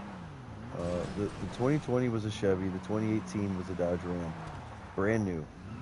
Both times were them different years, brand new, under warranty. And here it is, they want, like a cat back system, stainless steel, or a cat delete, and lifted, bigger tires, you know what I mean? Brush guard on the, and I'd do anything like the fog lights. You got to actually gently, like screw here, there, wherever, permanent install. You got to wire everything up. It's got to be wired into the cab, clean, not seen. It's got to be wired out to the fuse box, clean, not wet, not tampered. You know what I mean? You're adding all this aftermarket shit, and I'm telling you, I'm one of the only people who cares enough when I do stereo equipment and that to run it through the chassis, like through a bulkhead, right? Not through the fender, not through the door jamb, not, you know what I mean? Like it's underneath the carpet. A lot of times it's underneath the carpet through the center instead of like one door or the other door. Like I run it through the center.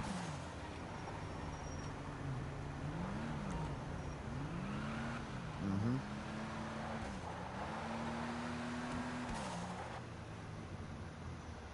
Right.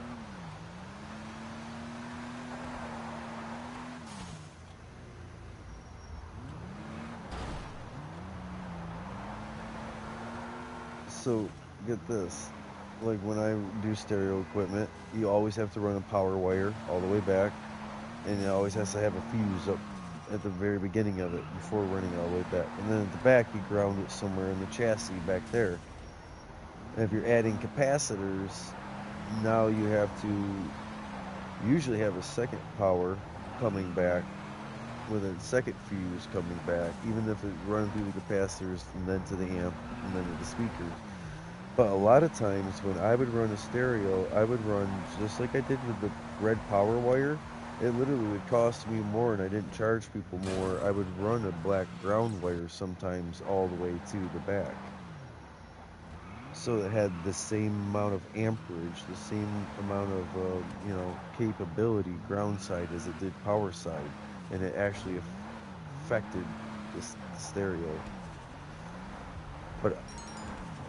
But I've put 8 batteries in a trunk, not just 6, but 8. For a stereo, no hydraulics or any of that. What did you say? Because I heard that, but I couldn't repeat it. I can hear you again, but I can't say it.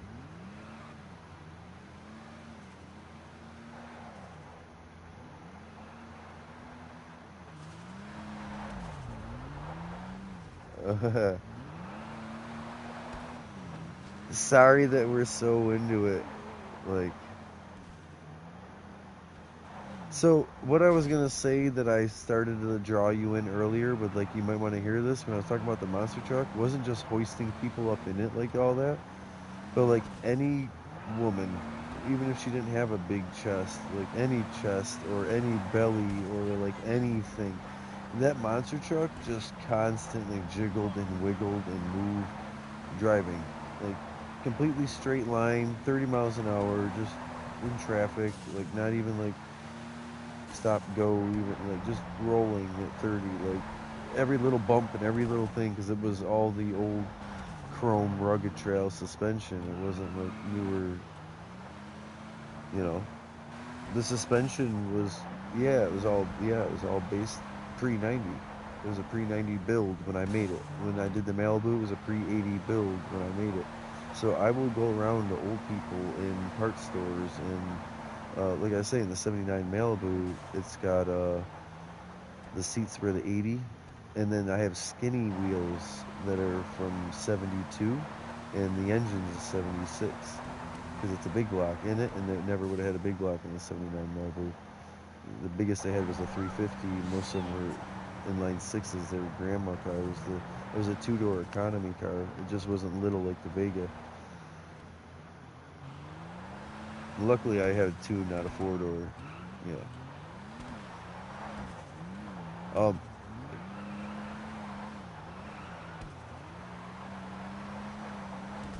Yeah, the Nova 2s and the G-body Malibus and even the A bodies that were Chevy, like Chevelle and Nova and the old Malibu. Them are all great drag cars. And then honestly, like I heard I kind of hurt for the Ford guys, right? Because you know how many like Ford has the Mustang. If you step outside of the Mustang, you're talking the old Galaxy 500, which was like a full body, like Cadillac or Chrysler, like Lincoln Continental size. Chrysler isn't be Imperial and New Yorker. Sorry, Cadillac would be Broham or Fleetwood, like full bodies, right? So the Galaxy 500, they had a long two-door, the Fairlane 500, but it was 2.5 foot longer than a Dodge Charger, I think. So it was a big car, the Fairlane 500, and then the T-Bird. Like Ford didn't have anything except for the Mustang. Besides the Mustang, you had the T-Bird, the Fairlane, and the Galaxy.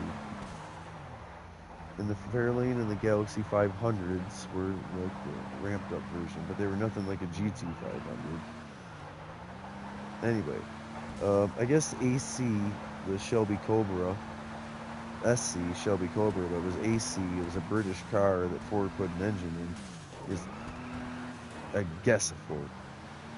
It's really Shelby's technology, and it's a British chassis. Like, but yeah, sure, it's Ford.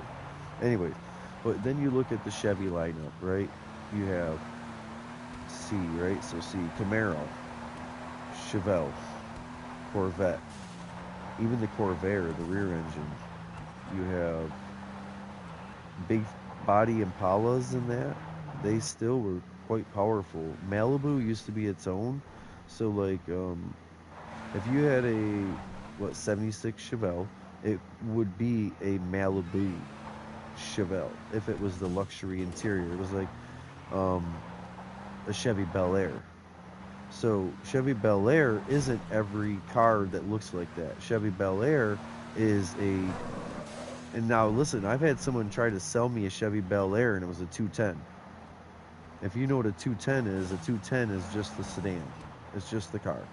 It could be a 4-door or a 2-door, but a 210 is just the car. Like they look identical. Don't get me wrong. It's sorry to be sacrilegious or whatever, but it's not a Chevy Bel Air. Chevy Bel Air has little bow ties all the way across the dash that the other one wouldn't have. It has a bottom bezel along the bottom of the doors. It's chrome, So when the door closed, even if the hinges were bad, like slapping, like there's just little subtleties about the Bel Air that made it not a 210. Also, that was the Nomad, the station wagon. The Chevy Nomad was that wagon version of a Bel Air. 55 had smooth front, smooth back. 56 had torpedo nose, smooth back. So meaning that 56, the tail lights were still just like a 55. But the front end, the bumper, had these two torpedoes, like boobs, with rubber little tips on the chrome.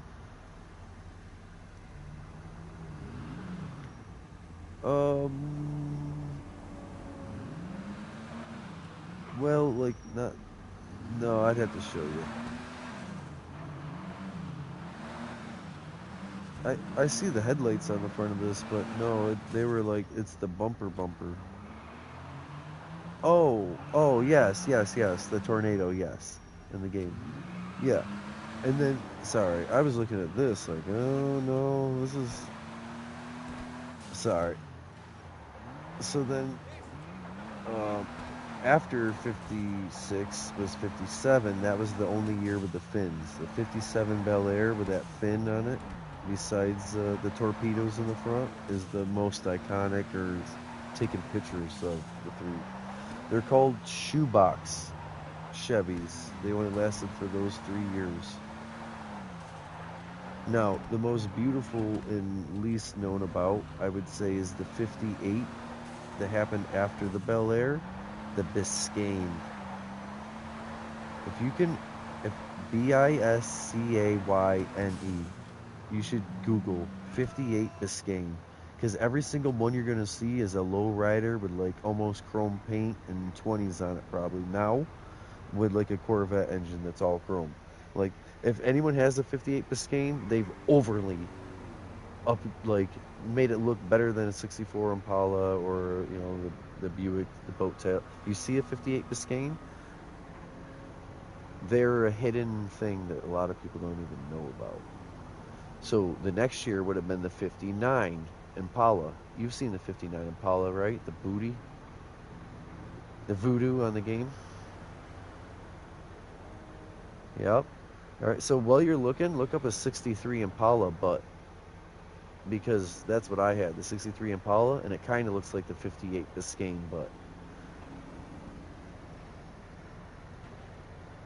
Chevy Impala two-door. It was powder blue with a white interior. Yeah.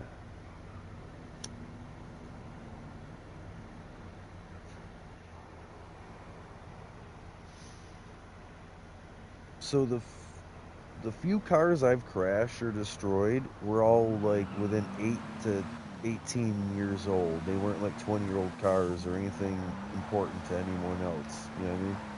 All the old cars like that I found were either like completely almost untouched and I left them that way, just like got the wiring fixed or fixed the engine issue or like cleaned it and sold it for 30,000 more,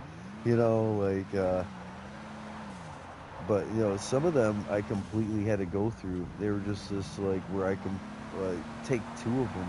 My buddy has two 70 New Yorkers. One's actually a 71 New Yorker. And fun fact, all right, between the 70 and the 71 Chrysler New Yorker, they're almost identical looking. One has a 3-piece back bumper and the other has a 1-piece back bumper. And the one that has the 1-piece back bumper has a 2-piece front bumper, and the one that has a 3-piece back bumper has only a 1-piece front. It's stupid, right? Also, the little side markers, the little side markers on them are $800 each. Because they're just that rare. 70 and 71 Chrysler New Yorker C-body. C-body means full, big, like a Lincoln Continental. Biggest boat there is with a 440 big block in it, like the Dodge Chargers had, with just an extra half a ton on it. But their front end like if the whole car were to rip apart and break, like got hit by a train, the front end, the tires would still be attached to the engine and tranny, even though it's a rear-wheel drive vehicle. They just overly framed their front ends on those, like the frame attached to the body and it attaches the rear axle, but it attaches the engine and the front steering, like ball joint in geometry. Like it's overly done. Yeah. But at the same time, they were making the Dusters, which is A body, the little guys, and they were unit bodied, meaning they would twist, and they were making E body, which was CUDA and Charger, and they were unibody. And if you ever hear someone say they rear half a car, they rear sectioned or rear half the car, what they did is they took a Duster or a Charger, an A or an E, and they took the section between the rear wheels 6 inches in front of the wheel well to 12 inches behind where the wheel well, sometimes 18, depending on what you're getting for an axle. Usually a Chevy, sometimes it's a Dodge 8 3/4. But if it's not a Dodge 8 3/4, it's a Ford 9-inch or a Chevy 10 or 12 bolt. Is the expression. A Chevy 10 or 12 bolt, a Ford 9, or a Dodge 8 3/4 or 8 1/4. But 3/4 would have been like the stronger muscle cars. 1/4s would have been like on a 340 car instead of a 440 Duster. You got a 340 Duster, I can tell you it's an 8 1/4 rear. Like I just know that. You know what I mean? So anyways, they were unibodied cars, just floor pan, no frame like a G-body Camaro or a fucking Camaro, Monte Carlo, Malibu. You know. Yeah. So what they would do is they would literally take the frame from something else and the axle and that geometry, and they'll put it up in between the wheel wells, and they weld it in to the strongest parts of that unibody chassis. And then some of the guys would do front rails. Front rails means they try to tie the front engine, like, not suspension, but the front engine components, or behind the front control arms and suspension to that rear frame, somewhat. All right. Sorry, I'm gonna keep going, but you've heard of different drag terminology, right? Like a gasser is a straight axle in the front. Most of those axles are 44 and older. They're old vehicles where they just had a straight axle across the front, and they'll put them in like a 50. Like my uncle has a 57 Bel Air, and it is a 57, and it is a Bel Air, and he made his a gasser, and he didn't just do the old 44 front straight axle. What he did was chop off the bottom of the top, like the wheel spindle, right? It attaches to the top of the suspension and the bottom, like the ball joint, and it holds the wheels, the bearings. So he took one right in the center of where the bearing would be and the wheel would normally be, and he cut it right there. So only the very bottom, the ball joint and the bottom half of the wheel bearing, he cut that off of the cast iron, so he had the upper section. Now he took another upper section, like the full one, to the lower ball joint, and he just barely manipulated. I think he cut off some of the top of that, and it was heated and then welded, like treated welded, so he basically made it where, say it was from your elbow to your wrist, which it's not, but say it was from your elbow to your wrist, the length of that from the top of the strut, like the top of like the inner engine, you pop the hood, you see the very top of that shock part, and then knowing where the bottom part is, at the bottom of the tire, almost the rim and tire, like almost the ground, the ball joint, the lowest point of the suspension, he doubled, almost 4 inches less, then doubled the length of that. So he raised the front end, I think 14 inches, and on a Chevy Bel Air, without doing the traditional gasser So instead of running the traditional solid front axle across from wheel to wheel, he just raised each side, like basically doubled the length from where the wheel is to where it mounts in the fender. He doubled the length, so the front arms, the wheels were hanging down out if it was up on a lift. So he made it where it still was a ball joint car. It still had independent front suspension. It still had technically the stock spindles and geometry. It just was that much, like 14 inches longer. I have pictures of it. But that was literally unheard of. Like, even in the gasser community, people don't do that. They do it a different way.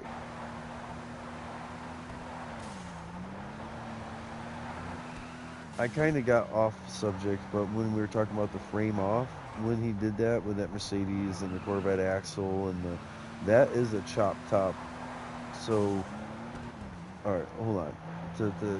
To explain it, it's a custom frame, like made the frame, custom length, dimensions. The cab that's sitting on it, the 49 Chevy, it has, I think it's 6.5-inch windows. Maybe the front windshield is 8-inch.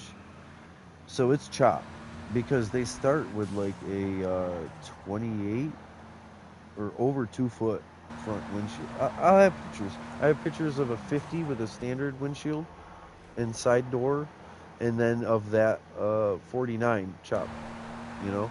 And so when me and him chop the top, you take a completely untouched 49 Chevy and 4 inches up on where the window is and the door is and the front windshield and the back windshield, 4 inches up on everything where that curl is, you know, the edging, so you leave all that beautiful curve. We tape off everything there. It's like marked, measured multiple times, but everything got masking taped right there. Boom, 4 inches up. And then we went up to, I think it was 5 inches down off of the roof pan in each of the curves. And it ended up being like closer to 4, but we did that later, right? So again, measured and masking tape where we're going to cut, and you got to know on what side of the tape you're cutting, you know, and do it in the same in all of them. Like, you can't even have someone else help you. One person has to go around and do it, even if you guys said you had the same game plan. You know what I mean? Anyways, so once it was cut, now the roof is completely free at the top, and we cut all those pillars that were the tape top and bottom. Those pieces were each labeled, you know, so we knew which one was the windshield one in the front piece of metal, because it's just a straight piece of metal. The windshield one, and then the front of the door, and then the back of the door, and then the back of the cab for each side. Boom, boom, boom, boom. Now, the actual steel roof got cut into 11 pieces from there. You slightly take those pieces and overlap them like pizza over each other, and then you take the front A-pillars where the windshield was, and 2 inches down on that 4 inches left, you put a cut on the front edge, and up on the roof 2 inches down of the 4 inches you put a cut, but you do it on the back of that. And what you're doing is you're taking the front roof and the angle it would have had, and you're bending that metal, the original metal, without using anything else. You're taking the roof and you're taking the cut out the back like a little pizza piece, and you're bending that metal in straight up and down. And down at the A-pillar, like the bottom where the cowl of the hood, you know, comes to the dash without the glass in, you're cutting the front out of that pizza and you're pushing it forward more, and you're straightening it up. So, because now, because you have way less distance to get this roof to that cab, and you have to now angle it. You have to change it, right? Because the roof ends up sitting 2.5 inches further back than it started, like raked back. You know what I mean? And that's why you make those 11 pieces. So it's not just like cut it into 4 pieces. It ended up being 11 pieces because the whole center sections got cut separate than the four like corners and the two edges. The two edges were along the doors, like where the doors close. Those two edges were each a piece. The four corners, the front and back cab, and the each side. Driver and passenger front corner, rear corner. Well, yeah, because you're putting it together kind of on a table upside down, and then you're re-flipping it over, re-putting it on the cab of the truck, you know, re, and that's with that's with it clamped or tack welded, and then yeah. But when you're all done and said without almost any bondo, when you got where you think you need everything, you edge your metals so you're like 45 degreeing this metal like with a little grinder, and then the other one so they're like not really overlapped metal where you can see it like an airplane. It's like flat metal, and then you weld on the top and the bottom of that angled, but then you grind those welds so it's completely unseen. And when it's all done and said, it looks like just one big piece of metal again. Like you can see before it's painted the lines where the welds have all been put, but it's all flat. It's not any higher and lower, and it has no bondo put on it yet, and it's already this one flat piece of metal. All welded and put back together. Yes.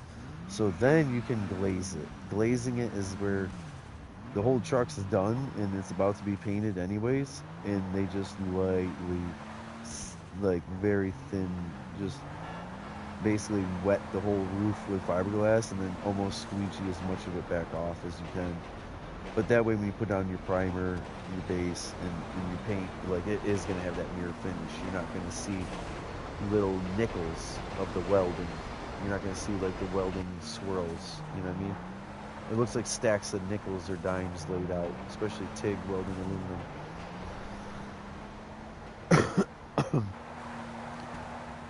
If you ever see any custom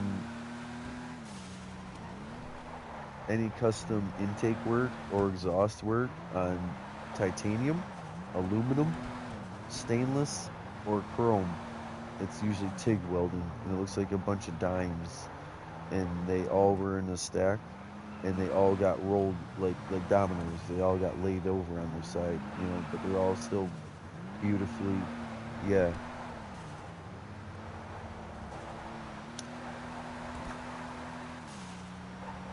Well, so welding is hot.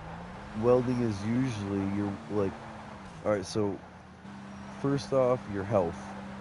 Welding fumes are terrible to breathe in. They are known to make it sterile. You won't even be able to have kids. If you have kids, they could be blind or have other organ issues like liver issues as soon as they're born.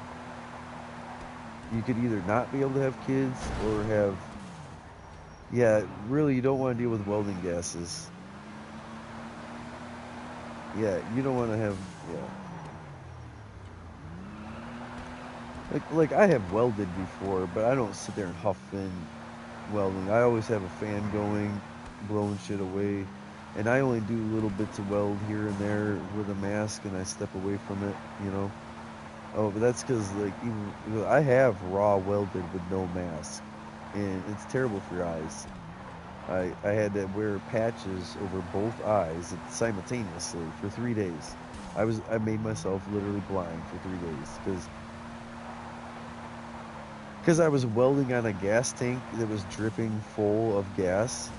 It was full of gas, right? And the reason why is because it was like something that had to be done right then, and it was something that already had gas in it, and it wasn't safe to have any air.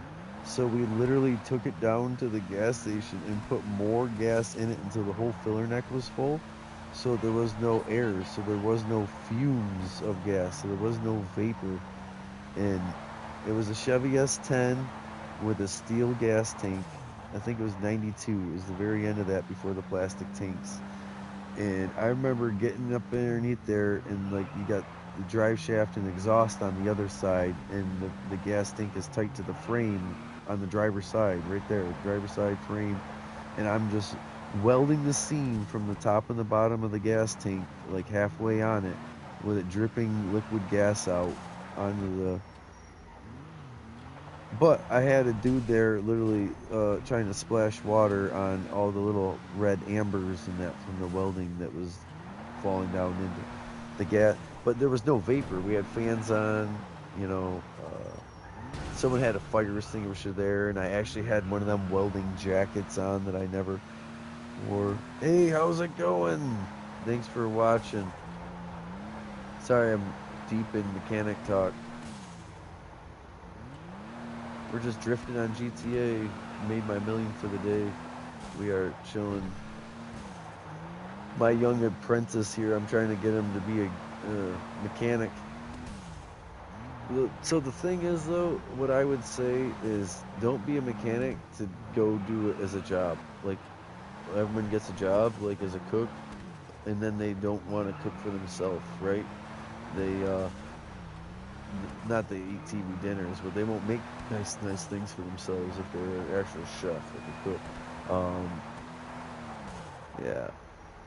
And people that are vets, they traditionally do have a bunch of animals and stuff. It's not that they don't have animals at home, but anyways, with being a mechanic, you end up working on so much shit, so much for other people. If you do it as a job, that you don't even want to work on your own stuff, or you know how to cheat it and you just barely get by with your own stuff. Like I've had some cars I almost fudged together, you know, that I drove. No one else was unsafe, you know. It wasn't like truly unsafe to be next to, like it didn't stop, like, you know. Anyway, you'll burn yourself out though if you treat it like as a job and you're doing it like that. And then what I was doing is I'd wake up and I was literally up at 7, at work at 8. Like, you know, I was always punched in at 8 or before. And like, so if there was anything from overnight or anything that needed done first thing, like car wise, sometimes businessmen and that, I would have their car in and out and they would actually be at work, you know, before 9. Like that's when their day started, was like a stock dude or something, you know. Anyway, sometimes that first hour was like slam bam. It wasn't like, oh, I got to just sip on my coffee and kind of wake up. Like some people's jobs is like a wind up period when they, you know, start. And a lot of times mine was just already go. But damn, what was I trying to get at there? You would wear yourself out. There was so much I would do. You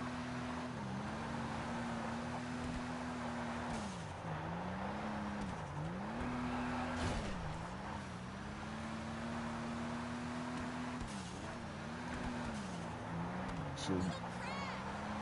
I will say this, like if you're gonna, like, cause I always had cars and I always worked on my cars, whether I even worked at like a certain garage or this or that, it saves you a lot of money. It saves you a lot of money.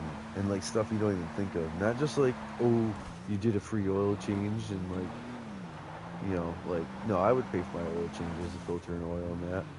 Cause you want to like literally steal from the company and get caught and like it'd be an issue and that. But literally with like people's spillage or mistakes and this and that, you could, saying hypothetically, you can, people, fuck, coworkers have before, just fucking do an oil change because your truck's like fucking 8,000 over and it needs an oil change. And that's what mechanics do. They don't take care of their own shit sometimes. And so he did. He just did the oil change and he didn't even tell the boss because fuck it. It just needed new oil and a filter, and like there's so much spillage and lossage and whatever there, like it didn't hurt the company. Anyway, but like, so when I worked at the transmission shop for like a year and a half, I remember it sucked working at the transmission shop because I had to pay someone to mount tires on rims, and that happened 3 times that year. And like I worked at the transmission shop, like, maybe it was a year and a half or something. But like I also had to pay $80 at my buddy's spot so that I could do a lift on a Jeep. And it was like someone, I told them I'd help them, we could do this, da da da. And it was like my person and then like my connect. So like I did the $80. Like, hey, listen, I had to get a lift. I didn't work at like a Monroe or a place like the dealership and the other. I didn't have a place at that time where I could just lift the vehicle, take all its suspension off, put longer suspension on, and re-roll the axles and wheels under it, and then re-bleed the brakes and call it done. But yeah, no, there's so many times I have done that at home with my Jeeps and all that. In hindsight, thinking about it, because at one point I had an engine hoist. This was great. We would I had the engine hoist Jeep Cherokee. It didn't matter necessarily what year. Yeah, any of the Jeep Cherokees that were the old XJ. Um, so we pull the headlight, pull the grill, pull the hood off. We take the front bumper off. Behind the front bumper is this chassis that runs all the way across where the radiator is from side to side. So it's like, oh, okay, this is literally a hard piece. This is like not frame, but yeah, no, it is frame. It's chassis. So, but we basically dismantled the front without taking out the fenders. We took the hood. I don't know if so. You don't have to take the hood off, is what I was gonna, in hindsight, say.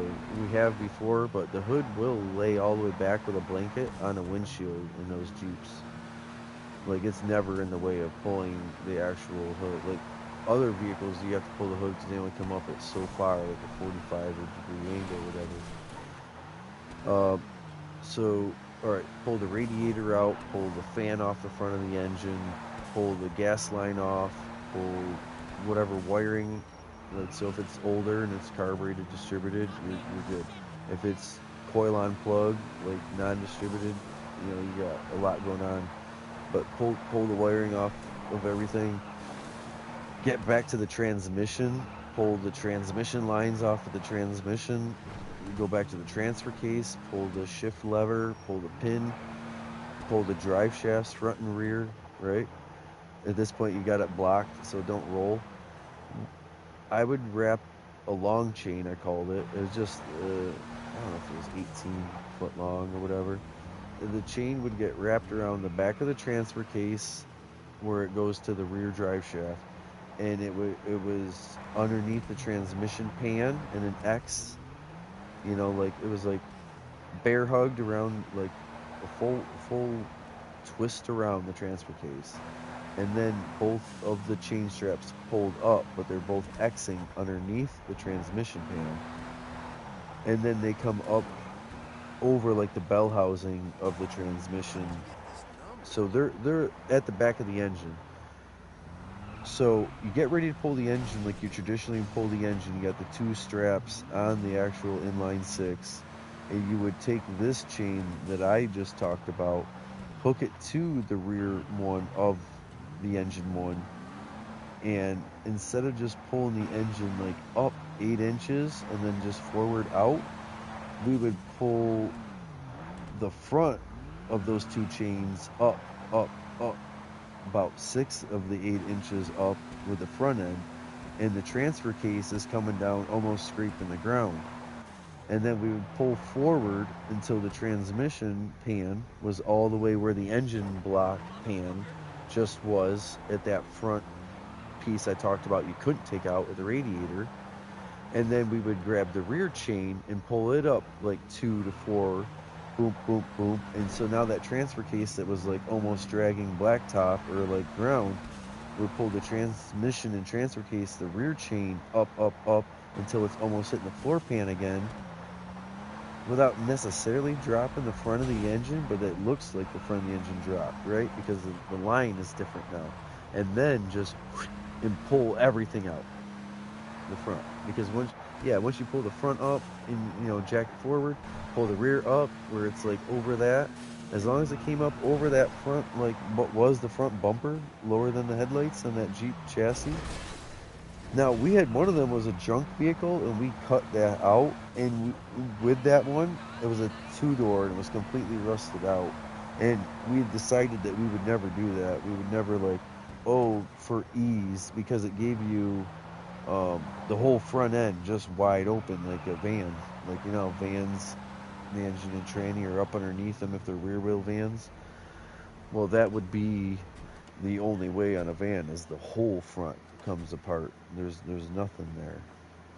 It's not my fucking bag. Anyways, we decided we would never do that because it's 3 pieces of metal and they're all pinched and then welded, spot welded together from the factory, and it's all unit chassis. So like it would be structurally weakened. Anyways, yeah. But that was a way to pull, instead of just pulling the engine out and then have to pull the transmission and the transfer case from underneath and have different jacks and all that. Sometimes we didn't need to service all that. We were just taking an engine training and transfer case out of a rusted shit Jeep. And this other Jeep was like from down south. It was really nice, you know. The only thing is it had 500,000 on this engine and it was a shat engine. This other engine had 80 to 180,000 on the engine, but the vehicle itself rusted out and fell apart around it. You know what I mean? So I don't want to do anything with this engine training or transfer case. I just want to pull them out of this one and into that one, and we would do it. We would just shoehorn the whole fucking thing as one big old thing, you know. And then you know, when you got to put together, yeah, you just redo the process of putting the exhaust, the drive shaft, the wiring, all back together.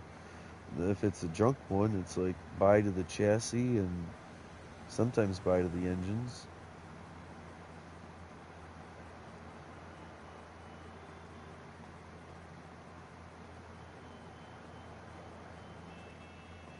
Sorry, very long-winded. There's always more too. You mention anything, I can go more into it. Like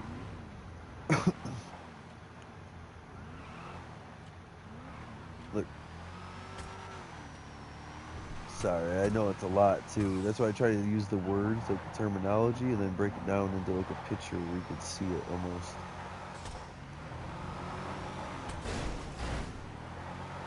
So like I've taken turbos apart. Like I'm looking at the turbos on this. I've taken turbos apart. But I'm old school where like I've had carburetors apart and put new gaskets and inner floats and springs and you know worked on carbureted. So my buddy with the Fury and the Newport, another Chrysler guy, he was having problems. He couldn't get it to run. He bought a vehicle that he knew didn't run, and he thought it wasn't going to need much because he was getting it from a younger guy, and he got it from a family member who didn't know much about cars, and it was, you know, Grandpa's car. No one knew. Anyways, so we couldn't get it to work at first, right? Ignition works, cool. All right. So I showed him. This is how you check the coil, like an old school coil on an old school car. Oh yeah, that's definitely hot. That's full voltage, right? Just come up, distributor. Distributor work? No, distributor still don't work. All right, so what do we have? And I take the distributor apart, the top. You take the cap off, and there's a spinning part underneath the cap. Fuck, I can't even think of it. I can't even think of the name for it. Fucking cap and rotor. It's a rotor. It's a plastic rotor with a metal piece at the very end. So as the camshaft spins the distributor, this metal piece on the distributor is coming around with high voltage, and it is hitting all the nodes on the top of the distributor to send the spark down the plug, down the wire to the plug.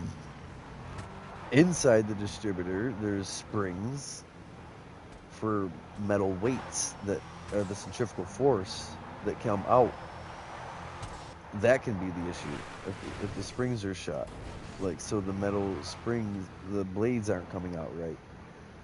So we're talking about physical part, mechanical part of the distributor not working right. No, okay, all right, you know.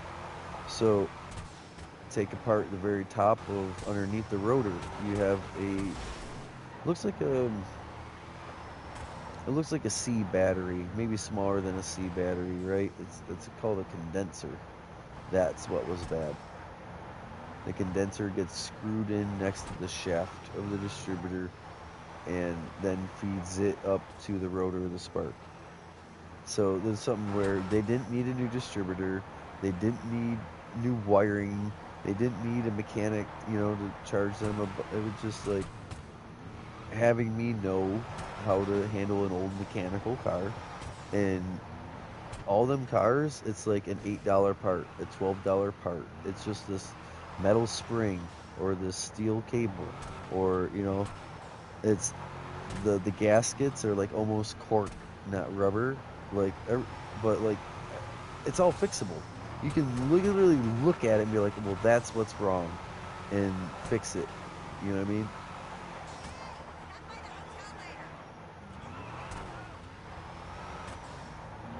It can be if you've never done it, and it can be with certain stuff like quadrajets and some of that. They're plastic body. So it depends on if it's 2-barrel, 4-barrel. It depends on what the primary and secondary jet ratings are, right? It depends on floats, because there's 2 floats, 4 floats, side floats. All right, and then you got like quadrajet. Quadrajet, instead of an aluminum full body, it's got a plastic midsection. It's got aluminum top plate and bottom plate. Quadrajets in that are like a plastic side body. It's anyway, there's usually 11 gaskets. There's usually 4 jets. There's 2 floats. You got 2 primary valves and 2 secondary valves for those 4 jets. And so that's when you turn it. So like, say you have a car and it already does run. Great. You're doing better than a lot of people. You have a car and it already runs with a carburetor, but it's not running right. It depends on how hot today is, right? If it's usually ran throughout the summer, it's a 70 to 90 degree car.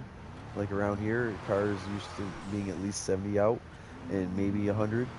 It don't really get to 100. Like your car there, it would have to be a 90 to 110 car. So if I took my car from New York and it perfectly ran fine at 70 to 90, and I ran it now at 90 to 110, 120, it would run lean. It would run with less gas. It would run hot. It could even spark knock, which would start to hurt the engine because it's too lean.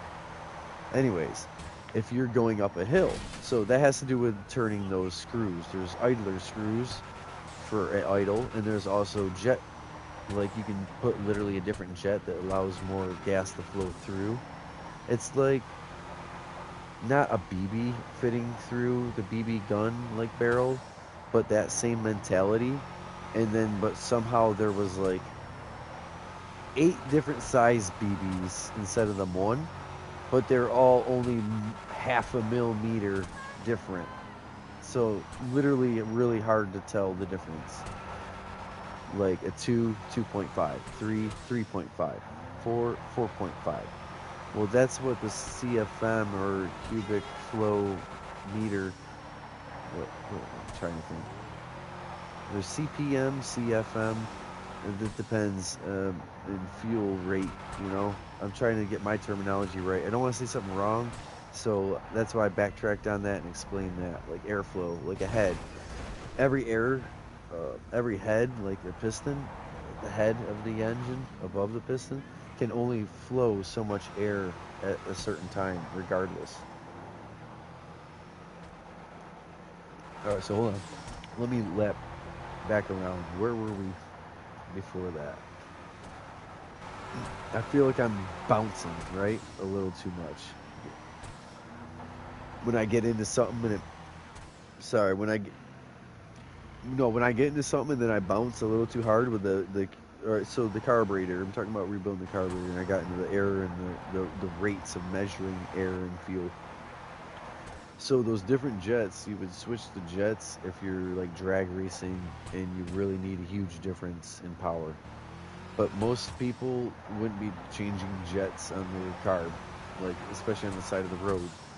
But it was very common back in the day on a rainy day or a cold morning, or if you're certain people who like commute up a hill, like around here we had a mountain that at one point, so I'm going to get sidetracked. I'm going to go back to carburetor tuning.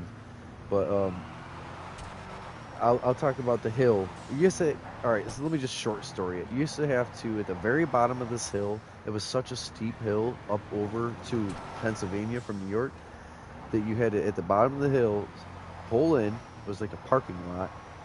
And then everyone put their vehicle in reverse and waited for the, they're all gentlemen. The person who pulled in first got in reverse first. Person pulled in next got in reverse next. But and then you reversed up this hill.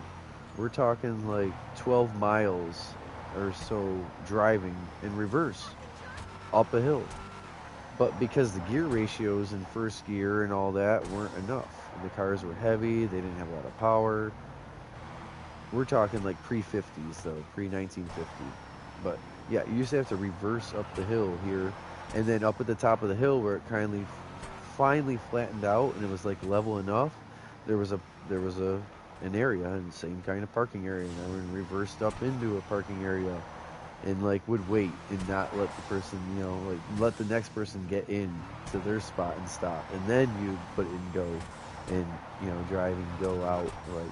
And you could drive along the top of that hill and then down the next hill and like all normal. But that was the only way to get up that. It was so steep. You had to put it in reverse. But along that hill still, there's 3 different pull-offs because it's steep enough of a hill that even though these grown men or women drivers that drove on their own, you reverse up this hill 20 miles and 25 miles an hour or whatever, you would pull over at these sections, not everyone, but certain people. You would get out, pop the hood, take a screwdriver, and you would know how much to turn.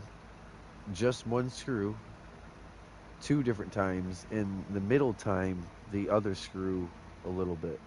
Like primaries and secondaries, and basically adding more gas to the car. You had to mechanically go out and turn a screw to give it slightly more gas than air as you went up hills, up elevation, and on cold days and, rainy days. Yeah. So it was an art form. And then you get into like CUDA. You get a 440 CUDA with a 6-pack. What that means, 440 CUDA is the engine, the 6-pack is the carburetor.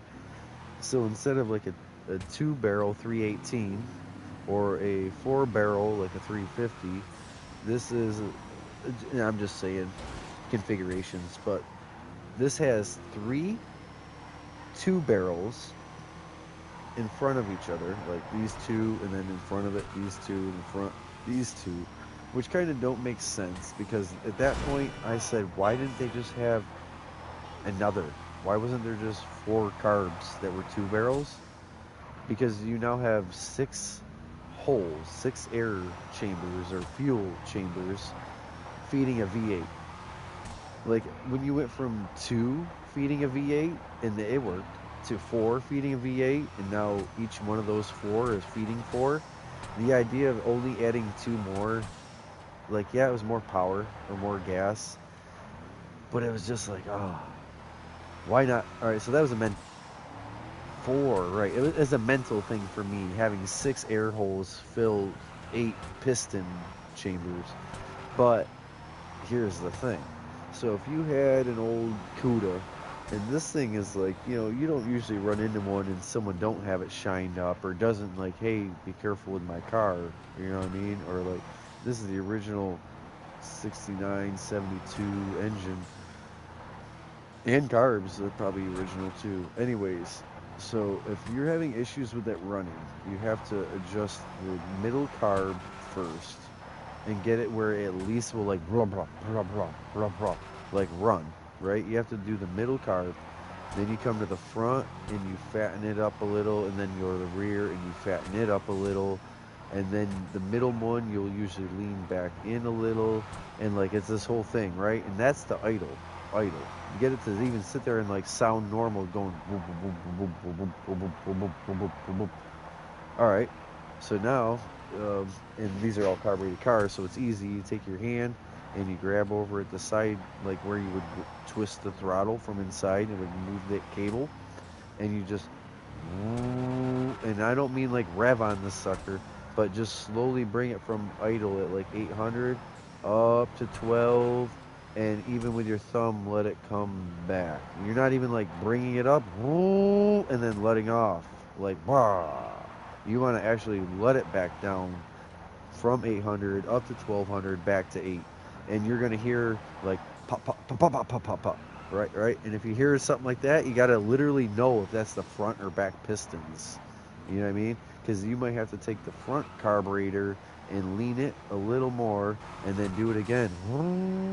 Boom, and now it don't pop pop pop pop pop pop. And if it does, then you gotta go to the other carb, lean it out, and maybe even fatten that one back up. So anyways, what I'm trying to say is it's very fucking difficult to work on 3 2-barrels and get all 3 of those 2-barrels instead of just one. So like, even though a 4-barrel and 4-barrel carb is easy because a 4-barrel only has the one primary, which is the day-to-day running and like getting into it up to $4,000 maybe, and then the other one kicks in at about $3,000 up to the 6 to, I dare say, 7 or more. You don't really want to rev it there anyways. So the secondary kicks in later and is like, woo, more power, usually a bigger jet, usually a heavier flow of fuel on the secondary, but the primary has to run the car all the time, and the secondary adds on as the RPM comes on. And it depends on if it's vacuum assisted, etc. Vacuum assisted, you would see a rubber hose on the front of your distributor with a little like $half size diaphragm, like mini brake drum, not brake drum, make booster right there. So back to it. With the carburetor, there's so many parts inside there. There's so many parts, and you have to know what you're doing to make it run on the car. It's way harder than you think. Way harder than I'm explaining it. Yeah. But you see an old timer do it in a video, and he just takes the screwdriver and he just turns it a little, and he's listening. And you take I all right. So now you've done that little where you add a little gas off a throttle. So now you're going to bring it up to $2,000, and you're guessing at $2,000 because you don't see the tack that's in on the dash. You're out at the engine. You got this radiator that's hot now, and the fan that's a mechanical steel blade fan. Like, there's no setting your hand down. It's on a hot radiator or a spinning blade of fan, or the hotter engine itself, the intake, the top of the engine that you've now pre-idled and now pre-rev. So now you're going to hold this engine at 2,000. Kind of like it's going up a hill or about to get on the highway. Not like revving it, but like, yeah. And you hold it there. And now this is when you take your secondaries and you turn their screws just a little until you can hear it adding a little. Like, you can literally hear it adding the gas. You can hear it hissing air and gas in this whole time, by the way. But you're not going to usually hear it in the exhaust note so much. You know what I mean? Like you did with the idling with the primary. So now you're gonna like let out a little and do basically from 1,500 or 1,800 below that $2,000 that you adjusted that secondary at, up to like maybe 3.25. Whoom, whoom, whoom. And at that point you would do your final adjustments on secondaries, and then take it out and drive it. And if you drive it and it seems sluggish, just taking off on lights and going, then you play with the primaries a little. If you feel like you went to like race it and get on it and it really just didn't have enough power, then the secondaries were lacking and it could have had more power, it didn't have enough gas to add, So, and like, yeah, you have to, drive it down the road maybe 8, 12 different times, maybe launch it up a hill, like up a hill, I mean elevation change, and see if everything's still gonna go good, you know what I mean? Like, yeah, there's a lot to it. But if it's your daily driver, like I had a square box Chevy, 84 Chevy. Big. It was a half ton, so it wasn't like 1 ton, but it was a big boy. I would take my coat from inside my coat, like my Carhartt that I was gonna wear, when I was getting ready for the morning, and you had to like wipe the snow off of it and this and that. I would take this coat was inside hanging up, you know. I would take my coat and I would throw it over the engine without the air filter there, like over the carburetor. You know, throw my warm jacket on this carburetor, or, and then brush off, scrape the ice off the windshield, you know, and then you, you know, this was normal day shit. Put the air filter back on, which it was really easy because I was the bottom pan, the top pan, and the filter. I was good. I could do the whole thing all at once instead of like one, two, three. I just put the whole thing on. The thread would come up through the top. You wing nut it real quick on the top. You know, it was like no tools required. It's a wing nut.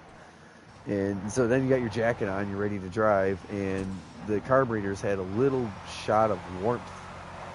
You get in, you pull a choke on the dash, pull the choke out, kick the gas pedal twice to the, you like kick it twice, and then the third time hold it to the floor. Start to turn the key, grr, grr, grr, grr, grr, grr, grr, grr, and then let your foot out of the gas pedal. Boom, boom, boom, boom, boom, boom, boom, boom, boom, and it starts to run. You put your foot back down a little, boom, boom, boom, boom, get it where it's like almost running. Then you push the choke in, and it's gonna do it again. You push the choke in, and it goes back to like how it was running when you first took your foot off the gas, and when it fired, and it's like bum, bum, bum, bum, bum, and you gotta like, and like it's just a matter of temperature. You're adding fuel to it, and it has air, but like it's literally until the intake, until the engine reaches 80 to 120 degrees itself, because the engine's supposed to run 185 to 210. So if that intake manifold and carburetor isn't 100, it's running wrong. So when it's 20 degrees out and you got a carbureted vehicle and you're driving it, best believe your primaries are turned like pretty far. You've gotten out and you've turned your primaries, you know, in that fall and then into that winter if it's your daily driver. And they are way different than what they are in a hot summer day. You know what I mean? But some guys would have little marks on their carburetor, little scratches, and they wouldn't listen anymore. Or like, you know, you get older, you lose your hearing and that, or your touch is quite the same. They just kind of cheated. They would have like a little orange scrape and a little blue scrape, and they were like, you know, there were scrapes in the carburetor. Um, and the orange and the blue, one is the Loctite, and the other is that fake sealant, like the make a gasket stuff. But they both will leave a color usually in any kind of. Anyway, yeah. There's little tricks. Everyone had their stuff. Everyone did their thing, you know.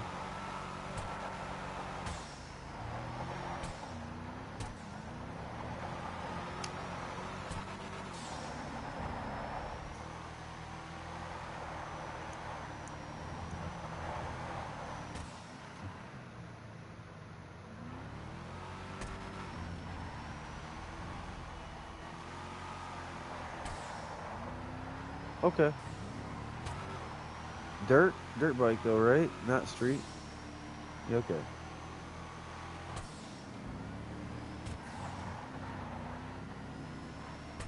YZ or WF?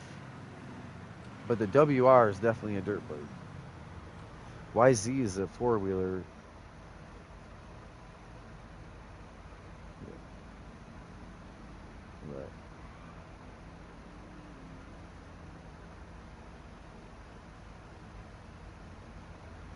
Okay.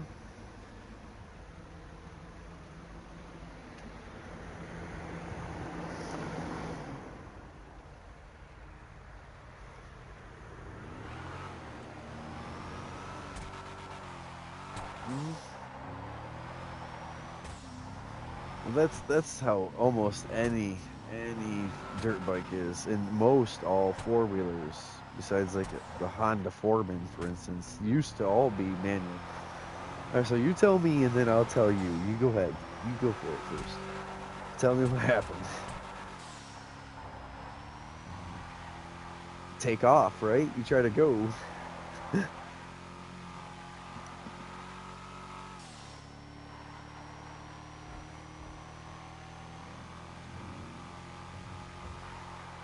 Was it kickstart or did it have a little button like zing? Okay. Okay. Because it'll make you appreciate it. Yeah. Okay. Because a lot of kids anymore have a lot of kids anymore have that button, and they'll just ding, ding, vroom, blah, ding, ding, vroom, blah. And like, right. But I was like, start kickstarting it. You'll appreciate not stalling it. You'll work way harder to not stall it if you gotta kick it. Your thigh, yeah. Mhm. From kicking like a donkey.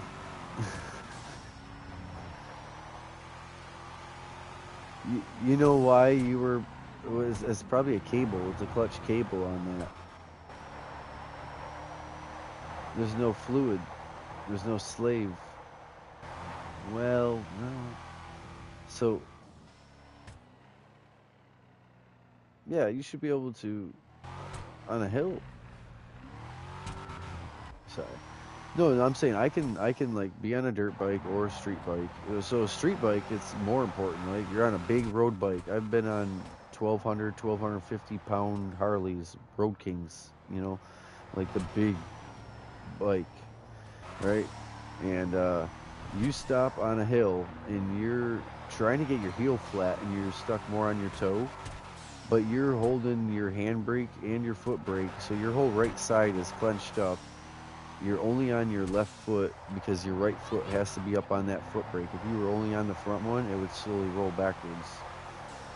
But now it's time to go. And all right, yeah, you're on your left foot and you're letting out the left clutch. But to give it more throttle, you have to let off the front brake somewhat. With my wrist or my fingers, the way I would grab the front brake on a hill, at least, like panic. I was making an issue because it was like trying to twist the throttle and still keep that front brake on. Because if you let out of that front brake, it's going to try to roll backwards on you, whether you do still have the rear brake. But you're also getting to about where you're pulling your left foot up and like going forward. Like you let that clutch out as you give it throttle, brr, brr, brr, brr, that means more gas. If you let it out and it's like boo, and it starts to sound like that means let the clutch out harder. Not I mean drop it. Don't drop it. But so anytime the engine starts to rev more, it means pull your left hand out. Slow, slow, slow. Anytime it goes blah blah blah and it's bogged down, that means twist your right. Like don't fuck with the clutch anymore because you're already about to stall. Just kind of give it more gas. Just it wants more. It wants more power to keep itself going. Because instead of an engine just idling with no load, like a big rig sitting there, nothing. Imagine that big rig going up a huge hill with a bunch of weight on it. So as you're letting that clutch out, you're taking an engine like a lawnmower that's doing almost nothing, and you're going and like trying to like make it pull a pickup truck, for instance. You know what I mean? The lawnmower. So you're giving it more gas as you're letting the clutch out. It's a whole art form. It's a fine technique. And yeah.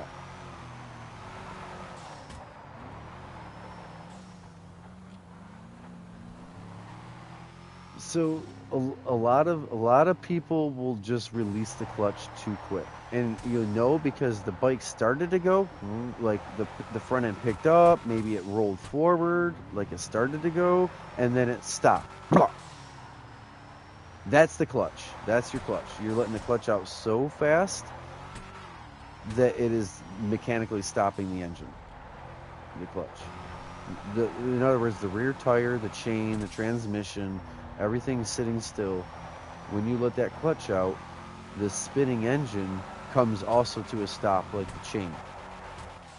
So what you do is bring up the throttle more so that as you let the clutch out, the transmission gets the input, like that slipping, that movement of the engine goes into the transmission, into the chain, into the back tire, and the back tire starts to kick in the dirt.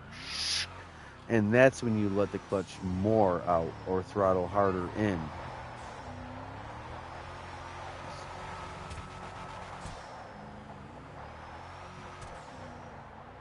But the engine itself will always tell you. You hear the engine going blah, blah, blah, blah, blah, or like bogging.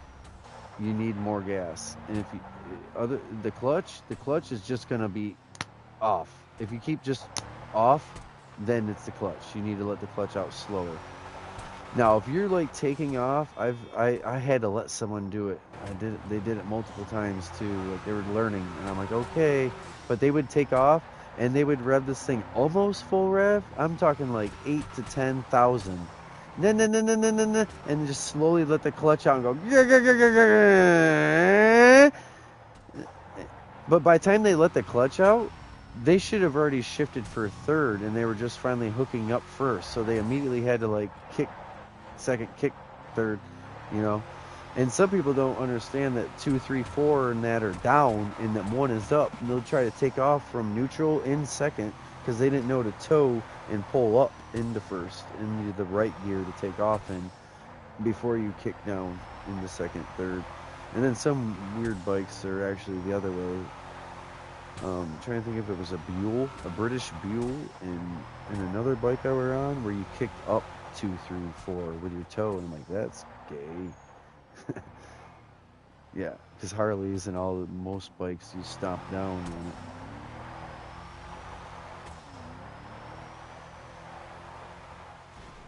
it. Yeah. Well, no, so here's the thing.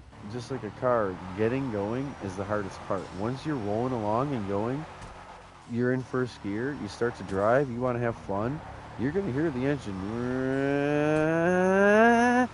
You should have already almost shifted if it starts to do that high end of that note I was doing. That, like, what sounds like 10. So here's what you do, though. If you're going to shift and all that, because if you just hold the throttle and you try to do the whole shifting process, you're probably going to hurt the bike early on because of how slow mechanically the rest of your body's going to move, right?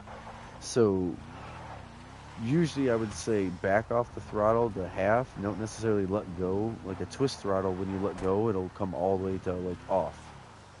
Some of those, like a Suzuki I had, would stay. I called it a sticky throttle, but it was made that way. Like if I twist the throttle to half and let go, that thing would just sit there at half throttle without my hand anywhere near it. If I wanted it to quarter throttle, I had to literally twist it back to quarter throttle, and it would stay there. It wouldn't roll to no throttle. Yes. It was a dirt bike. It was a racing Suzuki 427. It was one of my only yellow bikes. It was a 427, which is big, you know.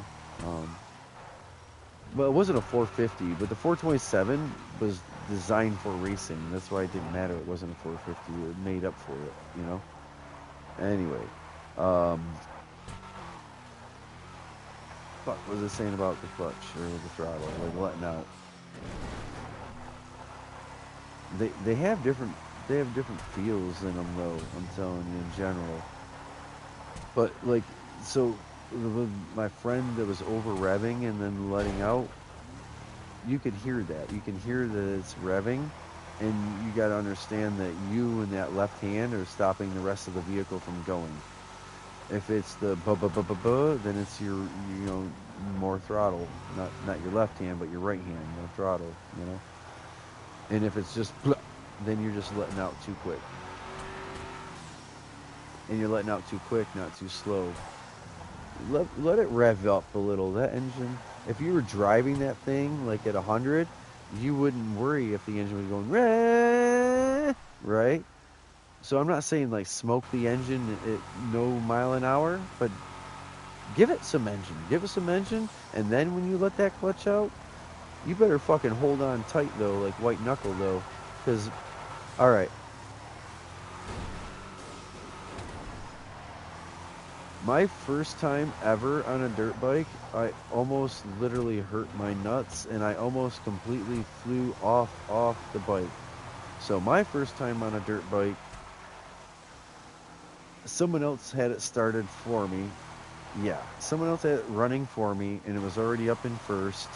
And I was actually on a tailgate of a truck to get onto it. Not that I'm that short, but it was a big dirt bike, and it didn't have its stand, and we weren't next to a tree or anything like There's a lot of typical dirt bike stuff. If you ride dirt bike, you know not to just stop. Like you pull over next to a tree and lean your shoulder and arm on the tree and don't let the bike get hurt. Don't let the bike touch the tree, but you will use your body as a kickstand. You will come up to a stump or a tipped over tree and put your foot out and like that's use your, as your stand. Maybe rest your peg into it a little, you know. Like the left peg, kind of just sink it into the soft wood a little, and then you can let it sit there and like get off, stretch your legs, get back on it, you know. But if I'm out in the woods riding, I won't shut it off, and you know, I will sit there and idle in neutral. If I'm out in the woods and I get off to like stretch and shit and get back on, because your legs will get whooped if you ride like I do, because your legs are shocks. If you're sitting, and your ass and your spine are taking it, something's wrong with you. You gotta ride that thing like a mechanical horse with your legs absorbing it and your arms in control of the front wheel.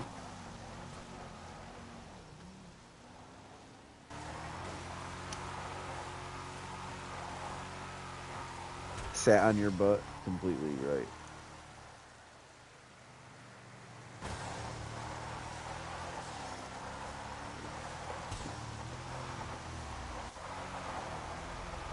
Okay, UTV, yeah. Razor side by side. Yep.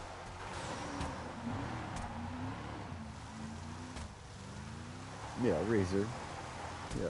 Oh, it's a four wheeler, not a side by side. Okay, a four wheeler. But it was a four-wheel drive quad, not like a yeah. So for me, sorry, real quick, a four-wheeler, like someone says a four-wheeler, I think of a mud four-wheeler. Like all four wheels have mechanical drive. It can get through mud, nonsense. That's a four-wheeler. A quad, if someone says a quad, that is the whole rear axle spins, both rear wheels move the same speed, and the brake is usually somewhere along that axle with the chain. Meaning it's a Banshee, you know, all those. It's the front wheels do absolutely nothing. It's not a mud vehicle. So a quad is a two-wheel drive street kind of vehicle or dune vehicle. A four-wheeler is exactly that, four-wheel drive. Because some people say about four-wheelers, okay, I'm just saying some people screw it up. I had someone talking to me about a four-wheeler, right? And then they sent me a picture. I'm like, dude, that's a quad. You got a Banshee. Like that doesn't, you can't take that off-roading. You can't off-road a Banshee, dude, unless the front wheels are skipping through the air. Yeah, quad. Yep, yep. Quad and wheelers. Yep, okay.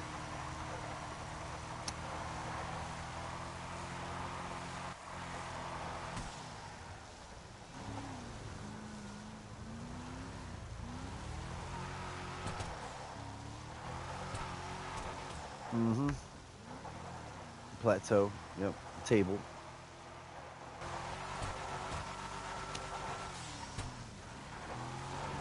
Mm-hmm. What?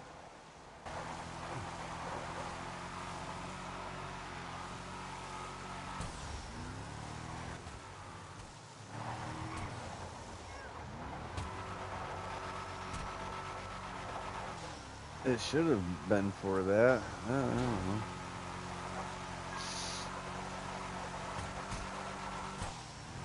So I'm patient though. I've taught a lot of people though, and that's not that I'm old. It's that like literally men, like friends my age or 4 years older than me. Hi, Lemon. People literally like older than me or the same age as me. Some guys will literally admit like, "Hey, I've never driven a manual car," or "I was thinking about getting a bike license and a bike like a crotch rocket," but they're like, "But I've never been on two wheels," or like, you know what I mean? And I tell them like, start with an old dirt bike or a moped. Start with like just beyond a pedal bike if you really don't feel safe on two wheels. Like me, I feel safe on two wheels. It was weight. I don't like anything over 600 pounds underneath me. Big road bikes that were 850, 1250 pounds. I didn't like that. Street bikes like Ninjas and that were like 650. You know, like that wasn't so bad. I could handle that. I could walk that bike standing next to it. Them big bikes, I had to literally stay on them and tippy toe walk them around. You know what I mean? So I've always said to someone, never own a bike that you couldn't like, don't wreck it, but like right there at the dealership or wherever, if you can't get next to that bike, grab it by its handlebars and walk it around in the parking lot, like walk that bike like it ran out of gas, like it's a pedal bike, if you can't walk it around and steer it and move it and all that without it falling away from you or falling over on you, like it's too much for you. Your arms, your legs, it's too much for you. You shouldn't own that. You shouldn't be riding it. And like you might get on it and use the clutch and right, so like a dirt bike, you can get on that and you can do just fine it when it's moving. But like me, I admitted as soon as the dirt bike slows down to a stop or I got to be somewhere, I'm short-legged and dirt bikes have more than a road bike for ground clearance in that, and I lack like 8-12 inches sometimes. I need to find something to put my foot on to keep that bike standing, or I have to just keep the clutch out and keep going at 2 mile an hour, 5 mile an hour. I've circled around out like we were out and we were off-roading, we were going down some dirt bike trails and they were wide enough for snowmobiles and maybe four-wheeler, but they were tighter in general. And something happened with one of the guys and there wasn't a good spot. And yeah, I did end up leaning against a tree, but I went in like this almost figure-8 pattern off the trail. It just was repeating this little figure-8 at a slower speed, almost not sitting down, but like just wasting time, staying moving because I didn't want to stop because I knew what that meant. You know what I mean? And it wasn't the clutch and the gas, but in a beginner, yeah, I would recommend if you have a hard time with the clutch and the gas and you're out riding with people and you finally got her going, you had one or two bad already stalls, like leaving your friend's house and leaving the gas station or one of the red lights, or just know that's a weakness. Like you can't do that with a street bike though. You can't just stay rolling like a dirt bike like that and find a tree or a path and make a little circle off of the path. Like a field, an empty field is the best place to practice on a dirt bike, where you got unlimited space.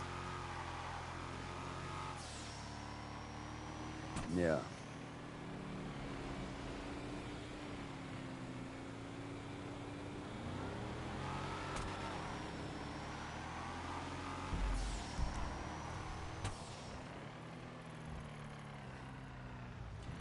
Mhm.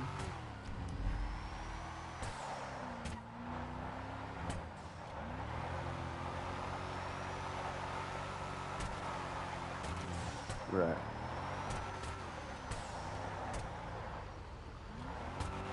Mhm. Right.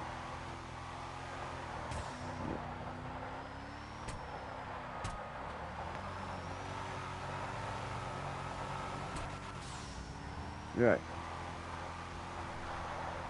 Well, that's still a 400-pound bike at least. You got an engine, a transmission, it's got coolant, it's got gas. People that underestimate it, yeah. They think it weighs as much as a chainsaw, and it's like, hell no. That's it's two pistons.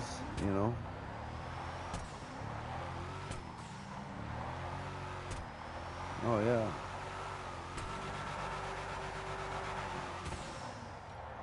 Yeah, like a Harley, like a bagger, that's hard.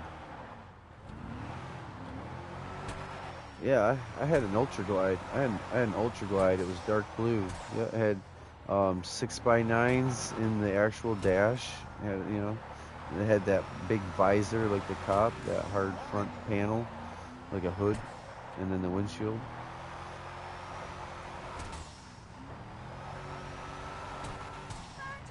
There's a GL. There's a GL Ultra Glide. It was a '04 Harley. Sorry.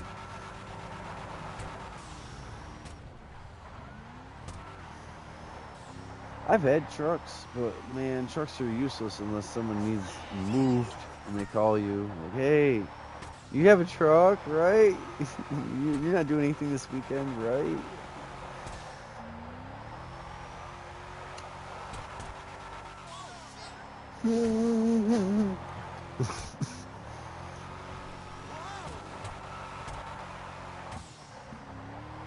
Well, you got to pay rent.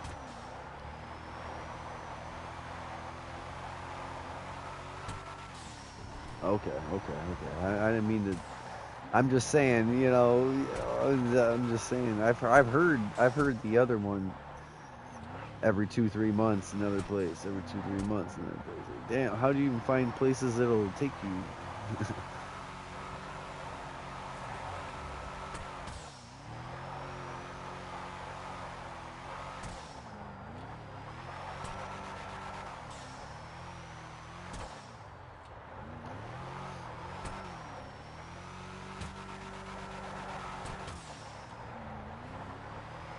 Lemon, you got a truck, right? You want to help me move?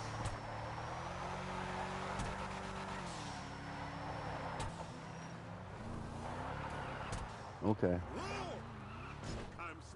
I appreciate. Sorry, I got very long-winded with carburetors in general. Just carburetors and six packs, and yeah. There's always more, man. If you have a direct question, I will answer it, and otherwise I would ramble like that, and you pick up some old school knowledge. And tell you what, though, if you YouTube anything I talked about, one, I was right. Two, you can learn even more by visually seeing it and having some other old guy say about the same thing. Because they're just going to say it short, simple, and like that turns that sprays the fluid, that, like, but me over computer nerding it helps you know that part of it too.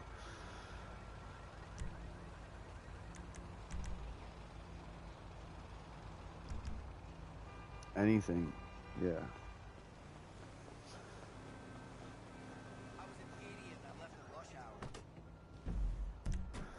Yeah, like the whole like going to college or even some places like going to formal training, like I don't get it anymore because you can literally learn anything on the line.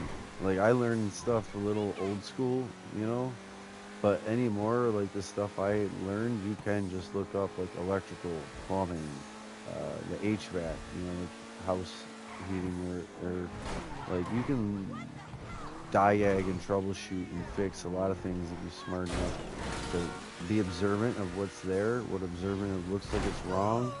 Do simple like, A, does this work? Yes. Like, is there a battery in the car? Yes. B, is the key in the ignition? Okay. C, does the starter make noise? Like process of elimination.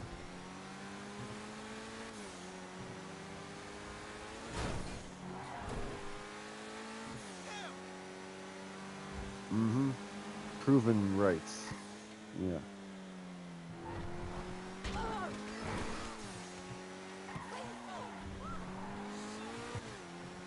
Mm-hmm. Mm-hmm. I'll let you go, man. Thanks for listening.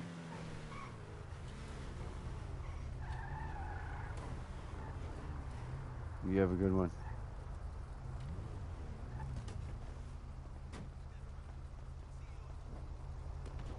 All right, viewers. I hope you guys didn't mind all of our car talk. I'm going to call it for this broadcast. You guys have a good one. Thank you. Thank you all for watching and listening. You have a great one. I always do that. I try to do it the PS4 way. 5-hour broadcast.